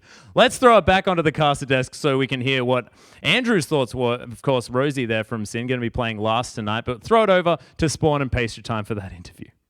Thank you very much. Love your hair, by the way, Atlas. As we are back with Rosie and Spawn. What is it, Spawn? It was 3. There was a certain point where Atlas's hair was 3 products. So, 2's less, Rusty. Well, there you go. 3 products confirmed there for Atlas's. We are back with Rosie. Big game there for IM, but couldn't get it done, unfortunately, against Legacy. What do you think happened there? They got off to a really good start. That duo lane, Ryze Blitz, actually went really well from them. The burst that Ryze can put down if Blitz hits anything, they have to respect that amount of damage or Ryze is going to get fed. And then when that first Dragon fight turned around and Ryze picked up a triple, and I'm pretty sure Triss got the double, they looked really in control of that game. And then Zank decided to just do his best Uzi impersonation and kind of dive into the team. Yeah. So I know you love Blitzcrank as a support player. What is it with aggro support players and Blitzcrank? You kind of it's probably the best playmaking support if you can land the hooks. But the problem playing Blitz into that team comp is they have an Ezreal and a Corki, which are the 2 targets you kind of want to hit. And Ezreal can arcane shift the Blitz hook even if it hits, and Corki just Velks away. So once it got to mid-late game, they didn't have the vision control, and Blitz couldn't land anything. Yeah, looked like a bit of trouble there in the mid-game, especially for IM. But I want to talk about top lane now, because, of course, you are now a top laner for Sin Gaming. I know Spawn's not the biggest fan, shall we say, of the Luden's Echo Rise, but you actually don't mind it. So, first of all, what do you like about the item in top lane, as far as Rise goes? The good thing about Luden's on Rise is once you get your passive, you're just mashing your keyboard kind of thing. So, you get a lot of Luden's procs off, and I guess the downside to it is that you're pretty squishy. And in that game, they really needed a front line. So my answer to that, guys, by the way, is the fact that we changed Luden's. I think it's called a nerf to only give you 10. So you need to get 3 full spell rotations, that's 9 spells, before you really get your second proc off. So, it looks like a fantastic item. When it was 20 for a spell, I was on the same hype train. But right now, when you see 3 AP dealers, build an Abyssal Scepter.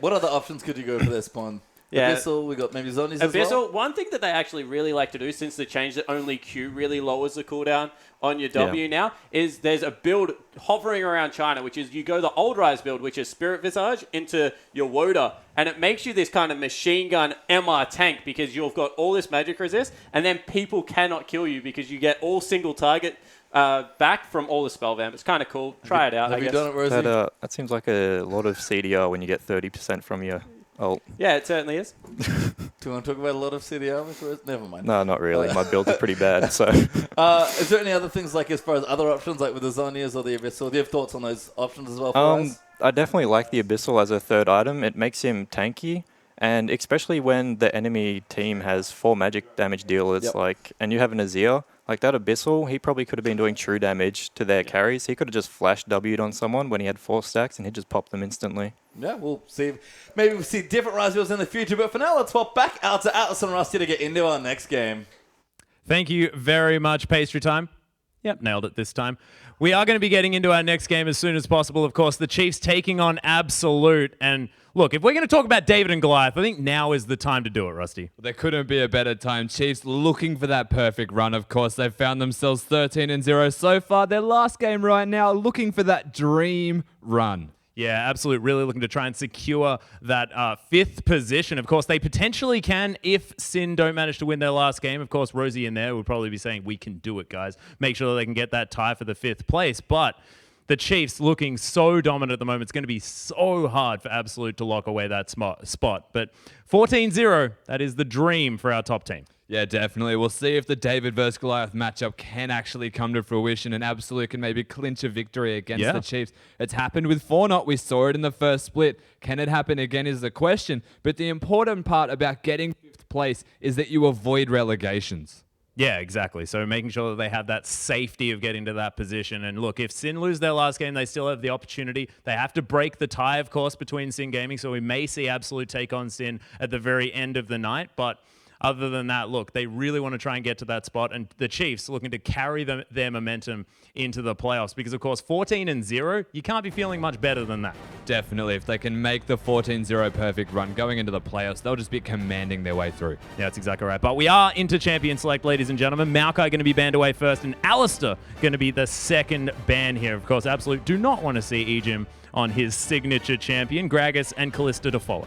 Yeah, lots of bans coming out fast. The Alistar, Callista, just the very strong standard bot lane type of bans. The Maokai, a bit of a targeted ban against Jack Attack. It's his most played top lane champion, so getting that one off the board, maybe bringing back another possibility for him. Of course, he can play everything as a veteran top laner. We'll see what he wants to do without the Maokai, though. Yeah, and Jack Attack and Malik are actually the most stable members of this Absolute lineup. This team has gone through a whole lot of different iterations. Of course, Mattress spent some time playing in the mid lane there for a moment, but Jack Attack and Malik, they've been there for the whole time. So ban away the Maokai and the Gragas, the comfort picks for both of these players.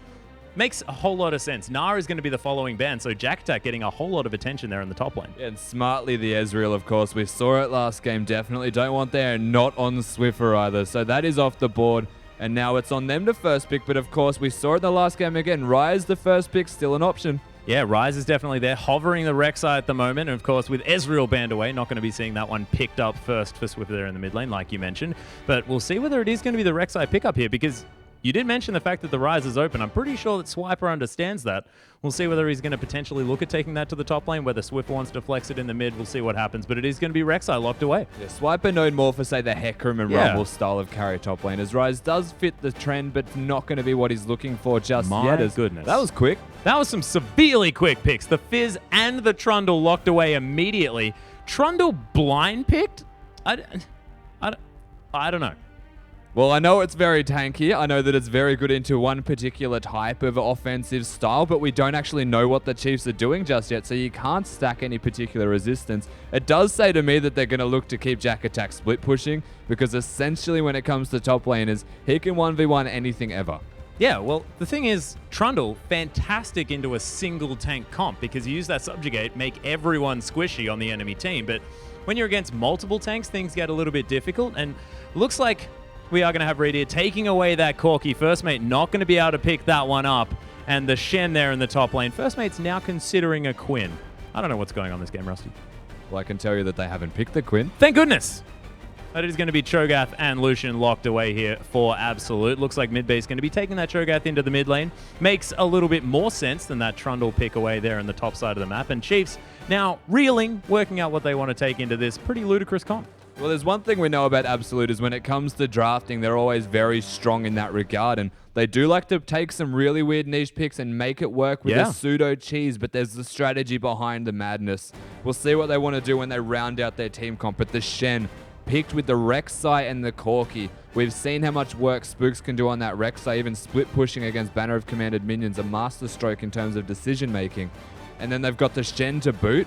Very good at turning that on, just making his way to team fights. They could potentially run the 1-3-1. Yeah, already a double global composition with only 3 picks there on the board. So, of course, lots of different options here. We'll see whether Swiffer decides to take the Twisted Fate. That's an interesting one there, but it is going to be Ejim locking away the Annie very, very quickly, and there's the Victor for Swiffer there in the mid lane. So, look, an understandable pick. This guy plays a lot of Victor. So there's a lot of engage and a lot of follow-up, especially around the mid-centric part of the game where they really get that heavy team fighting going. Chiefs will be able to work around the 1-3-1. Suddenly everyone can come back to the mid lane. Their team fighting is just ridiculously good once they start getting the big tanky. Even level 11 on that Shen ultimate will just be huge. They've got the engage from Ejim, the damage from both Raider and Swiffer, especially once they get the Trinity Forces and that first big item from Swiffer in the mid lane on Victor. He can blow anyone up. That team comp is very scary. Yeah, I'm actually excited to see this, but Strawbell is going to lock away Kha'Zix. So I'm not entirely sure what the support is going to be here. Trundle? Right. Okay, Trundle support. So using them pillars. Yep. That's pretty much all it does. So you've got the pillars. You can reduce AD of your targets, That's of true. course, with the bite. So that's very nice. And then you can take away tank stats of someone that has come into your lane. The thing is they're against an Annie, so doesn't necessarily reduce any statistics whatsoever.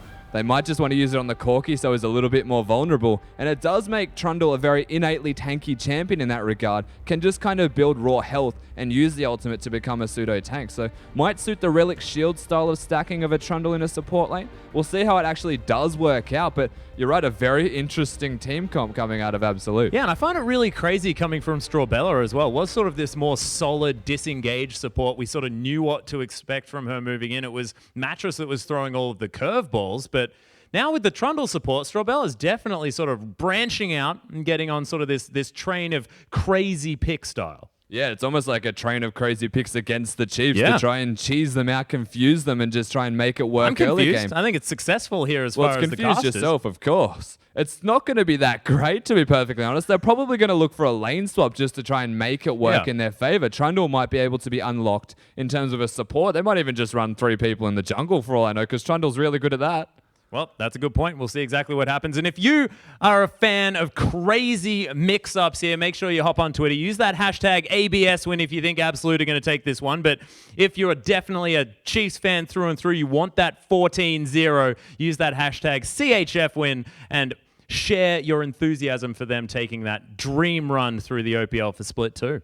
Yeah, the dream run, the perfect run, just one game away, and it is this game right now. Yeah. So it's coming down to all of this in one moment. Something we haven't touched on right now, though, is the Kha'Zix jungle. We've spoken a lot about Trundle and how we don't really know what it's capable of doing because we've never really seen the Trundle in the support lane. Most likely a potential lane swap, but in saying that, Kha'Zix jungle, super squishy, super low health, pretty much at all stages of his jungle. It is quite weak. It's very susceptible to ganks before it ramps up in its relevant skill. And we'll see how that actually goes against the Rek'Sai, who's very strong early. Yeah, and Spooks can just get into that jungle as well, mix things up, get the knock up, make sure Kha'Zix, while he's low in that jungle, could be quite susceptible. And Spooks, he's very confident in his lanes. He understands that he can go into the enemy jungle. He can screw with them if he wants to, mess up their jungle pathing, make sure that they can lose buffs.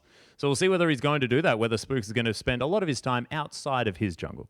Yeah, definitely. There's the potential for that to actually happen from Spooks. He's got a very reliable team, of course, as you mentioned. All 3 lanes generally doing their job and at least keeping control or keeping pressure there to enable him to invade, to enable him to do whatever he would like. He kind of gets a free reign of the entire map to make things happen. Against the Kha'Zix, it's quite easy to pick a spot to invade his jungle. Reasonably fast. He does a fair bit of damage, especially on isolated targets. He'll always start the Gromp for that exact reason for the most part. It'll be very predictable to maybe get in his jungle and invade.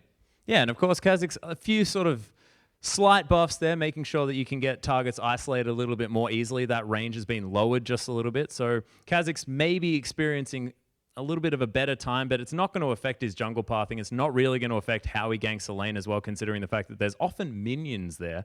So we'll see how Kha'Zix actually manages to go. Of course, moving around the jungle, getting things done, and affecting these lanes. Do you have to like get an early lead on Kha'Zix? Is that how you're effective? It definitely helps if you can get ahead as Kha'Zix, even find the kills in the ganks, not even the assists, so that you can start ramping up your damage. Yeah. It is the part where you have to have a big threat. If you fall behind at all as Kha'Zix, it's very difficult to continue to have an impact in the game. In saying that, he's got a very good support top laner to help him out with maybe finding kills. It is going to be on a Shen, which is again another reason why I think maybe they want to put the lane swap into effect, because in terms of lanes you can gank, I don't really see a Trundle lane being an effective gank place unless the pillar is just godlike and cancels the Corki jump. That is entirely possible, by the way. So we'll see if that can happen. But in saying that, you put Cho'Gath in a 1v1 lane against an AD carry, perhaps a Kha'Zix can destroy that. Yeah, and I have a feeling that Victor might be the target here, of course. Does have mobility once you do upgrade that Hex Core to augment your Q. But other than that, a little bit susceptible to those ganks. But ladies and gentlemen, we want to get into this game ASAP, so let's throw it over to the caster desk with Pastry Time and Spawn. Thank you very much, Atlas and Rusty and Spawn. What more to say about that draft? There are some curveballs coming out of the Absolute team comp today. Yeah, I think that's a boomerang because it might come back and hit him in the face, but we'll see exactly how it works out, because you know if there's anything that has been consistent against the Chiefs is that people like to try and mix it up, like to throw something different at them. They deal with standard very well. Maybe this will shake them enough. Maybe, but the Chiefs, I guess conversely, are actually going very standard. You know, picking the strong champions, give the victor in, pick the Rek'Sai, like, don't show anything moving into playoffs. They know they've already clinched first. I clinched it, I think, a couple of weeks ago at this stage.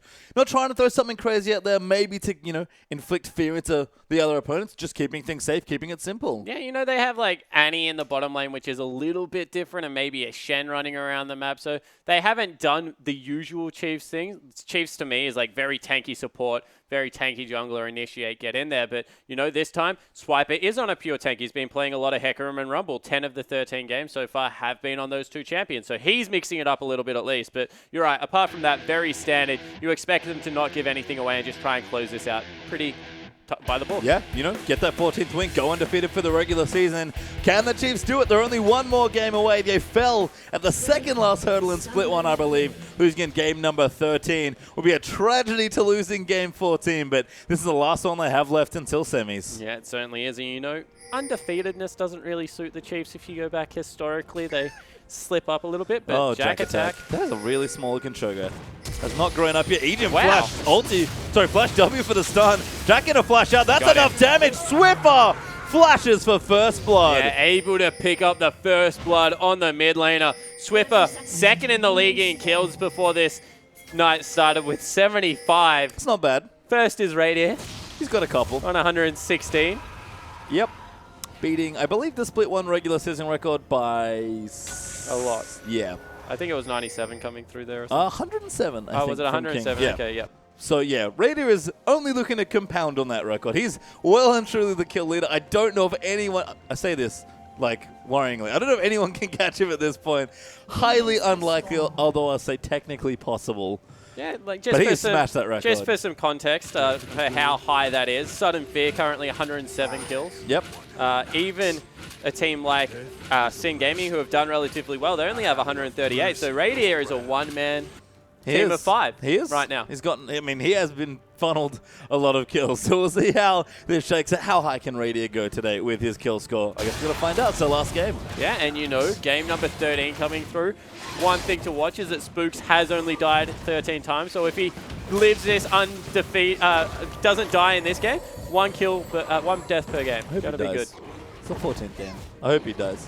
He can't. He gets one more. Yeah. Well, there you go. Hope he does He twice. needs to There die you go. once. Exactly. Just Chiefs. Well, I'm sure Spooks can hook up the one death.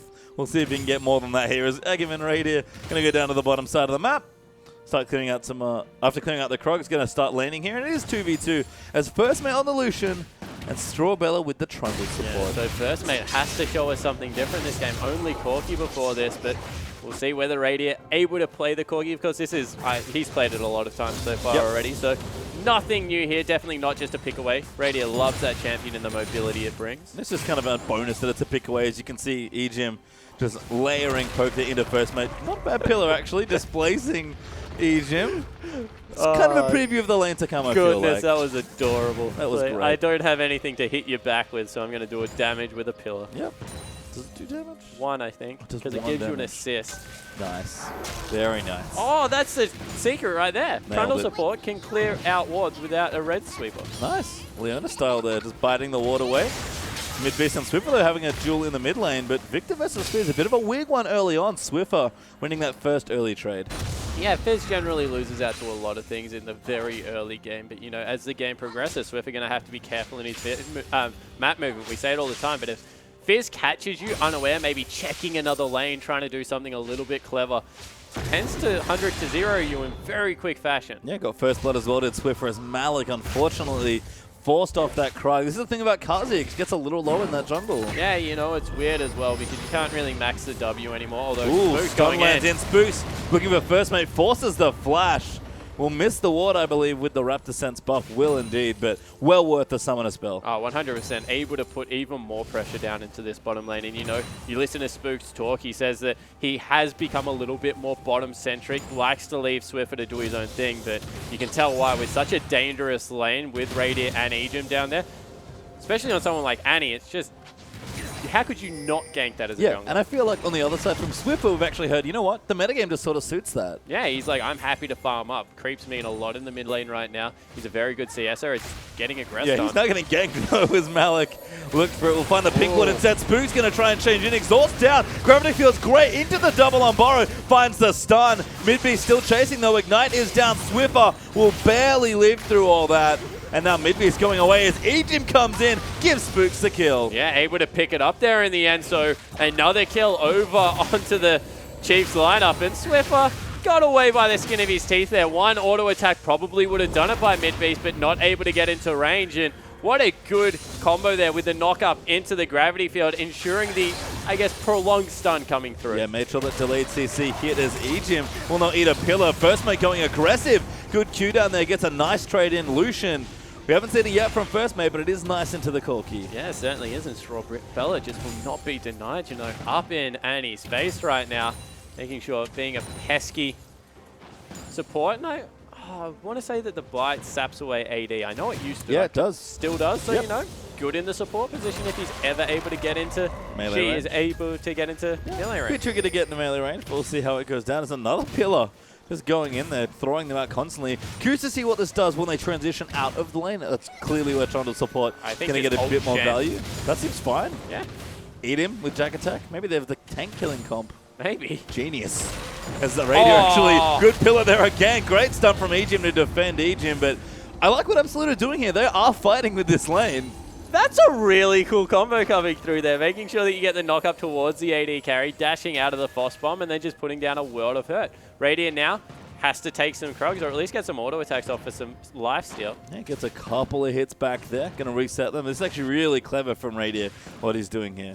Yeah, he's just getting a little bit of life back. You know, he probably got a shop in that time as well, but decides not to. Means more CS, clearly. His first mate's actually got the lead at 5. But Aegim going to hold the lane here and make sure Radiant cleans up the rest of them. Yeah, and the danger is that there's relatively low mana pools on both the AD and support on Absolute lineup, so not really much going to come across. There's Jack Attack. Yeah. In trouble. Cho'Gath here, yeah, he's in Huge trouble trouble. because Spooks is coming around the side. Swiper buying time, baiting him in, and he's been completely baited out. Jack Attack can't really eat anyone just yet. Will get knocked up the feast. Not there yet, and Spooks gets another kill. Yeah, probably should have just gone for the last creep. That was really prolonged there by Jack. He was sitting at the turret just waiting to be ganked with not very much vision control coming through there. So in the end, another kill over to the Chiefs. And you know what? Jack wanting to be ganked does get answered there by Spooks. He comes in for his second successful gank, this time in the top lane. He's going for Warrior. I like it. Aggression here from the Rex side. Don't see it too often, but usually in some sort of snowball situation. Yeah, exactly right. So it is a very big snowball item. Although Swiper now, oh, he hit him. I was so ready for Flash Feast, but it wasn't quite enough damage. I'm very sad. Yeah, not in range there. And of course, the Flash still available from Swiper, so not in much danger to go through there. Was silence at the time, but you're right.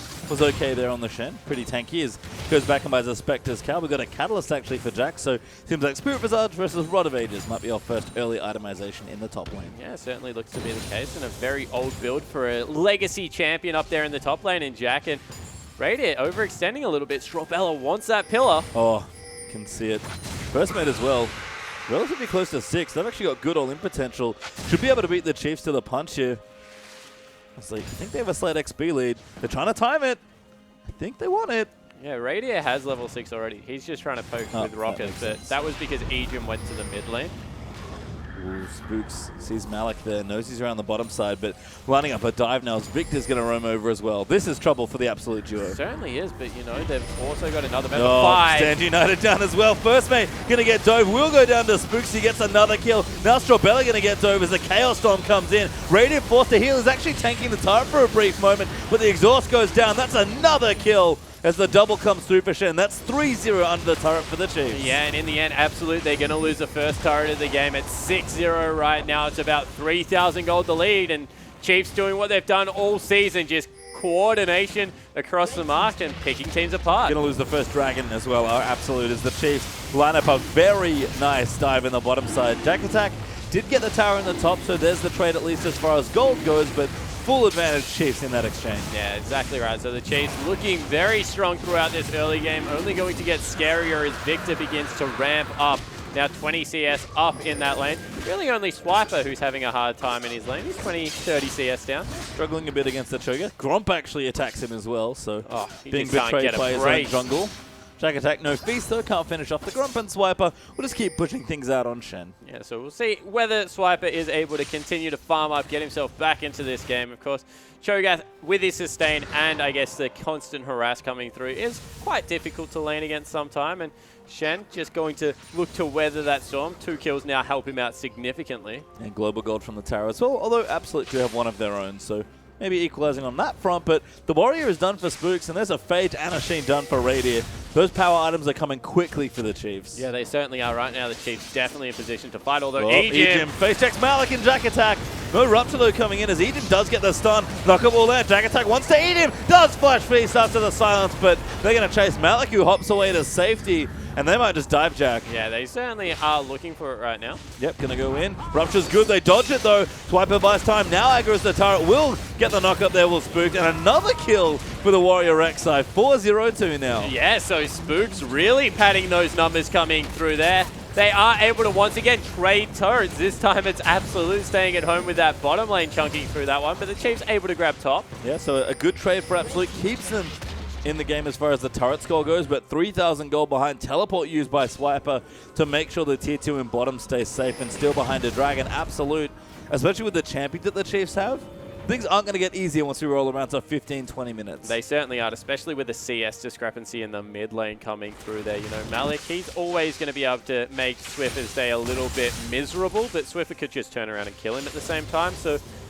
do need to coordinate the double assassination coming through here onto either Radier and Swiffer, then look to disengage and set up the fight correctly around Jack CC. They do, but right now the Chiefs, again, getting that vision down. There's no buffs to take. They're going to look for the towers here instead. Do have the 2 already, but Absolute have the same 2 there, so mirrored on those sides of the map. But pushing down the mid with the Corki doesn't quite have the Trinity Force yet, but going to do good jobs with the Sheen autos regardless. Yeah, and the responses send first mate in there to start wave clearing out, so we'll have to see where mid-beast decides to go. He's not really in the split pushing spike he's looking for because doesn't have the CDR quite yet to be able to survive these trades, and can't really go 1v1 with either Swiffer or Swiper. No, and I think the unfortunate thing is that Swiper, who is going Spirit Visage first for the Cho'Gath lane, sort of double dips against Fizz as well. Yeah, 100%, you know, so they're not going to be able to utilize the split pushing Fizz throughout the mid game. Generally, Fizz is okay even against them, MR, just because of the damage amp, but Ejim looking aggressive. Yeah, Pillar goes down, but it's not enough to stop the onslaught on the turret. The Chiefs will push down their 3rd turret of the game, and this time Absolute do not have the answer. Yeah, so Absolute not able to trade this time around. 4,000 gold still the lead. They're behind mid-beast. Oh, they've caught Malik. Massive ultis go down from Victor and Annie, and that's a kill onto 1. Mid-beast going to run back to his turret, but his jungler was not so lucky. Yeah, so they're looking to push through, see if they can get the first tier 2 of the game. This would be a nice push. Tibbers actually tanking up as well. There's a nice increase to their pushing power. Molten Shield down. Tibbers is massively tanky, and they're just going to go in. Spooks looks for the Unborrow. They get the turret. Ooh. Fish lands onto Spooks. Gravity Field to zone them away, though. And the Chiefs going to poke them as they run. They should get out safely. Yeah, so in the end, Chiefs get out safely. Now 5,000 gold is their advantage, and they're just methodically moving through the jungle, removing any advantage. Swiffer gets popped. Gravity Field down. Box Jack Attack away. Absolute not a bad spot to pick a fight, but still a 5v4 with Malik limping back from his last injury. so not looking to really fight that one. And in the end, successful disengage going to be achieved by the Chiefs. And, well, Spooks. Yep. A little too aggressive there on that recall position. Radier gets away safely, though, because Spooks bought him a bit of additional time. They will lose some of their vision control over that area, and Dragon is up in a couple of minutes. You can see how deep the Chiefs' vision control is. So if Absolute kind of stay in this area, they're in a big blank, a big hole in the vision, and they're trying to grab a turret. Yep, but the wave is here for Swiffer. He's got the upgrade on the E. Will get knocked up there. They'll dive in there. Malik just going through. Midbeast actually diving straight onto Swiffer. Wow, they got he will go down. Spook's going down as well. Egypt almost dies as Radier is forced to pop the heal. Malik will die as a result. But the pop-ups onto Radier, 2 for 1. I thought the reset was going to come through for Egypt, but in the end, it's only the 2 for 1, but still a positive trade, and this is what we're talking about. Double assassination comp can always make something happen. Yep, and they have to make a bit more happen in this game, but they do bring that gold back a little bit now as Chiefs just under 5,000 gold ahead as Jack Attack with his feast can be able to take away that blue buff, but Swiper looks to be spotting him away. Yeah, trying to grab that one. You can see on the other side of the map, Radier returning the favor, so both blue buffs going to be stolen. One for Corky, but it looks like Radier already collected his. And one for Jack Attack there is going to go back to the top lane to join Swiper, who has finished off a Giant Spell and that Spirit Visage we saw earlier. Trinity Force completed for Corky as well. Things looking good for the Chiefs with Dragon back in 35 seconds. Yeah, so going to be able to contest that next buff, of course, keeping an eye on the death count. Spooks has picked up his 14th death for the season, so got to see whether he does get the second one through there.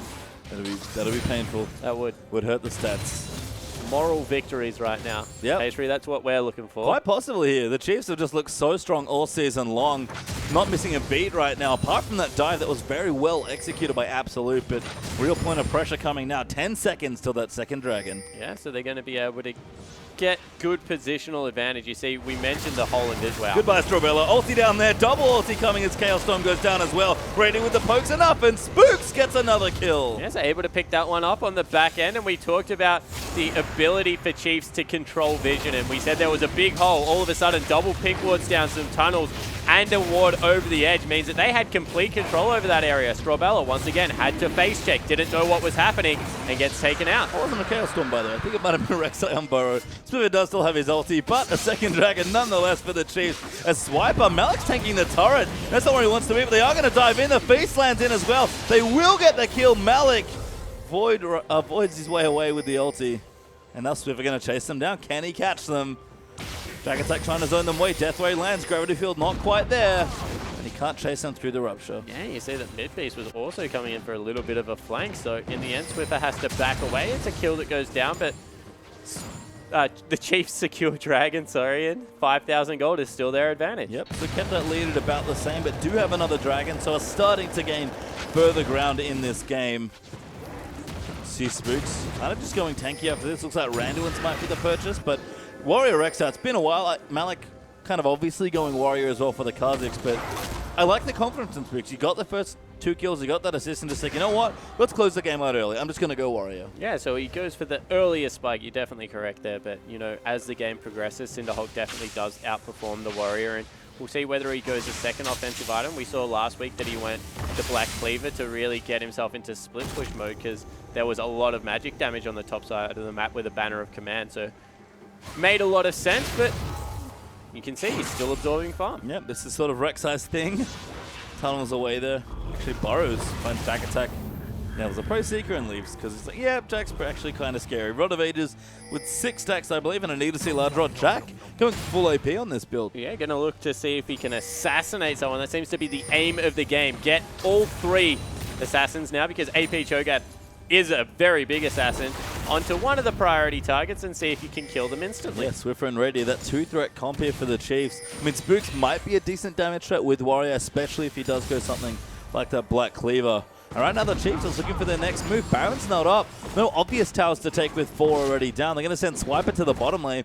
Maybe that's their next move. But this is the evolution of the Chiefs. The Chiefs aren't going to force anything right now. They're going to sit back, wait, absorb farm when they can, make sure it's on priority people, and just continue to pressure the map. They understand right now that it's very hard to siege tier 2s.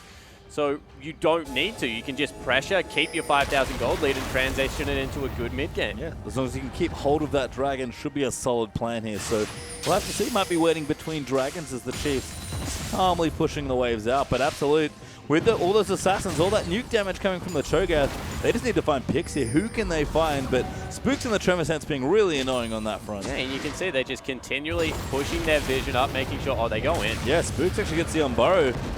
Knocks up Jack Attack as Radiant just weaves a couple autos in there, and Malik gets chunked to 50% health.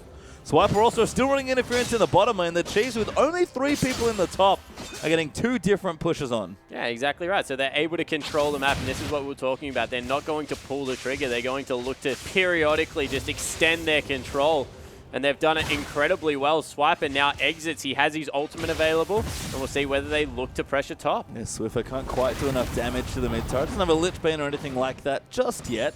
Just the Morellonomicon and the level 2 Hex Core. We'll see where he goes with this build. Probably something like a Death Cap is to be expected. Swiper getting tankier. Actually, a Bloodthirster, I think, coming through for Raider. At least has the BF sword. Could go Infinity Edge there as well. Just versus the A for first mate. You can see just, half an item more completed for the Chiefs just from that gold lead. Yeah, and I think we spoke to Derek O'Radier last week, and he said that he really does like the dueling potential that comes out of Blade of the Ruined King second, but I know that he also appreciates the sieging potential that you get out of BT, because you're able to tank a turret shot, get the Sheen crit, not crit, the Sheen empowered auto attack, and then be able to back away, and you can just suddenly, steadily chunk through turrets, and we'll see whether that's what he's going for. And again, tier 2s, like you mentioned, a little tricky to really take away as Swiffer will take the blue buff, with Swiper having an assist there on that one. But the Chiefs, if they get to that second item for the Corki, they can just play patient, rotate around, take the turrets where there are obvious weaknesses, and Radiant eats a Rupture and just ignores it as first mate enters his own jungle and then immediately rethinks that decision. Yeah, exactly right, though he's gone aggressive now. Oh, Radiant forced to heal that. Egypt flashing in, they will get the pick. First mate barely lives, but will finally go down to Swiffer after the combo. Teleport there for Jack. Radiant does have to be careful, but he skirts the edge of that Rupture. Spooks has dove onto Malik with Swiper Cell. They've taken him out. Jack now going to be the next kill. Turret down, Chaos Storm down as well. Swiffer will die to the ulti there from mid base, who's still diving through, but goes down to Radiant, and now Strawbella, the next target. Not all that tanky on the Trundle, although Jack with a nice silence will keep them at bay. Trying to run CC. Strawbella low. Would have died if that rocket had hit. Yeah, that was a big one in the end. A little bit of a miss coming through from Radiant. 2-0 and 8. And you see that Spook's able to pick up another kill on the backline. This Warrior enchant definitely doing work. And the Chiefs, after they take a couple of kills and a turret, back out. Yeah, going to take the red buff. Know that they don't need to press any further. Still early on in the game at under 21 minutes in. The Bloodthirster now completed. Swiper going to go back and spend some money there as well.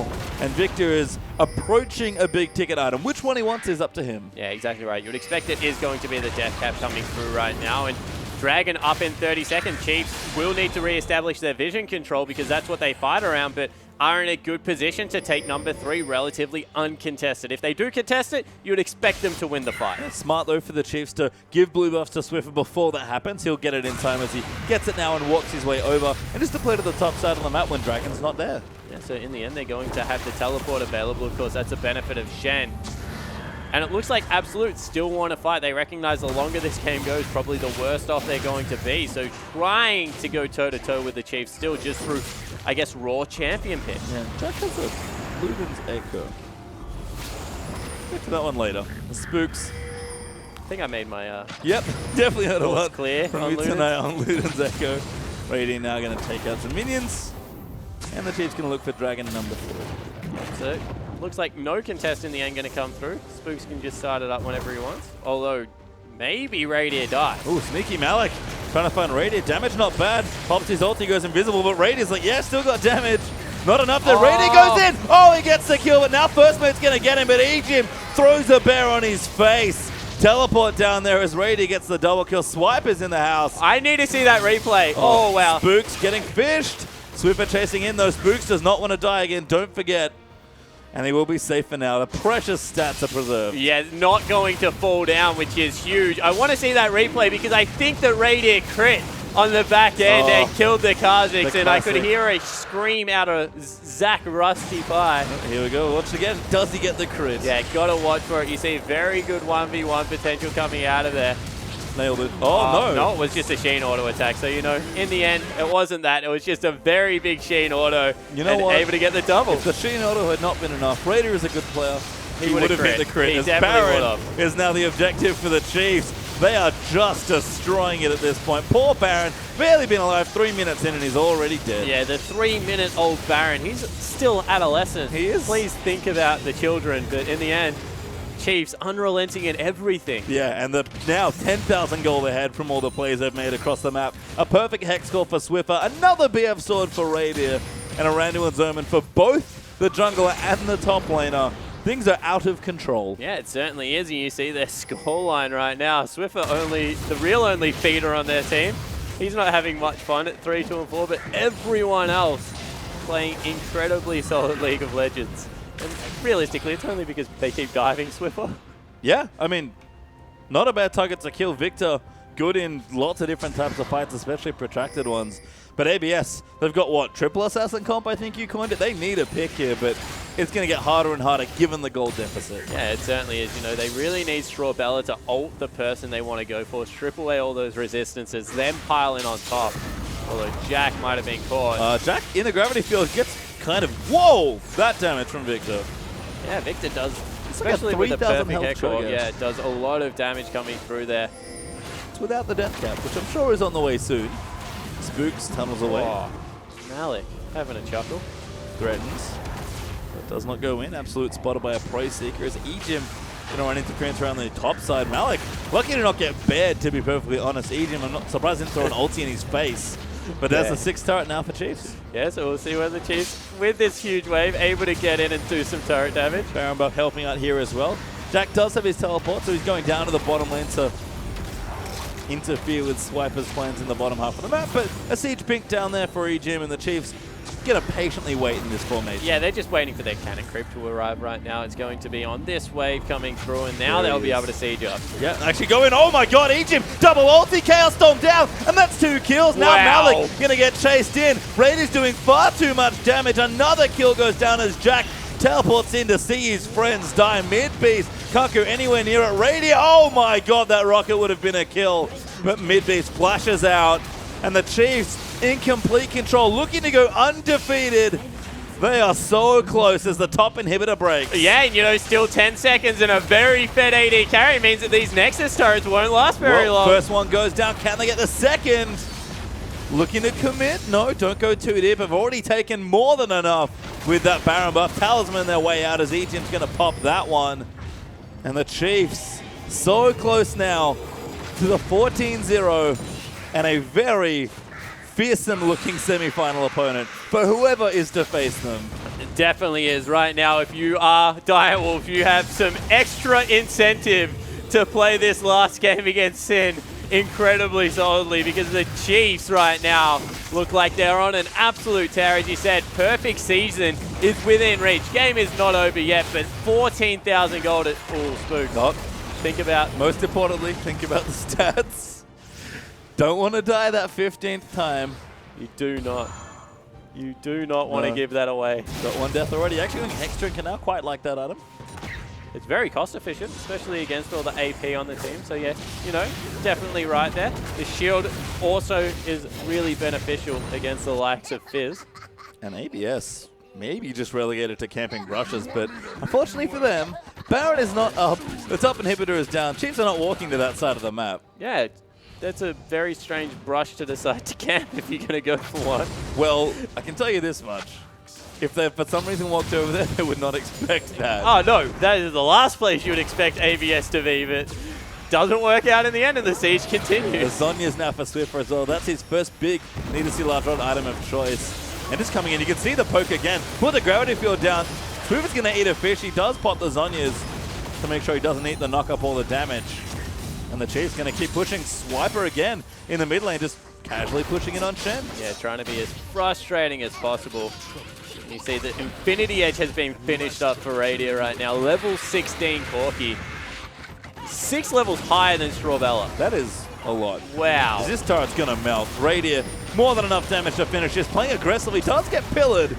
Doesn't care. We'll be okay. Doesn't care at all. He's the front line right now. He's going in. Culling does no damage. No, unfortunately, Earthmage just Good doesn't have shout the by items. Jack. Jack does damage still. Yeah, no, I mean, he can eat someone. Hopefully Raid is probably the ideal target, but there are far too many threats on the Chiefs. And now they're going to take this other inhibitor. Swipe has been working on the third. And just going to go in. Egypt flashes forward, gets the bear down onto Malik. The knock-up's good. That's the kill. Nexus turret goes down. Swifferno's on his this time, but Stand United might go down. Gets eaten by Jack as Mid-Beast does take the kill, but Jack will fall. Strobella will die. Radiant flashes forward. He wants more kills to pad the record. First mate gets destroyed. Will Spooks die for the Penta? Don't do it, Spooks. It's not worth it. It's not worth your precious stats. Mid-Beast gets dove in by Swiper, but the Chiefs will finish the season undefeated. Yeah, and in the end, it's a 28-minute, pretty convincing win there against a unique ABS lineup. And, you know, they tried to throw the curveball, but once again, Chiefs just look so solid in their gameplay. Even what you would, last game of the season, no way they can lose first. They play it by the book, great vision control coming through there, really good strategy. And in the end, they're just too good. And again, played it standard. You know, didn't throw anything crazy. Didn't give, Swiper a Trinity game for a bit of fun. Just wanted to keep undefeated, keep the record good, and just make sure they look the strongest possible moving into semifinals. Yeah, exactly right. You know, you saw the ability to control the lanes. Only really top went a little bit sour because of the Cho'Gath bully. Everywhere else, they just look so comfortable. Yeah, and a dominant game for the Chiefs. They end the Dream on at 14-0, but let's get a little bit more from Atlas and Rusty. Thank you very much, Pace, for time, and congratulations to the Chiefs, 14-0. And ladies and gentlemen, you may have thought that Absolute were trolling a little bit that game, and of course it was true in Straubella's case, but it is a legitimate pick there in that bottom lane. I'm standing behind that. There are reasons to argue as to why the Trundle is good. So that, well, first and foremost, we'll look at the fact of how laning phase goes, okay? Yeah. So to keep in mind that Trundle has a passive that gives health back with every minion that dies. A percentage of their health gets returned to you. As a support, not only do you have a Relic shield to auto-attack and get yourself and your AD carry health back, every time he last hits a minion, you get some back yourself. So that's not too bad. Yeah, not too bad at all. Of course, Subjugate there as well, a decent tool as far as removing resistances from any tanky supports that might be in the bottom lane. Of course, completely irrelevant in the last game, but can affect the likes of, Leona, something like that. If you Subjugate a Leona when she's got Eclipse on, it makes the Trundle incredibly tanky there on the bottom side of the map. But the main tool that you've got there is the Pillar of Ice, or what it used to be called, the Pillar of Filth. Well, yes and no, of course. The way that it worked in that last game in particular is to cancel the Corki if he jumps. We actually saw it used to deny a gank from the Rek'Sai as he tunneled through. He tunneled actually quite slowly, I believe, and stopped him from getting a gank off. But for the most part, you look at Trundle, and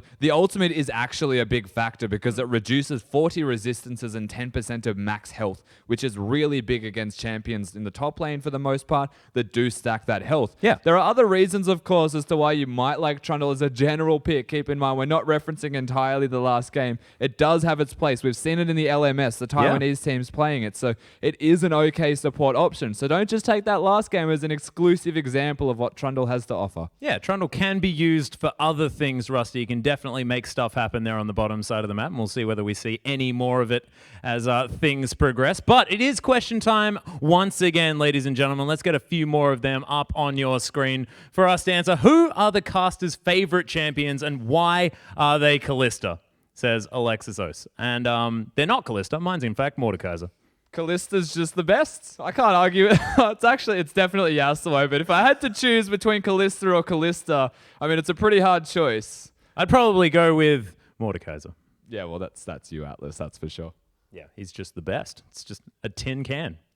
What can go wrong? Okay, let's go to the next question, ladies and gentlemen. Which region does the OPL play similarly to? Says Ellis. I'm not even going to try. Okay, so for the most part, this region, Oceania, plays the most similar to NA, and that is because in terms of where we originated from, in terms of how we like to play, it is based heavily off the way that they work around the map.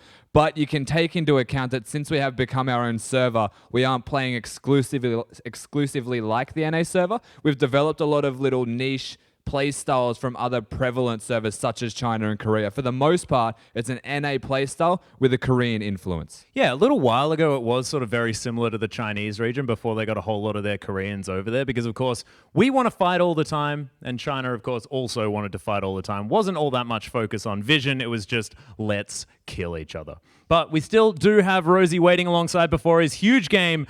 Oh, actually, no, we've got one more question. One more question, ladies and gentlemen. Where do you think OPL teams rank amongst the world? Says VS Licky. I'll let you go first with this one.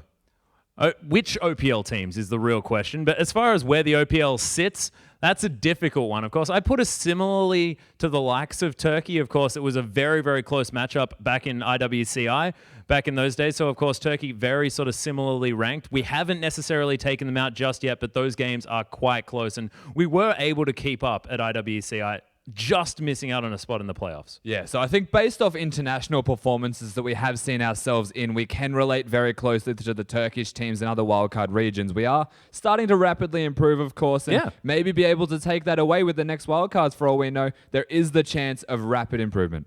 Yeah, the Chiefs definitely showing that they have made some improvements. 14-0, a little bit better than 13-1. So look, we'll see whether they can do it this time or whether it's going to be Legacy taking the throne, heading back overseas as well. But we are going to now throw it in with Rosie, Pastry Time, and Spawn.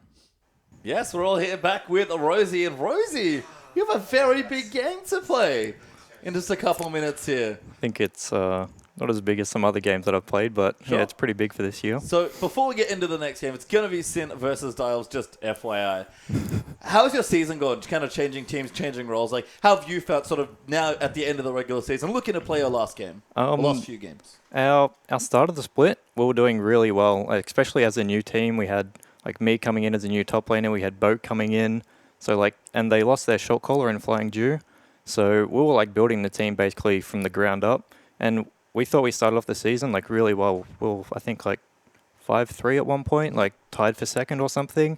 And then our second half of the split is just like gone downhill, and we've kind of lost control of what we're doing. So let's look at you a little bit as a player, though, because obviously you had a huge change coming into this split. I know that personally you were looking to be a little bit more influential, carry-oriented on the team. How would you rate your performance up in the top lane? Are you happy you're up there? What's happening? I think some games like I could have had a bit more of an impact, but because I'm kind of new to the role, I don't know when to do it, kind of thing, and I'm not like able to be able to push my power spike, I guess. Yep. And I think that was shown in like our Hecarim games. Like I have like 200 CS lead on like a Maokai, and I can't push it, and I guess that's just me being inexperienced and unable to do it. So I think I might have been able to carry a few games and pushed it into the top 4, but yeah, hopefully next split. Always your harshest critic. So, lining things up now, 5th place is what you're currently looking for. How important is the next match? Because you have to win this to break the potential tie for 5th. If you lose, you will play a tiebreaker, we now know that, but you will force me to cast another game. Yeah. Actually, no matter what you do, I'll have to cast another game. Yeah. Thanks. Yeah, so hopefully we're not the ones in that extra game, because we really just want to get 5th. So, I mean, having to play 2 pretty high-pressure games in a row will be pretty big, especially if we lose this game. Like, we're a pretty emotional team. Yep. So getting this win it'll mean a lot for us. Yep. And I guess with that, hoping for 5th, get you back into the OPL for next season. How are you guys thinking about the team and like kind of next year and next split? How's that all going for you guys? Going to change anything? Are you happy with the roles? Are you going to move roles again? Anything you can tell us on that front? No, I probably won't change roles. I think like I can stick with this, and I can be a really top laner. It's a bit weird, but and yeah. So if I stick with this and we stick as a team, I think we can really like challenge for a top spot, because we have a lot of potential. Like Rye's a really good mid laner. Juves knows a lot about the jungle, and he can probably beat anyone as well. And our bot lane is just going to grow as they play more. So as long as we can get our like teamwork down, then I think we can be a top team. Well, I think so too. But with that, good luck in your next match. And we're going to get a little bit more from Rusty and Atlas on that one. Thank you very much, Pastry Time. We are going to move into the next match, of course. Direwolves taking on Sin. You heard from Rosie there. Wants to make sure that they can solidify that 5th spot so that he can get into the next split and definitely show that he can improve as a top lane and make sure that he's the best here in Oceania. Yeah, for sure. At the very least, avoid the relegations that will be creeping up. If they can find that victory, they completely secure their place. There's no need for the tiebreaker from Sin. As Pastry mentioned, there is going to be a tiebreaker irrespective, but which team it is going to be is very important. Yeah, well, this is the thing. It can go either way depending on who takes the victory here. And we do have a graphic just to show exactly what could potentially happen. So if Sin managed to win, they secure the 5th place. It means that we are then going to have a tiebreaker between the Direwolves and Avant, because Avant managed to win their first game against Sudden Fear. So then it's that 3rd place that's up for grabs, potentially avoiding the Chiefs as we head into the playoffs. Yeah, and that's the very important point that you just made, is the fact that they do avoid the Chiefs. It just seemed, as you saw in the last game, of course, they are undefeated in this split. If anything, you want to go against the second side who have shown weaknesses and actually take them out, maybe make it to the finals themselves, or at least avoid the difficult semi-final of the Chiefs. So the ideal goal for the Direwolves is to win to secure their place, but Sin looking to secure 5th, outright avoiding a tiebreaker could force the Direwolves into a very awkward predicament. Yeah, the final point on Sin as well, wanting to prove themselves, of course, before they head into the relegation series is definitely a good point, because getting momentum, making sure that you can hold on to that spot is a real big deal heading into those relegation matches, because they can be grueling. Yes, in a very emotional side, a little bit akin to Legacy in that respect, is that if they go on the back of maybe a really big loss streak, relegation could be very difficult for them. If they can find a victory here, they might be able to find their footing as a team again, really take hold as a team and improve, as Rosie was mentioning, and just get some more games together. Yeah, and we are into Champion Select, ladies and gentlemen. Callista going to be banned away. First up here is Sin. Take that one off the board. Not going to have King playing that because he's actually in this game. No chippies this time around, and it is going to be King. The full lineup of the Direwolves here to play it out against Sin. And what better time to actually have King back? Of course, a very important game for them. The Callista being banned from King. No surprise that a Callista's banned, but still, his Callista is gross. It is outstanding. That guy just hopping around the battlefield, getting things done. It is going to be Rise banned away, of course. The red side of the Rift generally needing to get rid of that Rise, and of course the Ezreal that has just gone up to such sort of high priority just recently based on that interesting Runeglaive build. But Azir going to hit the bench as Perfection is going to get targeted with that, and as well as the Kassadin, and Civ are going to be taken off here as well. So Direwolves don't want to see that engage potential. Yes, the Kassadin and Azir are the ones hitting the bench. It does leave open Twisted Fate for Perfection. Keep that in mind. They didn't have the first pick. We have seen that gone away, but it's up now.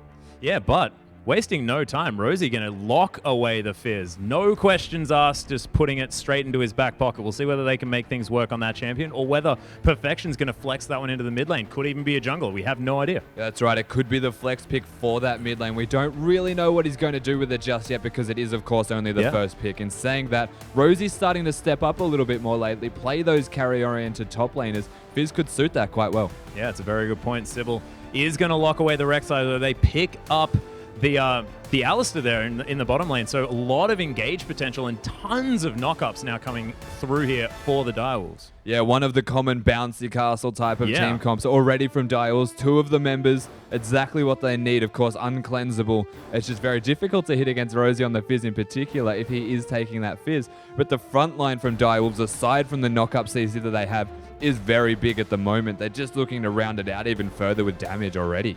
Yeah, and Stealthic's now going to lock away that Corki there as well. Janna going to be in the bottom side of the map. So interesting sort of combination there as far as the Corki Janna is concerned, but they give nothing away from their team comp by picking up their bottom lane at this stage. Still an opportunity to grab a couple of solo laners if they want to put that Fizz into the jungle. They've got lots of options over the side of Sin, and we'll see what Direwolves decide to bring into their roster and make sure that things can stay flexible.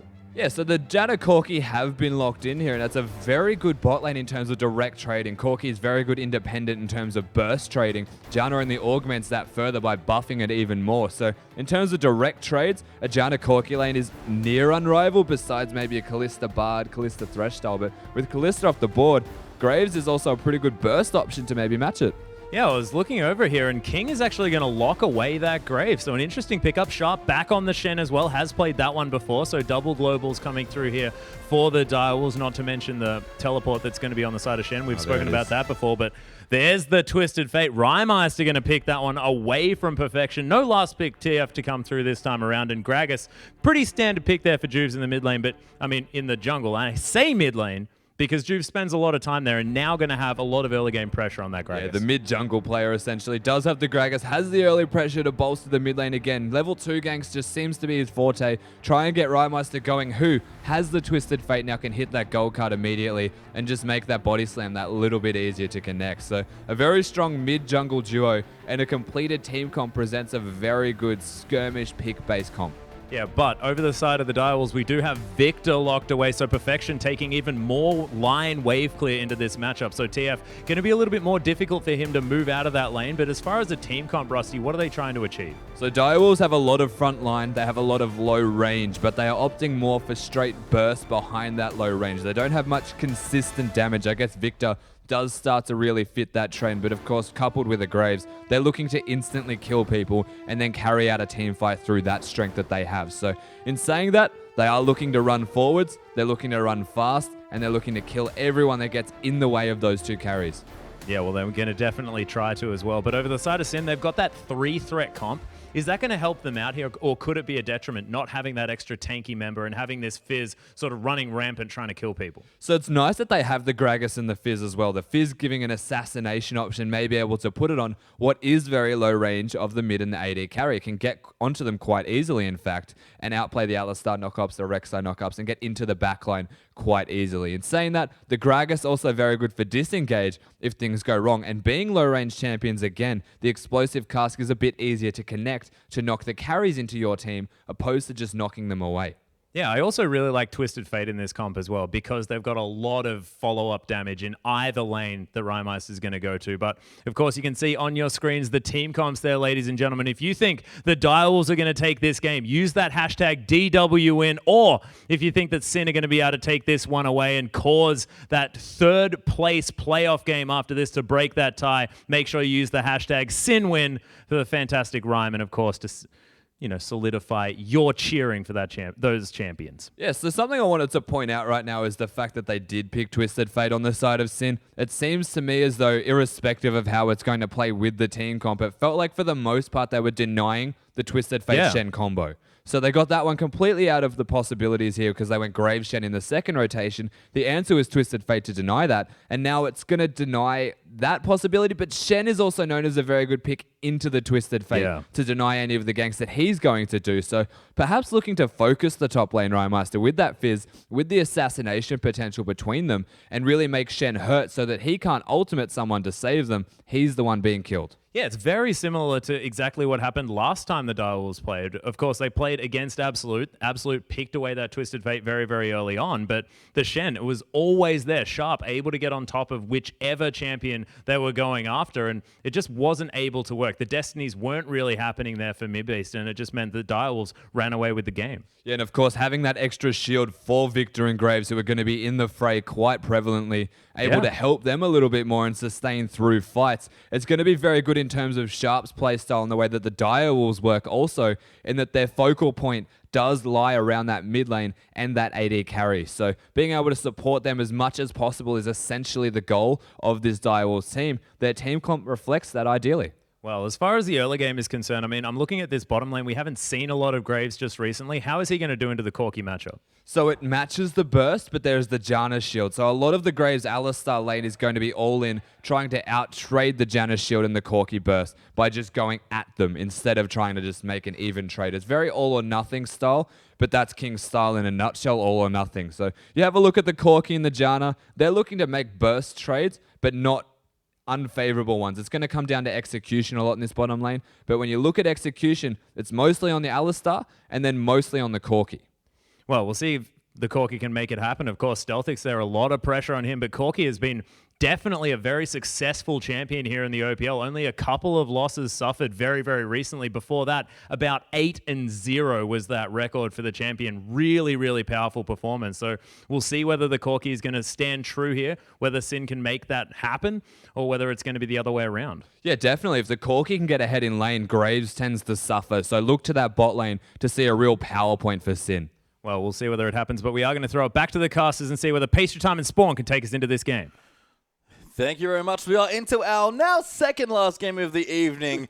It's just simply a matter of what's our last game going to be. We will play at least, well, actually, we'll only play one tiebreaker, thankfully, but a big game for both teams. Direwolves to secure third and Sin to secure fifth. Yeah, exactly right. Pressure on Sin and Direwolves right now. Very execution-heavy team comps coming out of both. You know, they have the disengaged support on the side of Sin. Make sure that Janna really is peeling, whilst Rosie and the Twisted Fate able to assault that backline, try and open up the map. But then you look over at the raw power out of Victor Graves. the burst damage out of Direwolves is going to be ridiculously high. First time perfection has been on the Victor. We'll have to see whether he's able to make it work, because we just saw no one wants to go up against the Chiefs. You know, this split, Direwolves have struggled against Legacy, but historically, they've done a fine job against them. They have, and, you know, like you said, that fourth spot, pretty much, you know, not just fourth place finishing in playoffs, you're already locked in the playoff teams. It's, you know, the Chiefs slot, effectively. Nobody wants to play, like you said, against that first place seed. Nice to see King back in the lineup as well. The beast has been reawakened here, back on a Graves, which is just very King-style champion. Yeah, it certainly is. You know, we've complimented him, and we said that Chuffer leaving would have hurt him. I think they found the perfect support replacement in Nada in that bottom lane. Alistair Graves, it's an very historically good bottom lane coming through there with a lot of burst damage. You know, they might just outright try and kill Trashboat over and over again. They will outright try and kill Trashboat. If Nada has inherited any of Chuffer's qualities or learnt anything from King, it is all that aggression down to the Ignite in the bottom lane. But we'll see how the Dials will do. AD carry back in the lineup here in clutch time is a pretty key place to bring him back. But like you said, execution heavy for both sides, and I love the Sin comp. But it is complex to pull off, to say the least. Yeah, it certainly is. And, you know, you have to say that a good split pusher in the top lane, Rosie, going to amp up a lot earlier than Sharp. Want to see whether he goes AP or AD Fizz, because, you know, with Runeglaive being an item possibility, Smite only made Fizz stronger right now. He can go into a very cheap 30% CDR build with Runes, Boots, and the Runeglaive, and then into something like Azonia's Hourglass for a lot of damage in the mid game with the survivability. Yeah, and I guess the other older build now with the Smite is, you know, just Cinderhawk. Go Frozen Heart, go Spirit Visage, get your 40% CDR, and just get going from there. Yeah, we'll see whether he wants to play the more Bruiser or Assassin role. I look historically on Rosie when he had a lot of support, and it is even a success in the support role. It's kind of playing these niche people that he can delete someone with. You know, his Zyra was very good, and we'll see whether he's able to replicate some of these old feats. As he said, he's played in a heap of huge games. But this one this season is pretty important. Yeah, certainly the biggest game for his team right now. And there are some newer players on the lineup as well. Rymeister, first big OPL split. He's performed well to start with, but has to come up clutch. And we've seen many, many games where he has gone big. And he's against perfection. There was no slouch in the mid lane either. Yeah, exactly right. So we're going to see whether they can make it work. Nada and King taking away a Gromp. You see the assist in the bottom lane coming through right now. So that's Drew's going to take Krugs into red. And, of course, Dial starting on the same side of the jungle, Sybil, like you mentioned. Gromp, oh, never mind. He's actually on the top side on the Krugs. That means that Gromp does go to the Dial's dual lane. Yeah, so they split the experience as well. Not going to give it over to Nada and allow him to zone. So no fast push coming through from Stealthix means that they're going to hit level 2 quite quickly. Yeah, Relic Shield there from Nada as well. Oh. Keeping it a little better as far as the early wave clear goes. And you know whose life I fear for right now? Trashboats. It's Trashboats. Yeah. Absolutely. Level 1 Janna versus level 2 all-in and Ignite. That's bad news, Bears. Oh, Nada going in. Stealthix going to eat the buckshot right to the face. And they've ignited him. They're just going down. They want the kill. They can't quite follow in, but that's a great all-in. Yeah, Trashboat actually uses his health as a resource here and trades back fairly effectively against King. You know, he got him to use the potion at least. Stealthix is chucking his, by the way. It's out, and he's in a lot of danger. Yeah, I mean, they can just go back in again. Still level 1 if Nada wants to go super deep for the aggression. We do have a pause in this game, so we have to wait a little bit longer to find out. Yeah, fireworks early on, though, you have to say, with Stealthix falling quite low. You could just see it coming from a mile away. However, you know, lucky it was Stealthix with all that additional health from the Rand's Blade, because you have to think if that was Janna, she's dead. Yeah, Trashboat absolutely dead. So right now, level 1, keeping it okay in the bottom side, and nice to see that coordination. I guess the thing we don't know yet, we've seen King play with Chippies as their support, that sub player, and King was playing very selfishly, but very well, really trying to carry his team. We saw Nada in his new spot looking good, sort of back to old form from 2014, but he was playing with Chippies, who was the sub-AD carry now, has moved different routes around honestly, the bottom lane. In that regard, you have to play the team played very selflessly. They gave so many resources over to Chippies, especially the Sivir game. You go watch that. They are bouncing waves, freezing, and letting the Jinx soak up all that experience. So in both cases, you know, they treated Chippies like he was a king, able to get him all that farm so he could carry throughout the mid game. And with equal farm, as good a player as Chippies is, I think he's one of the better top laners that hasn't been picked up so far. He is no king in the AD carry position. No, not at all. And Chippy's an admirable job there substituting in, I think, 3 different roles overall for Dials, just this split alone.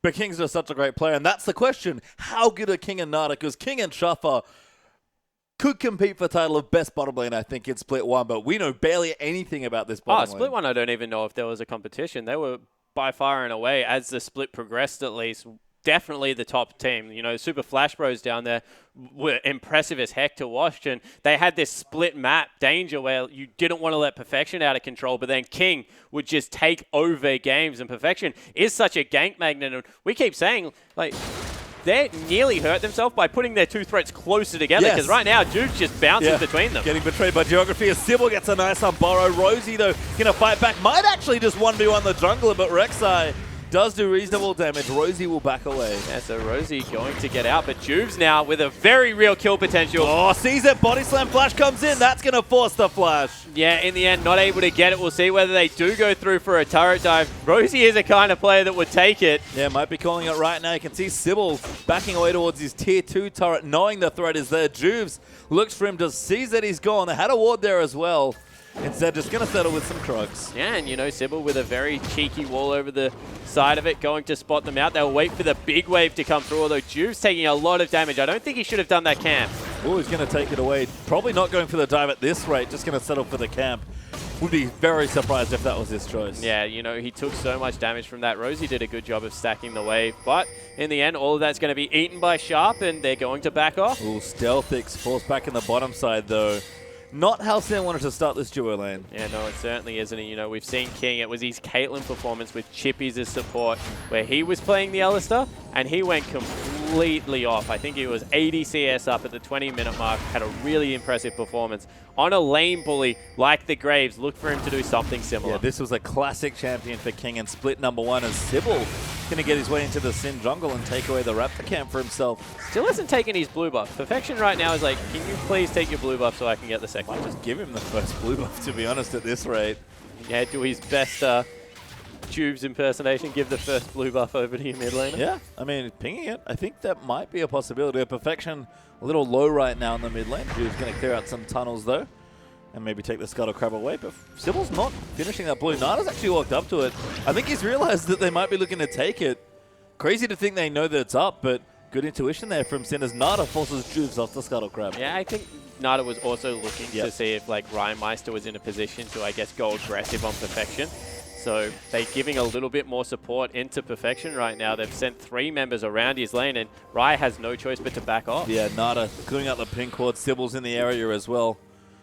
Too many people spotted off. Sybil going to walk past the ward. Now going to walk over it as he goes in over the little brush. Has an auto attack reset. Oh, it doesn't get it. Oh, disappointed. Knows it's there at least, so has some extra knowledge. We'll take the Scuttle Crab instead that Drews was trying to take away.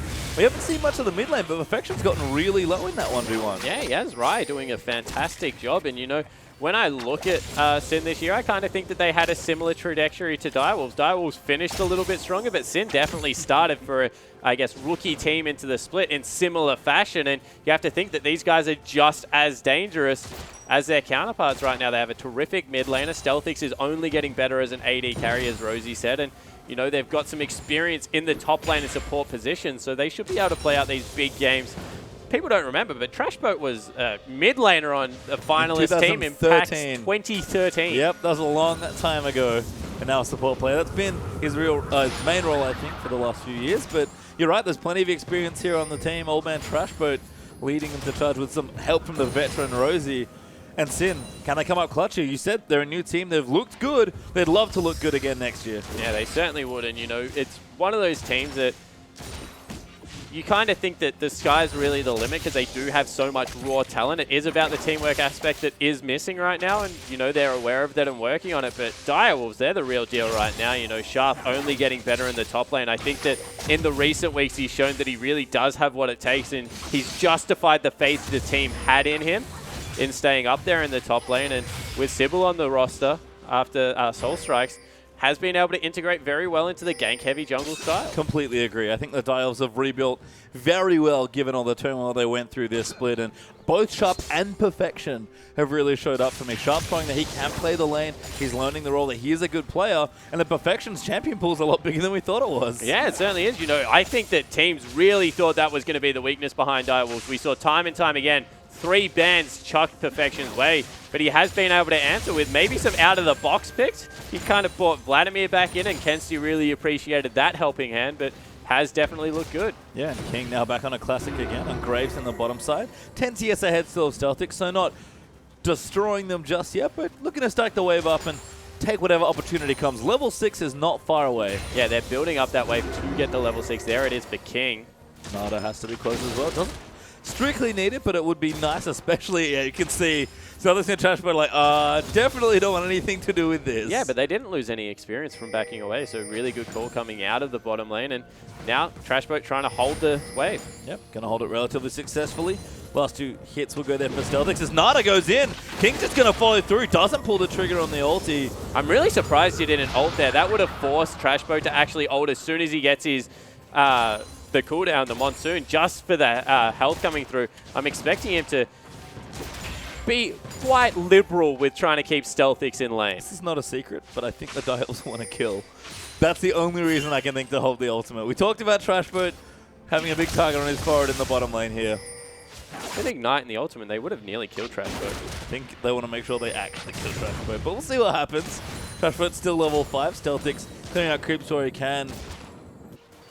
It feels like it's just a summon a spell away, but there are 4 summoners in the bottom time lane. bomb really in the bottom lane right now for the Direwolves. And as we said, Nada was aggressive with Veritas, Yep. who, you know, was a calculated AD carry, you have to say, has shown that since going across the final 5. But King, his calculation is how close is this person to death? Yeah, and how many seconds until my flash comes back up? I need to use it again. As King is going to stay a bit more controlled. Nada, Sybil, and King will all team up for this Dragon, but Dragon number 1, as a result, will go to the Direwolves. Yeah, so in the end, they're going to pick up the first objective of the game. They also have a slight gold lead just through some good CSing in all lanes, actually. You know, everyone slightly ahead, and have to see how it continues to evolve. Yeah, looking good so far. Rosie going to take away the creeps in the top side as they hit the tower there. Palmy Cinder helping Sharp out quite nicely here in the top side. And don't know too much about Rosie's build right now. Just a Doran's Blade, not giving anything away. Although maybe that Ruby Crystal. Yeah, so you assume that is going to be the Cinderhulk coming through there. Have to continue to monitor and see how he goes. Of course, a couple of other regions are starting to pick up a little bit on AP top Fizz, but not too much success so far coming through. And Sin, they've got some good one-item power spikes. They have the Lich Bane, they have Trinity Force as well as the Cinderhulk. So, you know, there's no rush on their composition. They also scale relatively well coming through here, but you do have to be careful around people like King, who's just got that big potential. If you do get a crit on the quick draw in, just so much burst going to come out of him and Victor together. Yeah, that extra. Yeah, absolutely. Corky. We saw Ready do it last game, plenty of damage, but I want to highlight Rymaster's build right now. He's got the blue buff, he's got his Shane, he's got some cooldown boots actually, which we've seen a bit of, but those are super quick distortion upgrades. Yeah, they certainly are. So he wants to be able to get around with his Ghost a little bit quicker and also have his Flash available to start up those team fights. That says to me that he's going for a very early Zhonya's Hourglass as well. I would be surprised if he didn't grab that next item. Yep. I think so as well. In fact, right now, I think he's looking for a lane to gank. Victor is absent. Perfection will rejoin the lane. Got 1 upgrade for the Hex Core, and I need to see Large Rod. So a bit of a different build. No early regen coming through for Perfection. Yeah, we'll have to see whether he's able to make it work or keep his mana pool topped up. Looks like he's expecting blue buffs. As there's no really... Oh. Whoa, Sharp. 1v1. I mean, Sybil was coming, but Rosie was just too low there. Yeah, exactly right. Not able to make it work. And oh now Rymaster in trouble. Sharp comes down with the Stand United. Now the Destiny's going to land for a bit of vision. Sharp gets the Torn to Jubes. They'll get the knock-up. Perfection. Going to claim kill number 2. And back-to-back play coming out of Sharp. We've complimented him already. Oh, Trashboat in the bottom side was in fact in peril. They all in. They don't quite finish the kill. Nada threatening. Very threatening on the cow. Yeah, it certainly is. But in the end, a very good trade back coming through. Stealthix actually wins that one out with just a Phage. Although now Sybil's down here looking for a gank. Yeah, ruining the party. There are flashes up for quite a few people, but no other defensive summoners back. They're going to push the lane in. Kings need to hurry up about it a bit. Perfection's coming down as well. Yeah, it's a party in the bottom side here. And Sinner not fans at all. Sybil going to come in. They actually set up the teleport as well. Rosie's also here. That's a very far away. Committing for the dive. Trashboat gets Bouncy Castle to death, and King swoops in for the double. Yeah, Rosie ported to a ward in River and wasn't able to get there in time. In the end, Direwolves able to make that one work, get the double kill, take out the turret, and all of a sudden, after a really close early game, it's 3,000 gold in favor of Direwolves. Yeah, and that's 3 plays in 3 lanes for the Direwolves. nets them 4 kills, a turret in bottom lane, and a whole host of advantages as Rosie is tracking Perfection in the mid lane. Yeah, you might get him here. Lines it up, lands the fish. Perfection now knows what's happening, does get knocked up. Rosie, good damage there, just as the challenging Smite gets the 1v1. Yeah, so in the end, he's able to turn it. Maybe they can look for more. Jube's coming as well. Sharp's now forced down. But he just walked to the mid lane to fend off Rymeister, who's done a good amount of damage to the mid lane turret. Couldn't finish it though, Twist of Fate. Used that Destiny earlier in that little scuffle. Really smart of the Dials to gank mid first before bottom. Yeah, 100% agreeing. You know, they got the maximum out of it. They were able to take down the turret as well as pick up the double kill. Rosie, I guess, hits back as best as he can with a kill, but wasn't able to make it down there for the fight itself. And King, now he's swapped lanes, looking to see if he can get work done on the turret. Yeah, he's almost 30 CS ahead as well. Has his Infinity Edge completed also. Rosie, relatively healthy right now as far as item build goes. Does have, again, the Skirmisher Saber Cinderhawk ready. And King's actually going to give up. Not going to push any further with not enough vision. Rosie has a lot of kill potential. He's got the challenging Smite coming through there. Has a lot of raw damage coming out of the W to be able to, I guess, solo out King in a team fight. So King doing the right thing, backing away, waiting for Nada to come up as support. And like you said earlier, Spawn, power spikes are coming relatively fast here for Sin. Rosie in a good spot will get better from here. Lichbane almost through for Rymeister's got the 2 components now. And that Trinity Force well on the way here for Stealthix. Sin will get to a mid-game point where their power will explode. Yeah, exactly right. They've got really efficient builds coming out there. It means that they drop off a little bit quicker, you do have to say, when you compare them, I guess, to the likes of a Shen or the likes of maybe Perfection in the mid lane. But for right now, you know, with the position they're in, they can still go relatively well. And the nice thing is, you get that early game power and you make it work, or the mid game power in this case. Yeah.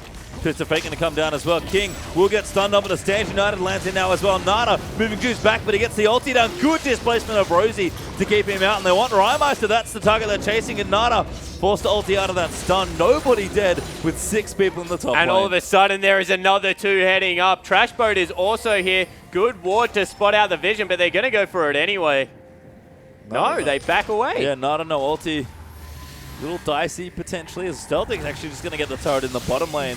When all said and done, he'll get the tower. That's 1 apiece now, but the Dials might have enough pressure to take the top outer as well. And Perfection will steal away the blue buff. Yeah, so all of a sudden, now they're going to decide to dive.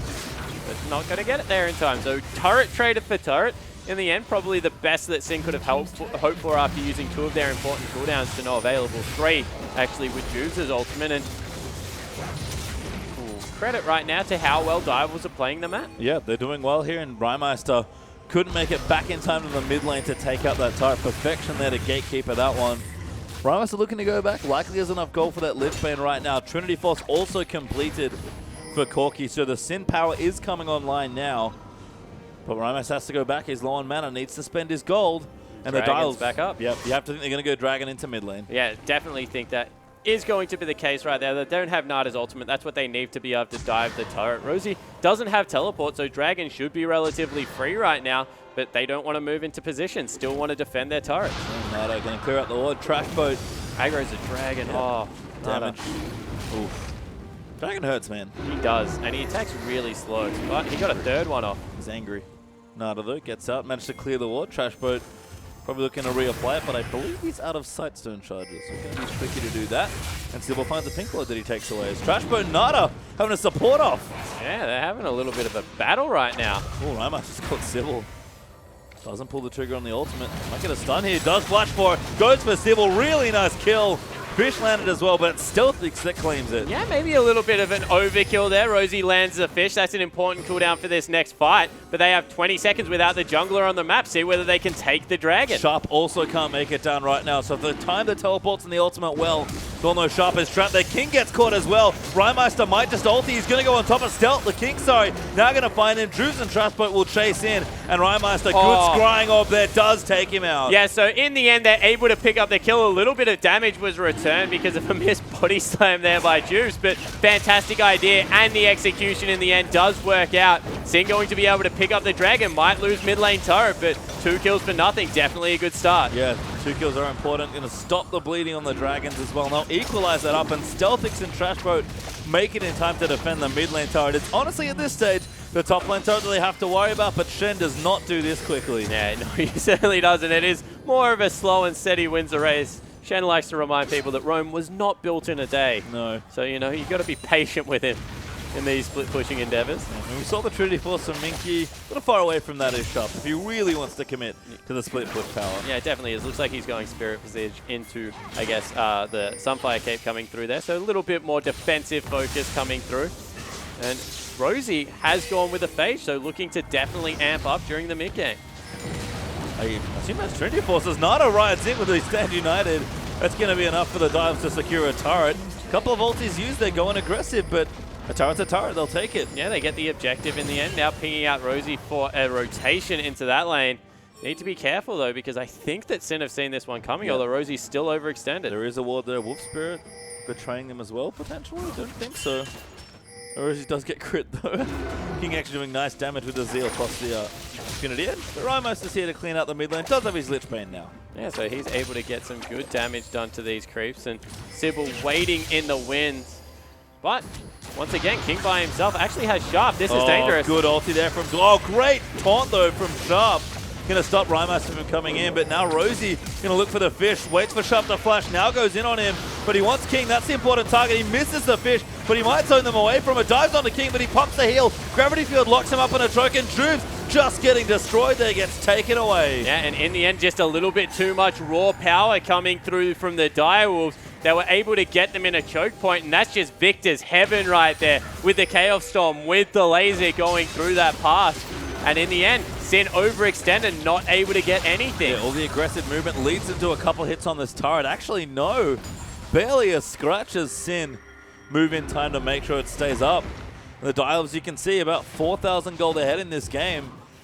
But Sin definitely fighting back here, not losing too much ground. And you can see exactly what Rosie was talking about. They know when they're stronger. They know when they hit their iron spikes. It's just a little bit of execution when they do so that's holding them back. The choke is what saved that team fight right there for Direwolves, because no one could get through to join Gragas, and it just meant that King was hitting on the back freely. Perfection was able to get down multiple spell rotations, but the idea is definitely there. They're trying to get the picks they need with the Fizz, with the TF ultimate. Yeah, they're going to get a tower now as well. That's good gold coming in as Rymeister with his Lich Bane able to clear that one out. Sin are stronger. Again, they've got the mid-game items. Rosie's working on something massive. I have to assume Trinity Force, maybe Black Cleaver for some CDR, but we'll see where he wants to go with that. Perfection on the main side, though, not too far behind either. Got 2 upgrade points there from his Hex Core, almost has the perfect one completed, and a Death Cup moving into a casual Void stuff. Yeah, so definitely getting going in the mid game right now is Perfection. He is once again a huge shining light for his team. King has committed towards the really late game Graves build, going for Phantom Dancer once again. And, you know, as a mid game carry, that's a risk because you don't get that guaranteed static Shiv proc that you look for to really blow someone up. But the persistent damage is going to be huge. And Stealthix, oh, King getting ganks. Rymeister comes in, gold card. Stands United trying to match it. King going to turn it around. Sharp gets cast away by Jubes. Rymeister looking for another stun, finds it, gets it onto King, takes him out with the wild cards. Well played, Rymeister. He's looking for another stun. He gets it onto Sybil. He'll actually live now. Stealthix coming in with the heal as Jubes knocks Sybil up. But Perfection's down here as well. They know they can't fight Victor. Yeah, so they do disengage successfully, but Rosie's going to get top lane turret, and what a fantastic little bite coming through for Sin.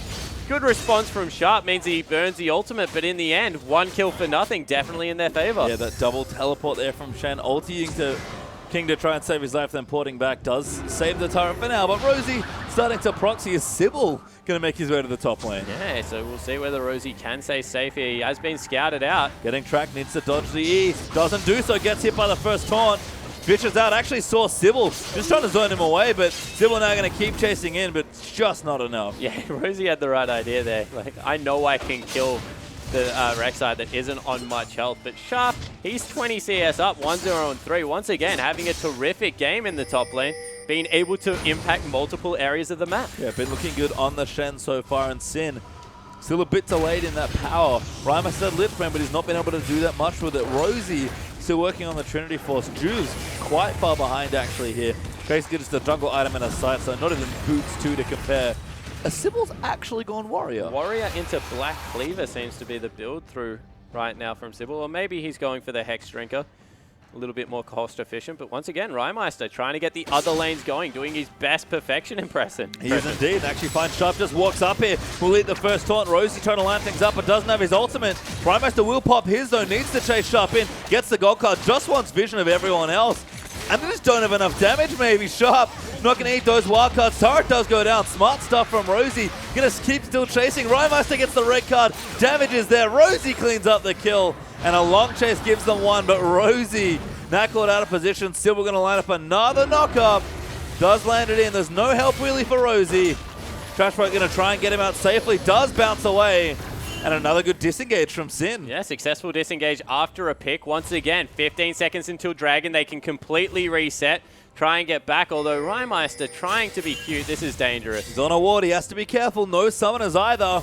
Sybil's tracked him. They want perfection, but that might be the mistake. As they'll just get some poke down, push the wave, and then again rally back to that Dragon you have to Yeah, think. but Nada going for a flank, as well as the fact that King is up here with a completed Phantom Dancer. They don't want to fight right now. Rosie's in base. They should have probably backed away. King now has the chance to go down and help Nada set up for this Dragon. Going to chug out that minion wave in mid. We'll take it. We'll see the pink ward as well. Doesn't auto up. Goes back. Knows it's there. Hits it away. And now going to set up for that Dragon, like you said. Yeah, so Dragon now on the table. They've left Rymeister in the top lane. Not much mana coming through. He doesn't have his ultimate. Sharp does have his, so probably going to go across right now for their dial. Yeah, have to assume this is a active decision for the Sin to give up this Dragon. The Dials do get Dragon number 2 as a result. Yeah, and wow, perfection. This guy just keeps finding farm. He's yeah. 70 CS up. When I looked like 10 minutes ago, you guys can go back and check. Rymeister, Trouble, Sharp, and Trashboat trying to 1v2, but he's pretty tanky, his old Shen. Juve's ulti's back perfection. And as a result, they give up the top lane chase. Yeah, so at about the 12-minute mark in this game, Rymeister was up by 20 CS. So like it was fairly even around the mark. And I think that when Perfection bought, he got a really big wave. So, you know, he was slightly ahead. But right now, Perfection is just crushing minion waves. He's like going full top lane mode. Just finding farms somewhere on the map. Yeah. I mean, that's certainly a Perfection specialty.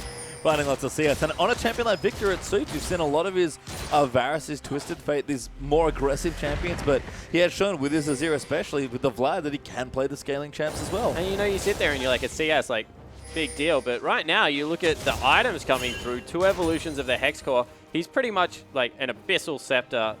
No, half an Abyssal Scepter. Sorry, I just saw that Rymeister only just bought, so he's got his Death Cap as well. So he's nearly half an Abyssal Scepter up. An aggressive build from Rymeister, though. It's all assassination almost there from the TF, but without the Zonies to get super deep into the backlands to initiate.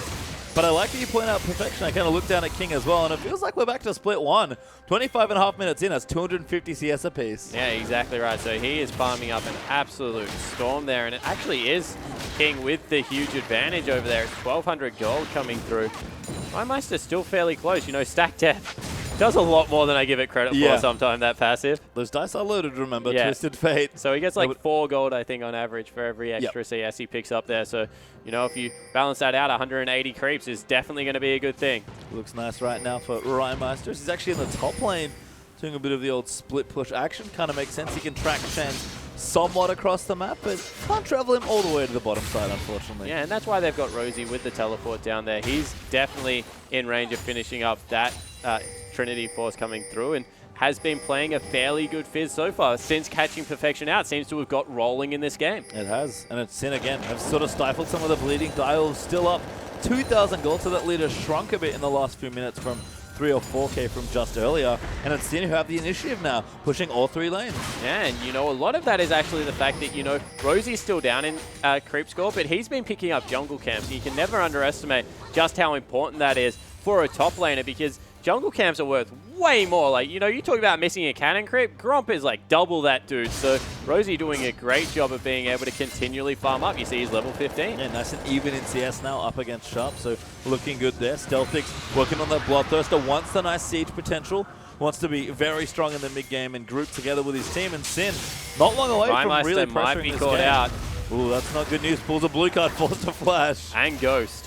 And Ghost. So you understand the distortions now? Yep. Making sure he's nice and safe. I mean, especially if you're going to be split pushing on Twisted Fate, do want to be nice and safe here, but the Dial still looking for the next opening. It feels like we've had a bit of a stalemate waiting between dragons, but Sin are only getting stronger. This next Dragon fight will not be nearly as easy as the Direwolves might think it will be. Yeah, exactly right. So they're going to continue to scale through. Last Whisper finished up for King is a big deal, you know. If Brymeister pulls a gold card, might be able to take him by surprise and just blow his head off there with the Graves ultimate coming through. And they've hit some fairly good spikes themselves. They've actually got the Locket of the Iron Solari finished up by Sybil. So even though he went aggressive at the start of the game, has tempered that a little bit now with his latest pickup. Has an extra longsword because, you know, wants to get something in there. But Rymeister going to get the blue up. Looks like Sybil wants it. He goes in. Rymeister gets it though. Yeah, so now they have good wave control coming through. Destiny pop. Trinity force up there as well. Rymeister going straight in. Who does he want? It's Perfection. Gets the stun over the wall. Stand United's not enough. He cleanses out, but he will die to Stealthix. Good pick from Sin. Yeah, Rosie's here as well. Can they get a second one? They certainly are looking for it. Might just push the mid lane instead. 5v4 Sin on a power play for this tier 2 in mid. Yeah, they also have the advantage of being able to force them through that choke point. And now they can continue to try and siege down. And again, I talked about Rymeister's build, very aggressive, but it will chunk out turrets at this rate. Yeah, it certainly will. Wow, Death Cap second item, so not going... Oh, massive from Nada. Ulti though lands in for the fish. Rosie forced to dash out, but Rymeister kiting away. Gets the gold card down, but Sharp is here. Finds Juice with the taunt, but King gets exhausted. And Sin, another good disengage, but no tower. Yeah, really good ultimate coming through from Juves there to just stop that in its tracks. They will be able to go back and shot before the dragon. Rosie needs to be careful. Found King. Although Actually go King. yeah, I don't know if King wants this, but he will go in. He's got friends. Nada misses the pulverize as he tricksters his way out. Stealthix now here. King flashes forward. Now he's going to go in onto Stealthix. Sharp gets the taunt. Unburrow.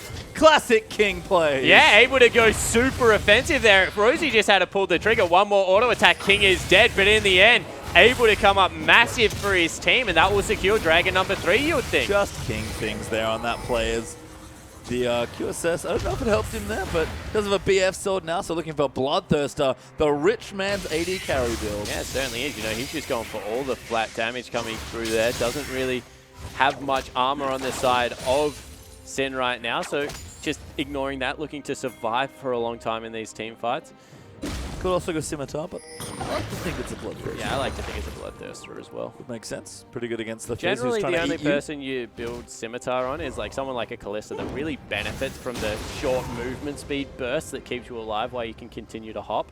Right now on Graves, his easiest way to stay alive is to kill whoever dies. Yep. Use that passive, get some extra health, tank it up, and be a man and do exactly what he did just then to Rosie. Yeah, face check the Fizz and come out ahead. They're taking Dragon right now. Dragon's really dead. I was Like, going to say really there is dead. a potential for a Baron sneak to come through, but there is a good ward over the back of the pit. Going to spot that one out. So 3 Dragons to 1. Yeah. 3,000 gold lead still over to Direwolves. Good mobility as well between Rek'Sai and Shen. So a little tricky for Sin to go super aggressive and pull the trigger on the Baron. Talking about super aggressive, Rosie going Blade of the Wrong King I love it. as his next item. So, Marin build. yep, just as much damage as he can physically put out is the aim of the game right now. I mean, I assume he's going to go something like Frozen Heart afterwards, but right now he wants the damages. Rymeister, he's really trying to kill this Shen. Yeah, he certainly is. And, you know, Sharp is so tanky right now, especially against magic damage. It's going to be a feat if he can manage to do so. Even with Juves there, a little He's tricky. got all magic damage, and he's got Spirit Visage Merc Treads into what can only be a Banshee's Veil next item. Yeah. Oh, ultimate there, pop by Twisted Fate, that will pop in. Oh, he Fish got lands on perfection. Sand United gonna force the flash. Sharp now gonna go back in. Trashboat gets destroyed, and now Stealthix forced the Valkyrie out. Sybil gonna chase him, but he's taking too much damage. Sharp wants to line up another taunt, but King, he's fighting Juice. Massive 5-man ult from Gragas, but Nada's pop Rymeister back in. They'll pop him off, they'll take him out with the ulti from Graves. 2 good kills there, 2 for 1 actually, as Nada does go down. Yeah, Nada makes the huge play with the flank coming up. Wow. Blocks the body slam there. Drew's gonna die. That's probably going to be Baron, honestly. They can tank that one up with Sharp.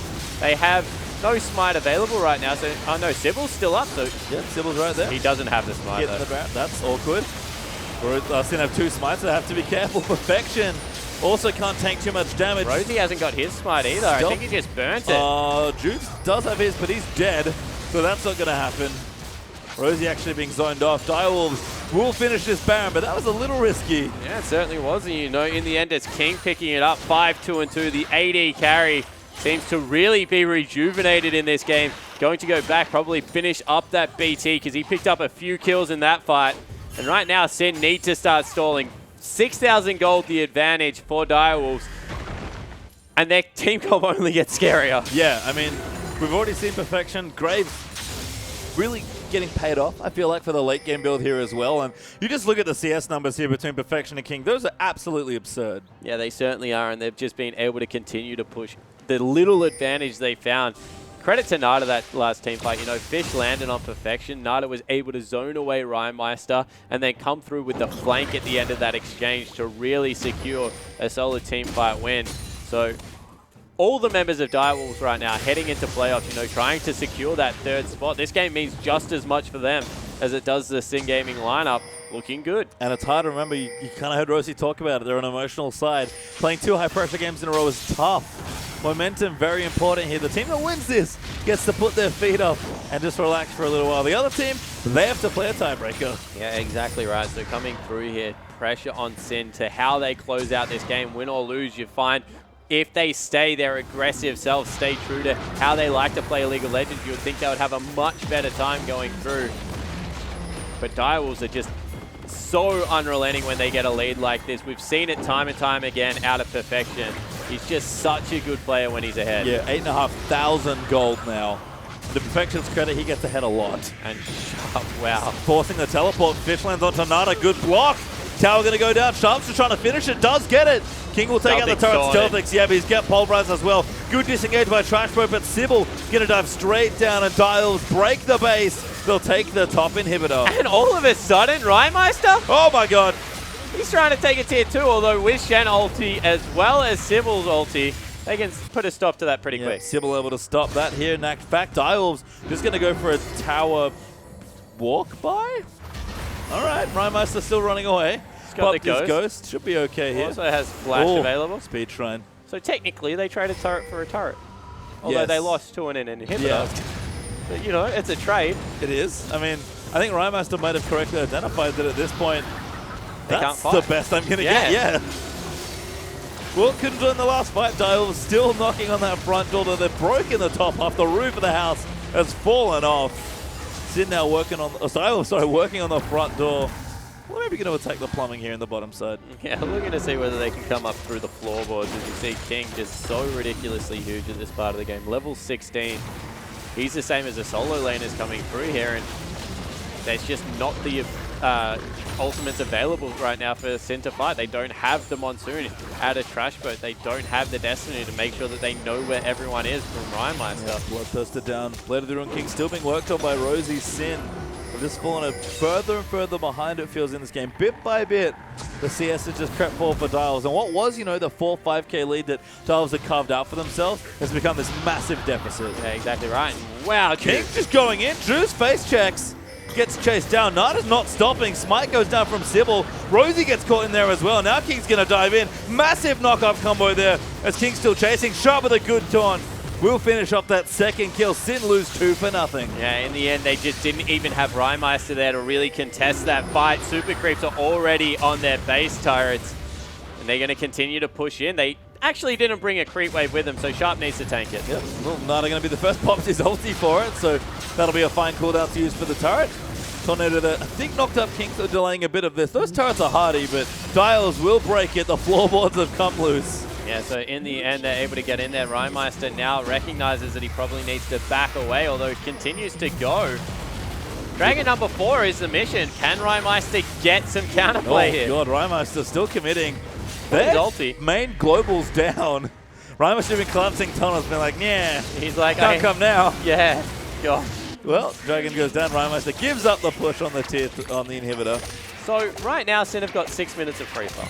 If Direwolves don't do anything, because, you know, both waves are going to push into their base, and Dragon number 5, probably the next meaningful objective that they want to really contest, but they're just a little bit too far away. Rosie isn't tanky because he went that aggressive build. He thought he was far enough to hedge to be able to get away with it, but the base was broken. The split push now ineffective out of Fizz. And you have to think that the Void Star coming through for Rhymemeister was maybe an item too late. You know, he just wasn't able to keep up with the farm. 130 CS right now for Perfection means that he is so strong. How did Perfection get this much farm?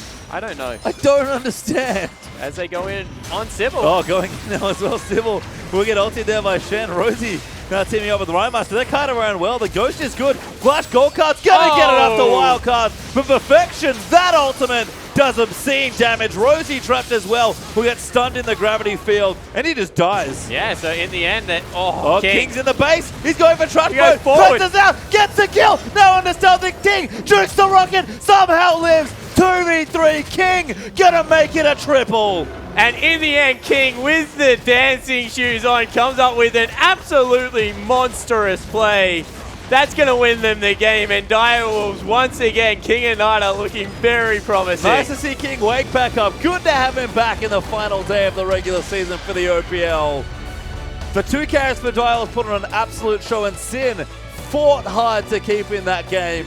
But they got overwhelmed by the power of King and Perfection. Yeah, you know, you talk about the two real big threats of that lineup, and that was some fancy footwork coming through there. Able to dodge out of some clutch rockets, and wow. Well, that was ridiculous. Let's get a bit more on that from Atlas and Rusty. Thank you very much, Pastry Time, and Direwolves with a dominating performance towards the end there. Things were looking good for Sin early on, but not quite able to close that one out, and Direwolves really securing their spot there in third, and now our playoffs secured. Yeah, very convincing win from Direwolves. It started off very well from Sin. They had the Twisted Fate to make things happen, but in the end, Direwolves did come out too strong. And as you mentioned, there's still a tiebreaker. Yeah, most definitely. There is a tiebreaker now. Sin and Absolute have tied it up. We're going to bring the standings up onto your screen right now. We're going to see exactly where everyone has ended up. Of course, the Chiefs have secured that first place. 14-0 is definitely going to do that for you, but 10-4 is behind them there with Legacy. And 9-5 now for the Direwolves, securing that third place, are going to be playing against Legacy in the semi-final. Avant are standing strong there in the fourth position, but Absolute and Sin, they've got to fight it out for that fifth spot, that safety zone, to create that net for themselves getting into the next split of the OPL. Yeah, that's right. We're going to find one more game tonight. Both teams needing that victory to avoid the relegations, just to, as you said, be in that safe spot. The losers will find themselves getting their team relegated and having to fight for their position in the pro leagues. Yeah, but, ladies and gentlemen, we do have to announce for you the semi-finals. They are going to be live here in this studio. You can see right behind us right now is going to be where these games are held. So all of the players going to be here battling it out against one another. But the Chiefs first going to take on Avant, of course, first versus fourth for our first semi-final matchup. Is going to be explosive because Avant actually gave it to the Chiefs quite a little bit in their last matchup. Of course, Chiefs managed to take it, but Avant looked strong. But our next semi-final, Legacy versus Direwolves. Yeah, Legacy versus Direwolves, second and third, the semi-final rematch of the first split again. There's a lot on the line for both of those teams, and there's a lot of hype behind that game. That is on the 23rd. Yeah, and this is going to be a rematch in the final of either, of course, Winter, back when Legacy were Avant-Garde Ascension against the Chiefs. That was a massive 5-game series. Or with the Direwolves trying to get some revenge against the Chiefs in the last OPL Split final. There's multiple rematches here. Yeah, that's right. There's a lot of possible rematches to come from 4 of the longest standing teams and organizations that have been a part of the Oceanic Pro League. So between all of these, I'm excited to see what's going to happen in the semifinals. As you mentioned, Avant, very capable of getting an upset against Chiefs. One of the only teams to really take it to them before we made it in the regular split.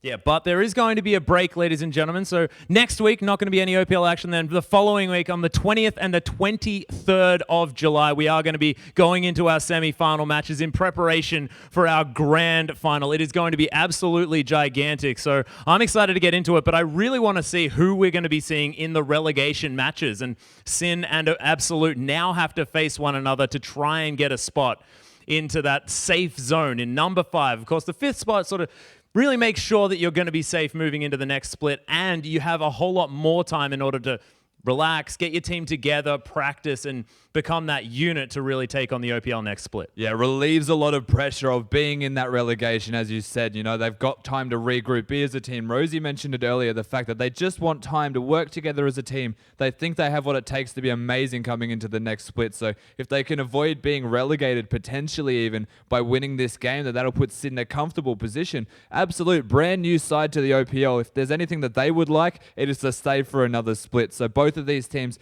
looking for at least not getting relegated. The losers do have to find themselves doing that. But of course, they really need to not. Yeah, well, exactly right. And Absolute and Sin having very different games moving into this one. Of course, we spoke about momentum being a huge factor. Both of these sides actually losing their matches tonight, but it's how they lost them that might be the difference here. Absolute coming through with a pretty interesting team comp into their game against the Chiefs, getting a little bit stomped, but Sin, they're really handing it to the Direwolves in that last match. Yeah, it was a closer match. Maybe that plays on the mind of Sin a little bit more than we were anticipating. Also, the fact that, as mentioned, they're a very emotional team could play to their psyche coming into this next game, the big clutch tiebreaker and the second game of the night for them. But you have a look at Absolute, and it's not that they resigned themselves to having a loss, it's that they realize they are against the Chiefs. It's a near impossible feat to find a victory against them in this regular split week, evidenced by their score so far. They kind of assumed that it might come down to this fifth game. Maybe they're a little bit more mentally prepared for this happening. Well, of course, they've had that game break as well. So they've had a little bit of time between these series, get their heads in the game, prepare for what was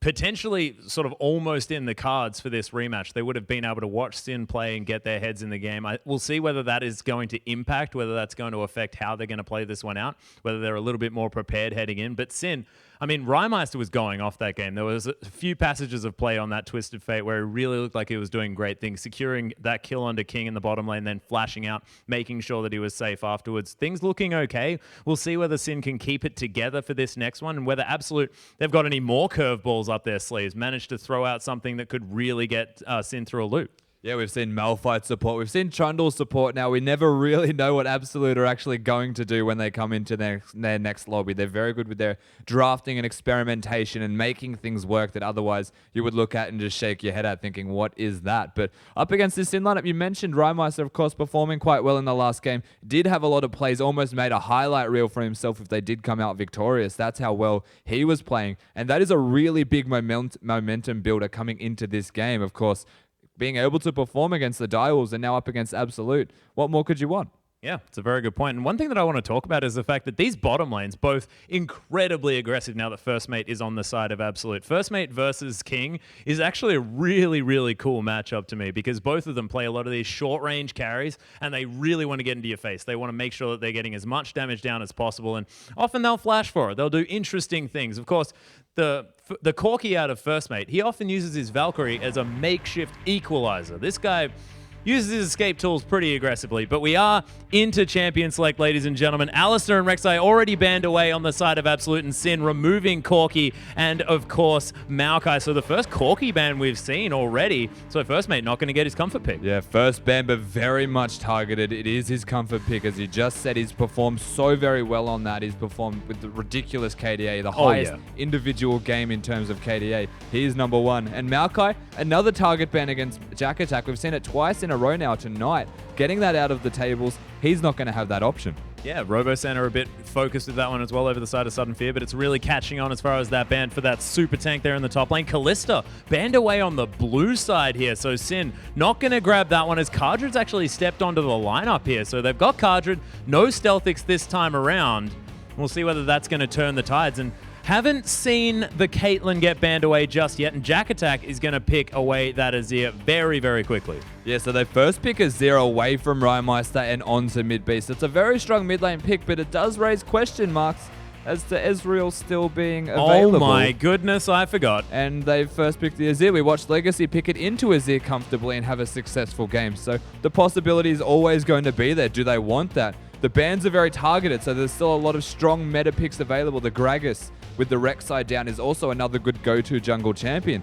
Fizz still there. We saw Rosie have a very strong game on that just before, so a lot of options there.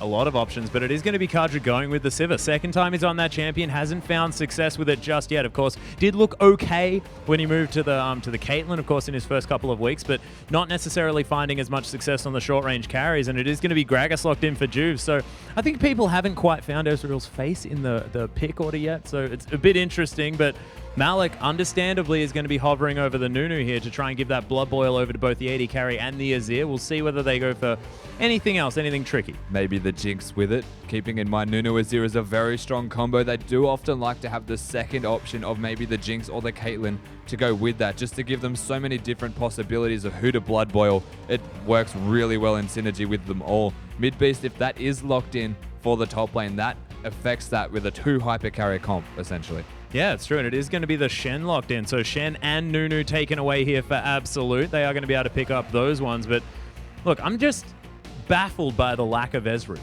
You just really want Ezreal to be there. We don't It's not know. that I want it, it's just that I don't understand why people aren't picking it. Yeah, well, we don't know what Rhymice is going to go just yet. It is the assumption the Azir is in the mid lane, but you need to make sure the Ezreal does work with the team comp, and overwhelming strength doesn't necessarily suit other things. That's a good point. The Sivir, the Gragas are very big go buttons, so maybe the Ezreal not their plan to actually put that together with this big engage button when Ezreal more suited towards the poke-oriented style, and they still want to know what Absolute are running because there's a lot of champions that can directly counter the Ezreal. That's a good point. And what would you opt to go for if you were up against one of these Ezreals here, Rusty? What would you suggest one of these lineups would pick up in response?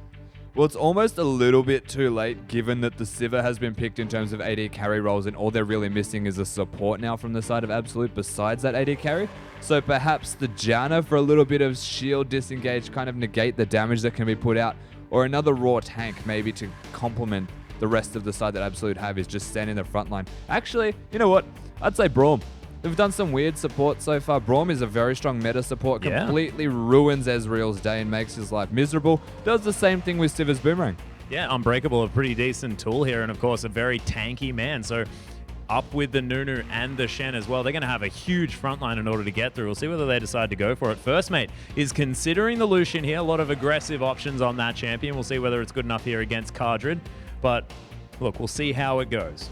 I wouldn't suggest Trundle here either. There's not a lot of tanky members to actually take stats from. So maybe look away from that one for this game. We do know Strawbella loves the passive style of support, the Lulus, the Jannas of the world. Maybe make that work with the Lucian, provide a bit of extra shield and support against the Ezreal Sivir poke. In saying that, entirely up to them. We don't know what they're going to do. Yeah, it looks like Strawbella is actually considering the Janna here, so going back to her more disengaged routes here with that pickup is going to be locked away. So Lucian Janna going to be the bottom lane, and I actually quite like that. Of course, a lot of burst damage potential out of the Lucian, able to get that double tap with the Light Slinger, so you'll get an extra damage out of that Eye of the Storm shield, so we'll see whether that works. But Sin, now considering their final pick, Rosie able to mix it up most definitely with this option. We'll see what he goes with. Of course, his Rumble still there. Yeah, so there's a lot of options still available in this top lane. They've got a fair amount of damage already between the rest of the side. All they're really missing is a secondary tank to be in the front line with Gragas. Maybe some reliable hard initiation, essentially what is missing. So Malphite actually fits that quite well.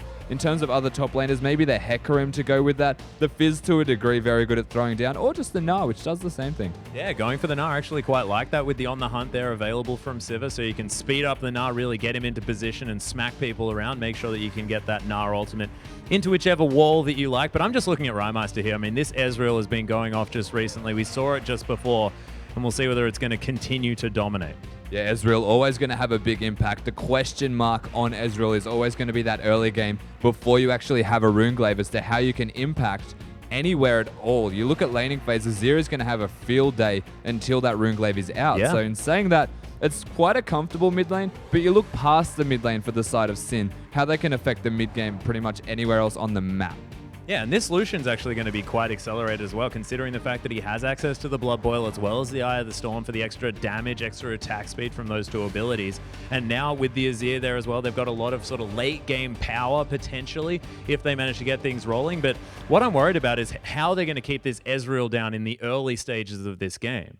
So it's going to be very difficult for them to do so. The jungle will be okay at ganking, but it's a Nunu, so it's near impossible to actually find a kill directly onto the Ezreal. It's going to be difficult to try and keep him down. It's almost essentially entirely on mid-beast to ensure that he controls the lane, to ensure that he keeps Ezreal down at least somewhat in farm, and try and make himself ahead to impact around the same time. It's going to come down to teamfight execution, though, from this lineup of Absolute. Yeah, we'll see whether they can get it working. But ladies and gentlemen, we want to hear from you. Make sure that you're letting us know who you think is going to win this tiebreaker. Use the hashtag ABSWin if you think that Absolute are going to take it, or the hashtag SinWin if you think that Sin Gaming are going to be able to take down this lineup. And of course, due to the power rankings, I mean, it looks like Absolute on paper should be able to take this one, but Sin really looking like a dominant team, and their team comp is really, really scary. Also, two of the coolest hashtags possible out of all of the teams. Oh, yeah. ABS and Sin. But yeah, Breaks you're right. and rhymes, man. Yeah, the team comps, though, they do look phenomenal. The damage that's going to be coming from both of them is essentially through the roof.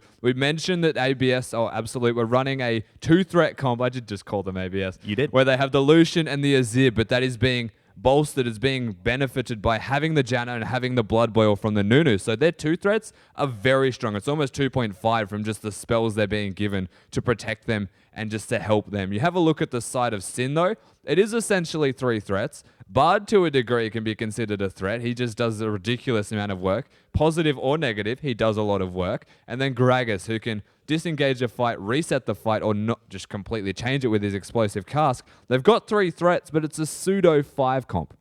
Yeah, well, we'll see whether they can make it work. Of course, on the other side of Strawbella there, with the Janna in her hands, is going to have a lot of disengaged potential as well. Of course, Monsoon and Explosive Cask working very similarly. So we'll see which team wants to get these fights going with these abilities or which one wants to be disengaging for the majority of the time. We need to address the fact that there is Jack Attack there in the top lane, a very sort of high-regarded tank player in that lane on the Shen. Does have access to that Stand United, so can get on top of First Mate, give him that gigantic shield. Eye of the Storm's going to be there. We could have a massive Lucian in the late game here. And of course, if you're going to put it on anyone, making sure First Mate survives, that's going to be getting some damage down. It certainly is. And then you look at the rest of the team, even the way that it works around that Lucian. Nunu, in terms of zone control with that Absolute Zero, gives a safe zone almost for the Lucian to stand in. Janna with the Monsoon, and then the Emperor's Divide from Azir. What they're running right now on this Absolute lineup is just, it's not disengage or direct engage. It's more so stand neutral and outplay.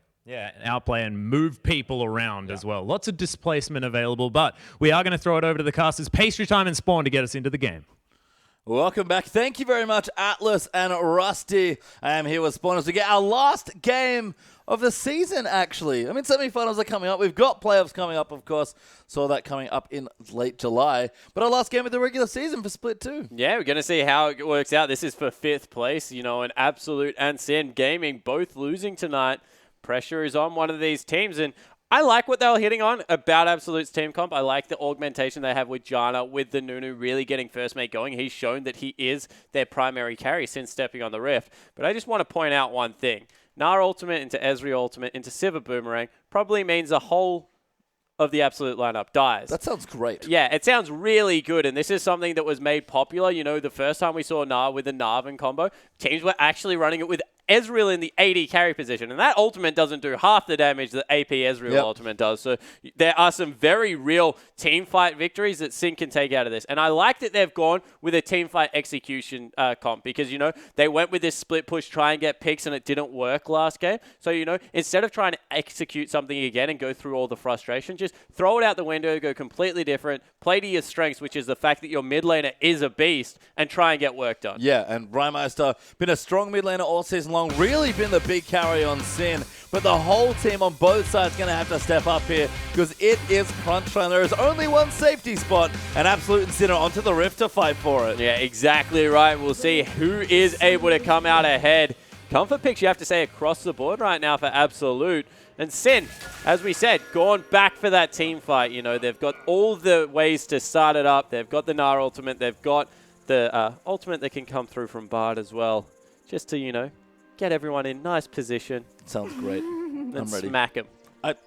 Yeah, I mean, we've seen some Rek'Sai Bard, I feel like. It's one of the few, I'm going to put this in air quotes, true Bard ultimate combos that we've seen. But Bard's just a great champion. You see why a player like Flying Dew prioritizes it. I feel like for me, if you're a good Thresh player, you're going to be a good Bard player. Yeah, I think that a lot of Bard is that you have to not be able to look at your lane. You have to be able to look at everything surrounding you right now. And, choose one of those players that's definitely proven he can do it. And Trashboat, we're going to have to see whether he can collect enough charms, get enough meeps, and help carry this game. Yep, be the third carry that Sin need here. Don't worry, Ezreal going to do more than enough damage if he gets the items. And a big group there from ABS just kind of sitting in their red buff defending it. But Sin not interested in evade. Both teams, understandably, it is a best of one. They are playing carefully in the tiebreaker. Yeah, exactly right. Best of one, randomized sides going to come into this one. See who is able to get the victory. Standard lanes.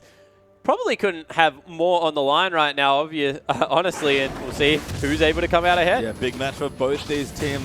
They both qualified through the promotion relegation tournament for this split, and neither of them really want to do that again.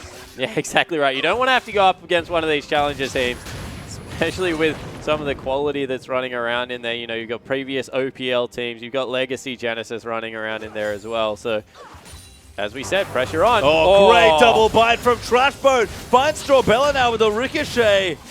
That was wonderfully set up by Sin. It certainly was. Trashboat landing the clutch double bind. All of a sudden, they're under turret. First Mate has no health and Sin in a position of power. And you know what? We don't talk about the Bard all-ins very often, but there's potential if that happens again for a quick Boomerang Blade and that to be it. Yeah, exactly right. You know, he's just got such good CC when people stand close to each other or in minion waves. You know, the harass definitely isn't something to scoff at. Yep. See if he can make it work. Bard definitely a support for creative support players that like to bend bindings into silly places.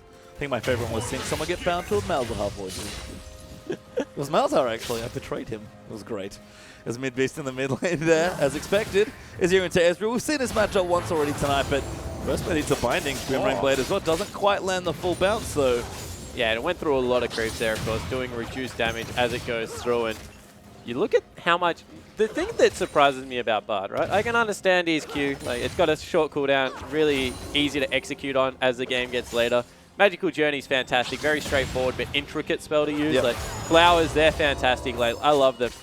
His auto attack is ridiculous. It does so much damage. It does so much damage as the game goes on. Like, you collect those little critters, he just destroys you. Oh, Drew's down here as well.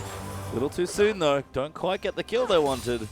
Instead, they'll just force them back on the turret. Oh, and look at that, right underneath the turret. You know you want it. You can tell he wants it as well. Yeah, he does, but he knows he just gets a binding instead. Good shield there from Strawbella. First Mate actually fancies a trade, but the Meeps getting in there with the Spell Thief's Head as Juice visits mid lane next. He's on a full tour of the Rift. He's just, you know, bumping into old friends, saying hello.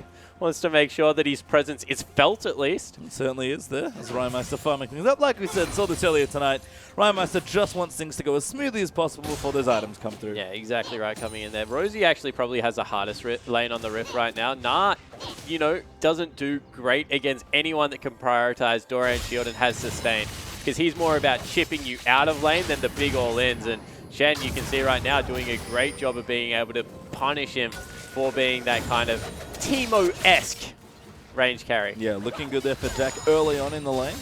We'll see how it develops. There's a nice spell shield from Cardred in the bottom lane. Gets him some mana back as they're continuing to push down. No real big CS lead though in Trashboat. That chime's still there. Yeah, just hanging out, embedded in the grass. Can't get in to position to be able to grab that one. Too dangerous. It's at the tip of his fingers. Juves gonna get the Scuttle Crab. Malik, level 3 to Juves' level 4. So the early jungle lead there. Going over to Gregor. So Malik looking for something, just some deep vision down into the jungle. Yeah, a really good pink ward, but he's been caught out now. Yeah, Drew's going to see him. Does have 2 levels in the barrel. Body slams in. Good damage from the W. Throws in the Q for some quick damage. Yeah, Rhymeister, he's the real damage dealer here. Is the Grump body slam back up. Oh, just missed. That was a flash out of Rhymeister. He really wanted that kill coming in there. Not able to pick it up. So, you know, maybe a gank can come through. Ezreal, of course, has Arcane Shift, and he doesn't really use it in lane. So, not going to be completely caught out. But Sin trying to get any kind of early advantage. Yeah, you can see the bloodthirst there in Rhymeister's eyes. Certainly a player, like we heard Rosie say earlier this evening, an emotional side. Rhymeister, young mid player, very, very good. And coming from solo queue, but certainly has, you know, a lot of experience to gain, and that's kind of what the other members of the team bring. Yeah, exactly right. You know, especially with Cardred on the lineup, you can see exactly what they've gone for here. Like, all credit to Stealthix, good up-and-coming AD carry, but you just cannot teach experience in that short amount of time. And Cardred, Trashboat, that is a very experienced duo. Yeah. You know what? It's a clutch game, bring the clutch players, and that's not a disservice to Stealthix or his play. So we'll see what Sin can do here. Cardred doing well so far against First Mate, who honestly has been really good in the OPL in the short time he's been here. He was even, not bullying around Radio, but he was giving him a go. Good go there in the lane. Yeah, certainly was trying to get in there and really mix it up, as you see some aggression coming through from First Mate. Just trading back and forth, Trashboat putting down the Caretaker's shrines, making sure there's a bit of health, and I'll go off for chance for a bit more regen. This is the I would say underrated thing about Bard, surprisingly good regen in the lane if you pop in and out. Oh yeah, he's got great sustain coming through there, and you know he's going to be able to keep himself topped up as well. As Juice finds that sneaky pink ward, and I like that we mentioned First Mate when we were talking about experienced players. This is another person that has so much invaluable pro experience in the Oceanic scene. Played on Teen MV with people like Heavens coming through there. Of course, also played with Hamilton Mattress for a long time. Yep, who is on the Absolute lineup Sub sometimes. to the Absolute lineup. So, you know, there definitely is some synergy and some good depth to the Absolute lineup as well. Jack Attack as well, definitely a veteran player. He's like old as time. As old as trash, so this Cardred clears out the waves in the bottom side. Rymeister Trims the CS. stealing creeps from his bottom lane. That was interesting. I think he was looking to set something up there. Yeah, I think he was looking to chunk First Mate out a little bit further and hopefully facilitate an all-in. Oh, Malik's here. Trashboat's forced to flash, but Juice is here as well. Now Carter going to turn it around, but no ultimates. Makes a bit of an awkward 3v3. Yeah, so double summoner spells burnt there for nothing, and a really good gank setup coming through from Malik. Trashboat wasn't really in a position to be able to follow that up, and we'll have to see whether they can get some work done. Juve sweeping it out there as well. 2 points actually in the Barrel Roll and the Drunken Rager piece, so a bit more early damage there, kind of evening those early skill points out. Yeah, trying to get some skirmishes going, it looks like right now. Bard probably needs to just recall right now. He's in very low kill range, and with the Eye of the Storm on, that's a lot of damage that's going to come out of the Lucian player. No heal here for Cardred either, so can't even help Trashboat. Just the Tempered Fate will be all they can really contribute to any sort of disengage. And Sin playing patiently. I think both these teams, honestly, are playing it quite slow. 8.5 minutes in, no first blood just yet. And that makes perfect sense to me. This is, again, a high-pressure game for both teams. Yeah, exactly right. They need to make sure that it comes down to the execution part of the game. Rosie started to execute a little bit better in his lane, caught right back up in CS, and starting to bully Trashboat out, Jack Attack out a little bit. Trashboat's on Rosie's team. That would be awkward if he was bullying his own player out of lane. Imagine that. Rymeister, though, getting blue buff. Going to clear things out in the mid lane. Has his Sheen ready as well, so getting that first essential piece to the Runeglaive. Yeah, and this is the thing about AP Ezreal. He's just able to do so much throughout every stage of his item build. Sheen's always been huge on Ezreal, but because you used to max the W, because it was your only real trading component in lane, you couldn't shove out the lanes. Now, because you go into Runeglaive, you're able to max your shoving ability, as well as utilize Sheen with just the Q. So, oh wow, Probella. Yeah, caught Trashboat here. Oh no, bound to the wall, never mind.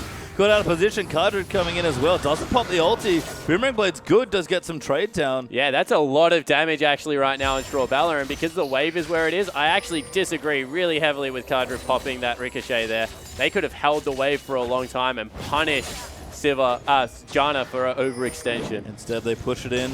Blue buff does go over to Azir, though, as Malik assists his mid laner with that particular expedition. Rymeister creeping ahead on CS, gets ahead now to 100, about 15 up, as Midbeast will clear these out, make that difference a bit closer to 10. Yeah, so Midbeast still doing an okay job. You kind of get a pre-farming laze against Ezreal, at least early on, up until he grabs that Runeglaive, which he's now got, because he just doesn't really have much kill pressure, because he has no Ignite. He takes a Smite instead. So, you know, Midbeast doing the right thing here, just continuing to farm, going a very scaling route, because he should be on track for 10 CS a minute in a very passive lane. Ezreal is going to get there as well, but if you pick someone scaling like an Azir, as Midbeast has done, he should still be able to have good impact. And there's the Runeglaive for Rymeister. Going to get the AoE down, and this is where the power really starts as Trashboat. Going to get cold, actually. Cardred going to absorb some of it. Pops his own ultimate. A little premature there from Cardred. Yeah, I think he was trying to go aggressive onto Strawbella, but in the end, not able to get the work done that he wanted to. You can see they've got a that's a lot of damage. Eats the Ezreal ultimate. That is good damage, but not quite enough to finish it off, especially with all summoners up in the bottom lane, and Malik here as well. Yeah, and Cardred right now, so needs to be fairly careful coming through here. Takes a good piercing light, actually, and now lane is completely reversed. They're sending Juice down. Yeah. Juice was here for a while, I think, Juice expecting has been in the gank. bottom lane a lot. It's a new home. He's abandoned mid lane. Rymeister is like, what about me? I feel like ganking a mid Ezreal's lane Doesn't matter, maybe man. not the most This is sin. Maybe it's an, I don't know. You know what? A tactic. The 5th game tactic. A bold move for a clutch game here, as Cardred will be forced actually off this wave. Trashboat kind of hanging out. Will trim the wave as best he can. Juves might come down to help tend to the gardening duty, but Cardred's forced back here. We'll go back and get another item here, but already got the BF sword. Can't get much more after this. And Gets a pickaxe. never mind, that's actually quite a big buy. Yeah, so able to get back, get the double AD items coming through here. They also hold the... that's... Alright, cool. So I'm going to explain why this is... When you leave only caster creeps up, the lane stacks on your side, and because they don't do that much damage to the melee, it actually pushes against you. So in that case, they should have let the whole wave crash up against the turret and just taken the fact. Unless right now, absolute fast push this in, there was a really legitimate chance that they could freeze that wave. Yep. Oh, Trashboat's taking a go to the ulti, but just hits a caster creep right on the back. First ulti missed there. First mate dodges out of the way. And Absolute still fighting here, looking strong in the bottom lane. Yeah, short arm the ultimate. Generally with Bard ult, you're the Bard player, so correct me if I'm wrong. You want to go a little bit deeper so they at least have to walk back towards your carries to dodge it out. But Trashboat short arms that one and make sure that they can just dash backwards and get away. It's a fine art for the Bard ult missile speed. But yeah, you usually want to... You gotta mind game him. You gotta trick him. His first man actually eats a slow. Cardra going to come in. Malik, though, he's got the dragon, and that's going to prompt Sin to leave. Magical Journey, there is no follow. But Cardra, once again, so low in this lane. He just went back to shop. And what was a lane that was very much in Sin's favor is now definitely going over. Oh. Here comes the Rhymeister ulti. Going to just try and trim some waves. Does trim them back, but not quite enough. Cardra staying in the bottom lane. Does have a single potion. Yeah, so all that was to stop the freeze. So right now, freeze has been broken. Cardra can walk back up. CS, first mate can no longer hold the wave there. So little things, and this is what I was talking about with Ezreal. He might... Wow. Oh, dive in the top side. Jack attack. He's going to get first blooded. Rosie, with a bit of help from Juves, gets the kill. Yeah, able to pick that one up. We'll be able to successfully get back. Down the bottom side, though, Malik pops his ulti. Trashboat forced to flash again. Good bind there onto Malik, keeps him away, but Cardra's defensively going to pop his ultimate now. And it's just that one kill. It took a while, but first blood just under 14 minutes. And you can see there was first blood and 1 assist, but 1,000 gold is currently the lead for Sin. They're winning out in CS. Oh, Trashboat, you are being brave. He is very brave. No ultimate, does have his ignite, but no flashy now either. Cardred apparently sticking for a whole host of farm. And Rhymeister now going to pop his ultimate down again. Will it land? That might be enough to go in. Oh my god! That did an absurd amount of damage to first mate. The snipe from downtown as Rhymeister had turned level 11. That's why it did so much extra damage. And now Strawbella. Yeah, going to get trapped against the wall. Forces the flash, does Trashboat. I really like the respect that Jana showed there. And now Sin, they get the kill. They get a turret in the bottom side. Rhymeister gets blue buff. Things opening up now in this game. Yeah, exactly right. You could tell they wanted to open up the map, really get Rosie in a place where he can split push. He's gone that Black Cleaver build. Wanted to get Rhymeister where he could fire ults into the side lanes like he continues to do. And this is only good news for Sin. Their carries are the ones getting going. I was going to say, if this is going to be a farm-heavy game, I'd probably want to be the team with the AP Ezreal on it. As Malik barely gets stunned, but he will get slow. Trashboat thought about an ulti, but didn't pull the trigger. No dragon up yet, they'll just back away. Yeah, Juice took a little bit of a wander through the jungle for a deep ward, nearly was caught out. And this is the thing that I really like about mid Ezreal, is able to do the Raptor camp fairly healthy, especially if you have the ranges up. Rhymeister didn't, so he takes a little bit of damage, but generally you're able to get that one done. Oh, looking again here for the top lane. Jack attack! Not going to get hit, just loses the caster creep. But Rosie honestly doesn't even need it. He's going to build up range. His ult's still a fair way off cooldown, but he's doing well. But ulti missed there again. Trashboat, got to recalibrate that throwing arm for that one. You miss 100% of Bard ult True. you don't take. We've learned this from Bard players. Yeah. So, Rift Scuttle control. See ya. I mean, they have 2 smites. Rhymeister's in complete control of this lane as Midbeast. He will get the blue buff donated over, but Rosie takes the tower in top lane. It was a very quiet early game, but Sin launched out to 3,500 gold ahead already. And we keep talking about Sin, like their weakness is that they're a young team, so you try and make them make difficult shot calling decisions, and that's where you pull them around the map.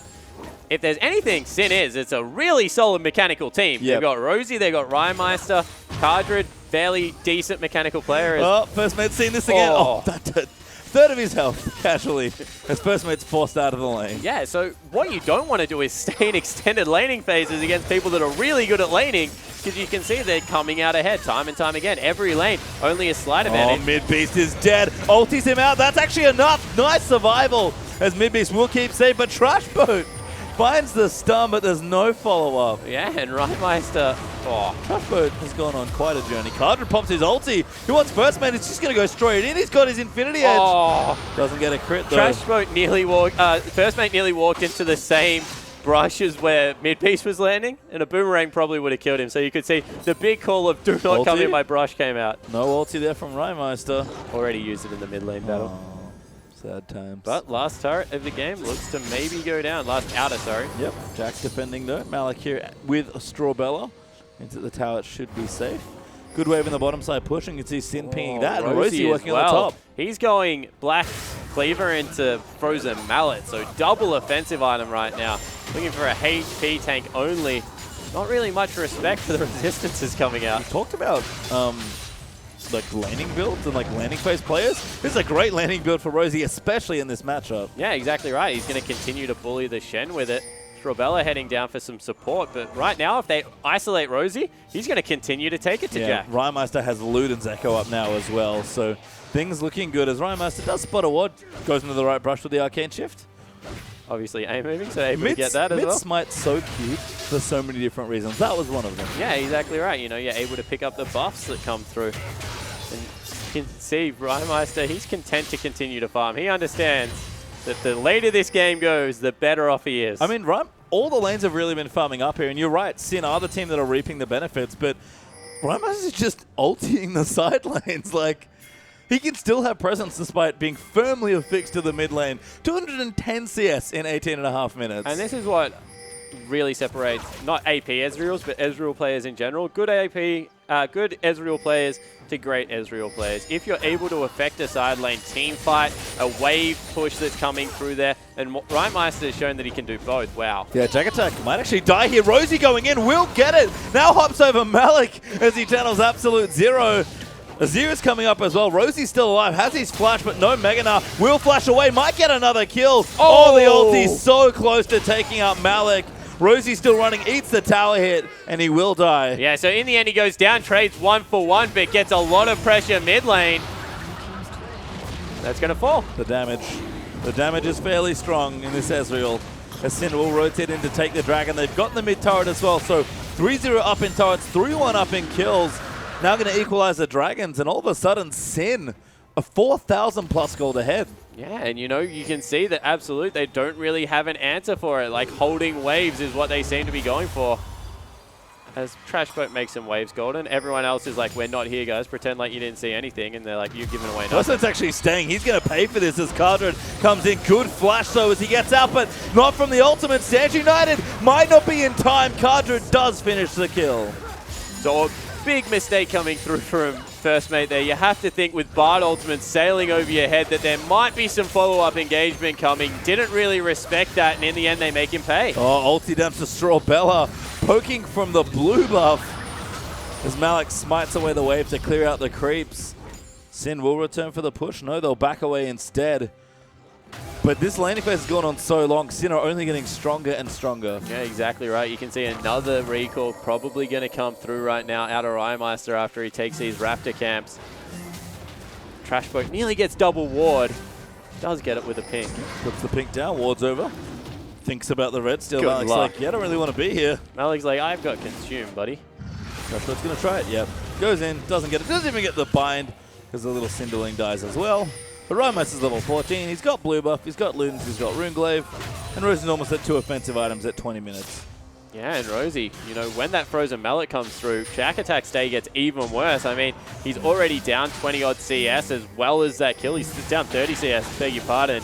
And as I said, as soon as that Frozen Mallet comes through, Shen is just a sitting duck. Yeah, and Rhymeister and the rest of Sin now collapsing onto the mid lane again, but not overcommitting. They know that they only get stronger. Oh my god. It does so much damage.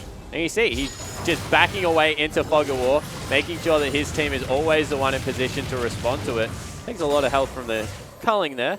Looks for Wolfcap, doesn't find it either. Blue buff back up, and Rhymeister wants to steal another. Yeah, that's the enemy blue buff, by the way. Absolute gonna lose that as Cardred having a dance there with Snowstorm Sivir in the mid lane.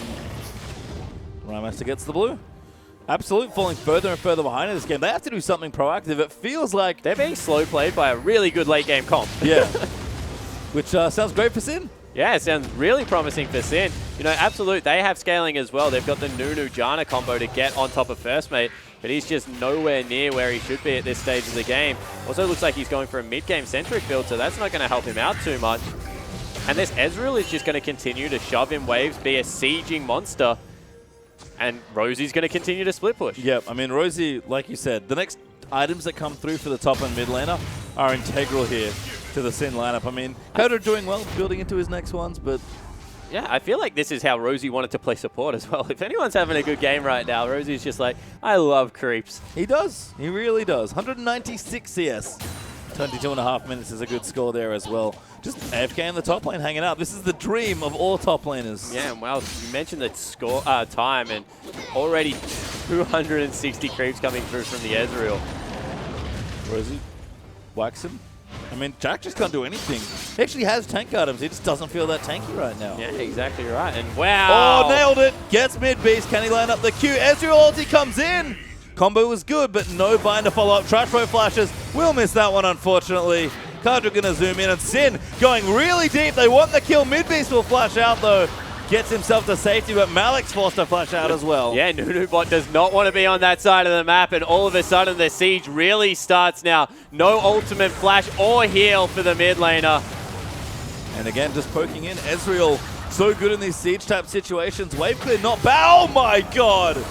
First mate gets evaporated. Yeah, we call him a poke champion assassin, maybe something we can add. Yep, there's Juve's dead as well. Malik channels his ulti for a second before it gets cancelled. Sin 4 turrets to 0 now. And Rosie's going to take a 5th right now in the top lane. Continue to peg away at that one. Although they might just rotate Baron. and take Baron. Yep, there's Rosie spotted by a ward, I believe. So there's actually a ward in the pit also. So this is not unknown by Absolute, but Rosie running interference on mid beast.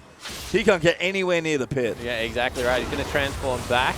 Why does the ulti do so much damage? This is close though. Jack's trying it. They actually magical journey out. They get it. Ezreal smites it away. They'll take the journey out. Rosie, does he have a hop? He does. Rymeister gets out as well. A clean getaway. And only Trash Boat dies. Yeah, so a Baron for one. Trash Boat plays the hero on Bard. Able to get everyone else out of the thing. It was like Street Fighter movie, Zangief holding the door open. Take my magical journey, friends. And that's what happened. Everyone else gets out. Trash Boat dies in the exchange. But Sin get out with a Baron. And Rymeister goes back, gets himself a death cap. And boots too. I don't think he had boots too as well. So I think one. Yeah, he had brown bags before he went back. So he grabbed a heck of a lot of items. Upgraded to nice new trainers as Baron buff Rymeister level 16 as well. The Ezreal ultimate wasn't doing enough damage. Yeah, we'll see whether he can eke some more out of it. And Sin just aren't leaving these lanes. To be perfectly honest, why would you? They're 8,000 gold ahead. Yeah, and Absolute have proved that their answer to that isn't forcing plays with the Shen ult because of how hard he's being split pushed on. It's just the fact that they're going to continue to try and farm out and get it to the point where items are irrelevant. But right now, that is a long way out of, I guess, their reach. And the Ezreal, 300 CS at 25 minutes, continuing to just farm. I feel like Rosie and Rymeister have literally not left their lanes all game. Yeah. Oh, Rosie won't leave his lane. As I said, if there is one player thinking this is a beautiful day for League of Legends now, it is Rosie. Well, Baron buff going to work on the tower in the bottom side. Kadra kind of 1v3 right now, but able to get that done. Rymeister going to chuck an ulti out just to move them off. Malik loses a whole host of health. And Kadra's going to finish the tower. Yeah, they get Dragon at the same time, as we said. Rosie's still in top lane, surprise, surprise. Yep, that tower's probably going to die soon as well. It looks like Jack might also join it. Yep, Jack. I mean, Frozen Mount's been finished here. Vector's Cal as well, just in case, as Rosie does get that turret. But Mininar at this stage for a Shen is just oppressive. Yeah, it certainly is, you know, and the fact that they've got that Wombo on his Mega Nut ultimate means that any damage he adds is just so good. Oh, Assassin Rymeister trying to line up the Arcane Shift again. We're going to throw in some poke instead. And we talked about all the teamfight potential for Sin. They're doing the smart thing. They're just playing it safe. That was a Q. What the heck? Yep. Oh, mid-beast. He's dead. Moved out of the dash, so we're going again. Great ulti from Rymeister, lines up the double. And that's going to take the tower. Base is going to get broken soon. Jack does get onto Juice, but he gets Mikhail's out, by Bard. Crashbot doing a nice job there. 2 kills and an inhibitor turret. Easy day in the office for Sin right now. Yeah, and you know Rymeister, he's not done. He wants to continue to try and pressure. 4-0-1 wants a couple more kills the game, getting close to over. You have to think as Sin launch themselves up to 13,000 gold ahead. And I think this was the Sin that a lot of teams were hoping for coming into the OPL. Very good laning phase coming through, good coordination on their team fights, raw mechanics coming up absolutely massive in this game. Let's trying it again. Oh my god. The damage. It's so much damage. I feel like Ramos was also a blue buff forever in this game. Hey. These soul laners have been giving too much. This leash is a little too long, I think. Yeah, it certainly is. You know, they were just able to sit in their comfort zone for so long. He's level 17. This is the first time he left mid lane. Yeah, actually, finally in the bottom lane, helping Rosie there. I mean, mid lane's done. He can push another lane at this point. But I feel like if there's anything you don't want to do, it's leave one of the better mid laners in mid lane for 17 till level 17. Well, that's what's happened here. Rymeister still poking in. The ulti's back up. He's going to throw it. Oh, tried to juke them. Gets a bunch of minions, but he was trying for the 4-man. Certainly was trying to get it across everyone. And that was just Rosie and Rymeister holding them at bay. You see the rest of the team got the shop in there. Phantom Dancer and the BF sort of finished up right now. Poor Cardred. Ooh, Magical Journey, bit awkward. They'll have to get out of that one. Good double binding though. Oh, Rosie comes in. He's got Meganar. He wants it. How badly? Not that badly. Not that badly. There he now goes. they do really badly now. Goes in as he just eats a wall there. Mid-B's going to get destroyed. Oh no, he ultis, he's safe. Rosie stopped mid-air, but Strawbella just getting destroyed. She'll be the first casualty. Drew's going to make Mid-Beast the second. Sin going to break another section of the base off. Yeah, so in the end, they do get the winning team fight. They're still going. Oh, Jack has to be careful. Gets slowed by the Cosmic Binding. Not enough, though. Sin will back out for now. Yeah, Rye was there. Go back, spend how much gold? Probably an outright void stuff. He's got 3,100. 4,000 gold in the lead right now. That is absurd. That is absolutely absurd. 335 CS at 49 minutes. You said this was the Sin that people wanted to show up in the OPL this split. This is the Sin that Sing wanted to see show up. And Rymeister having the game of his split right where it counts. Yeah, exactly right. Able to come up huge on the AP Ezreal. You see they've finished up a banner of command as well on their Gragas just for another split pushing presence. Jack attack, gonna face check Rosie.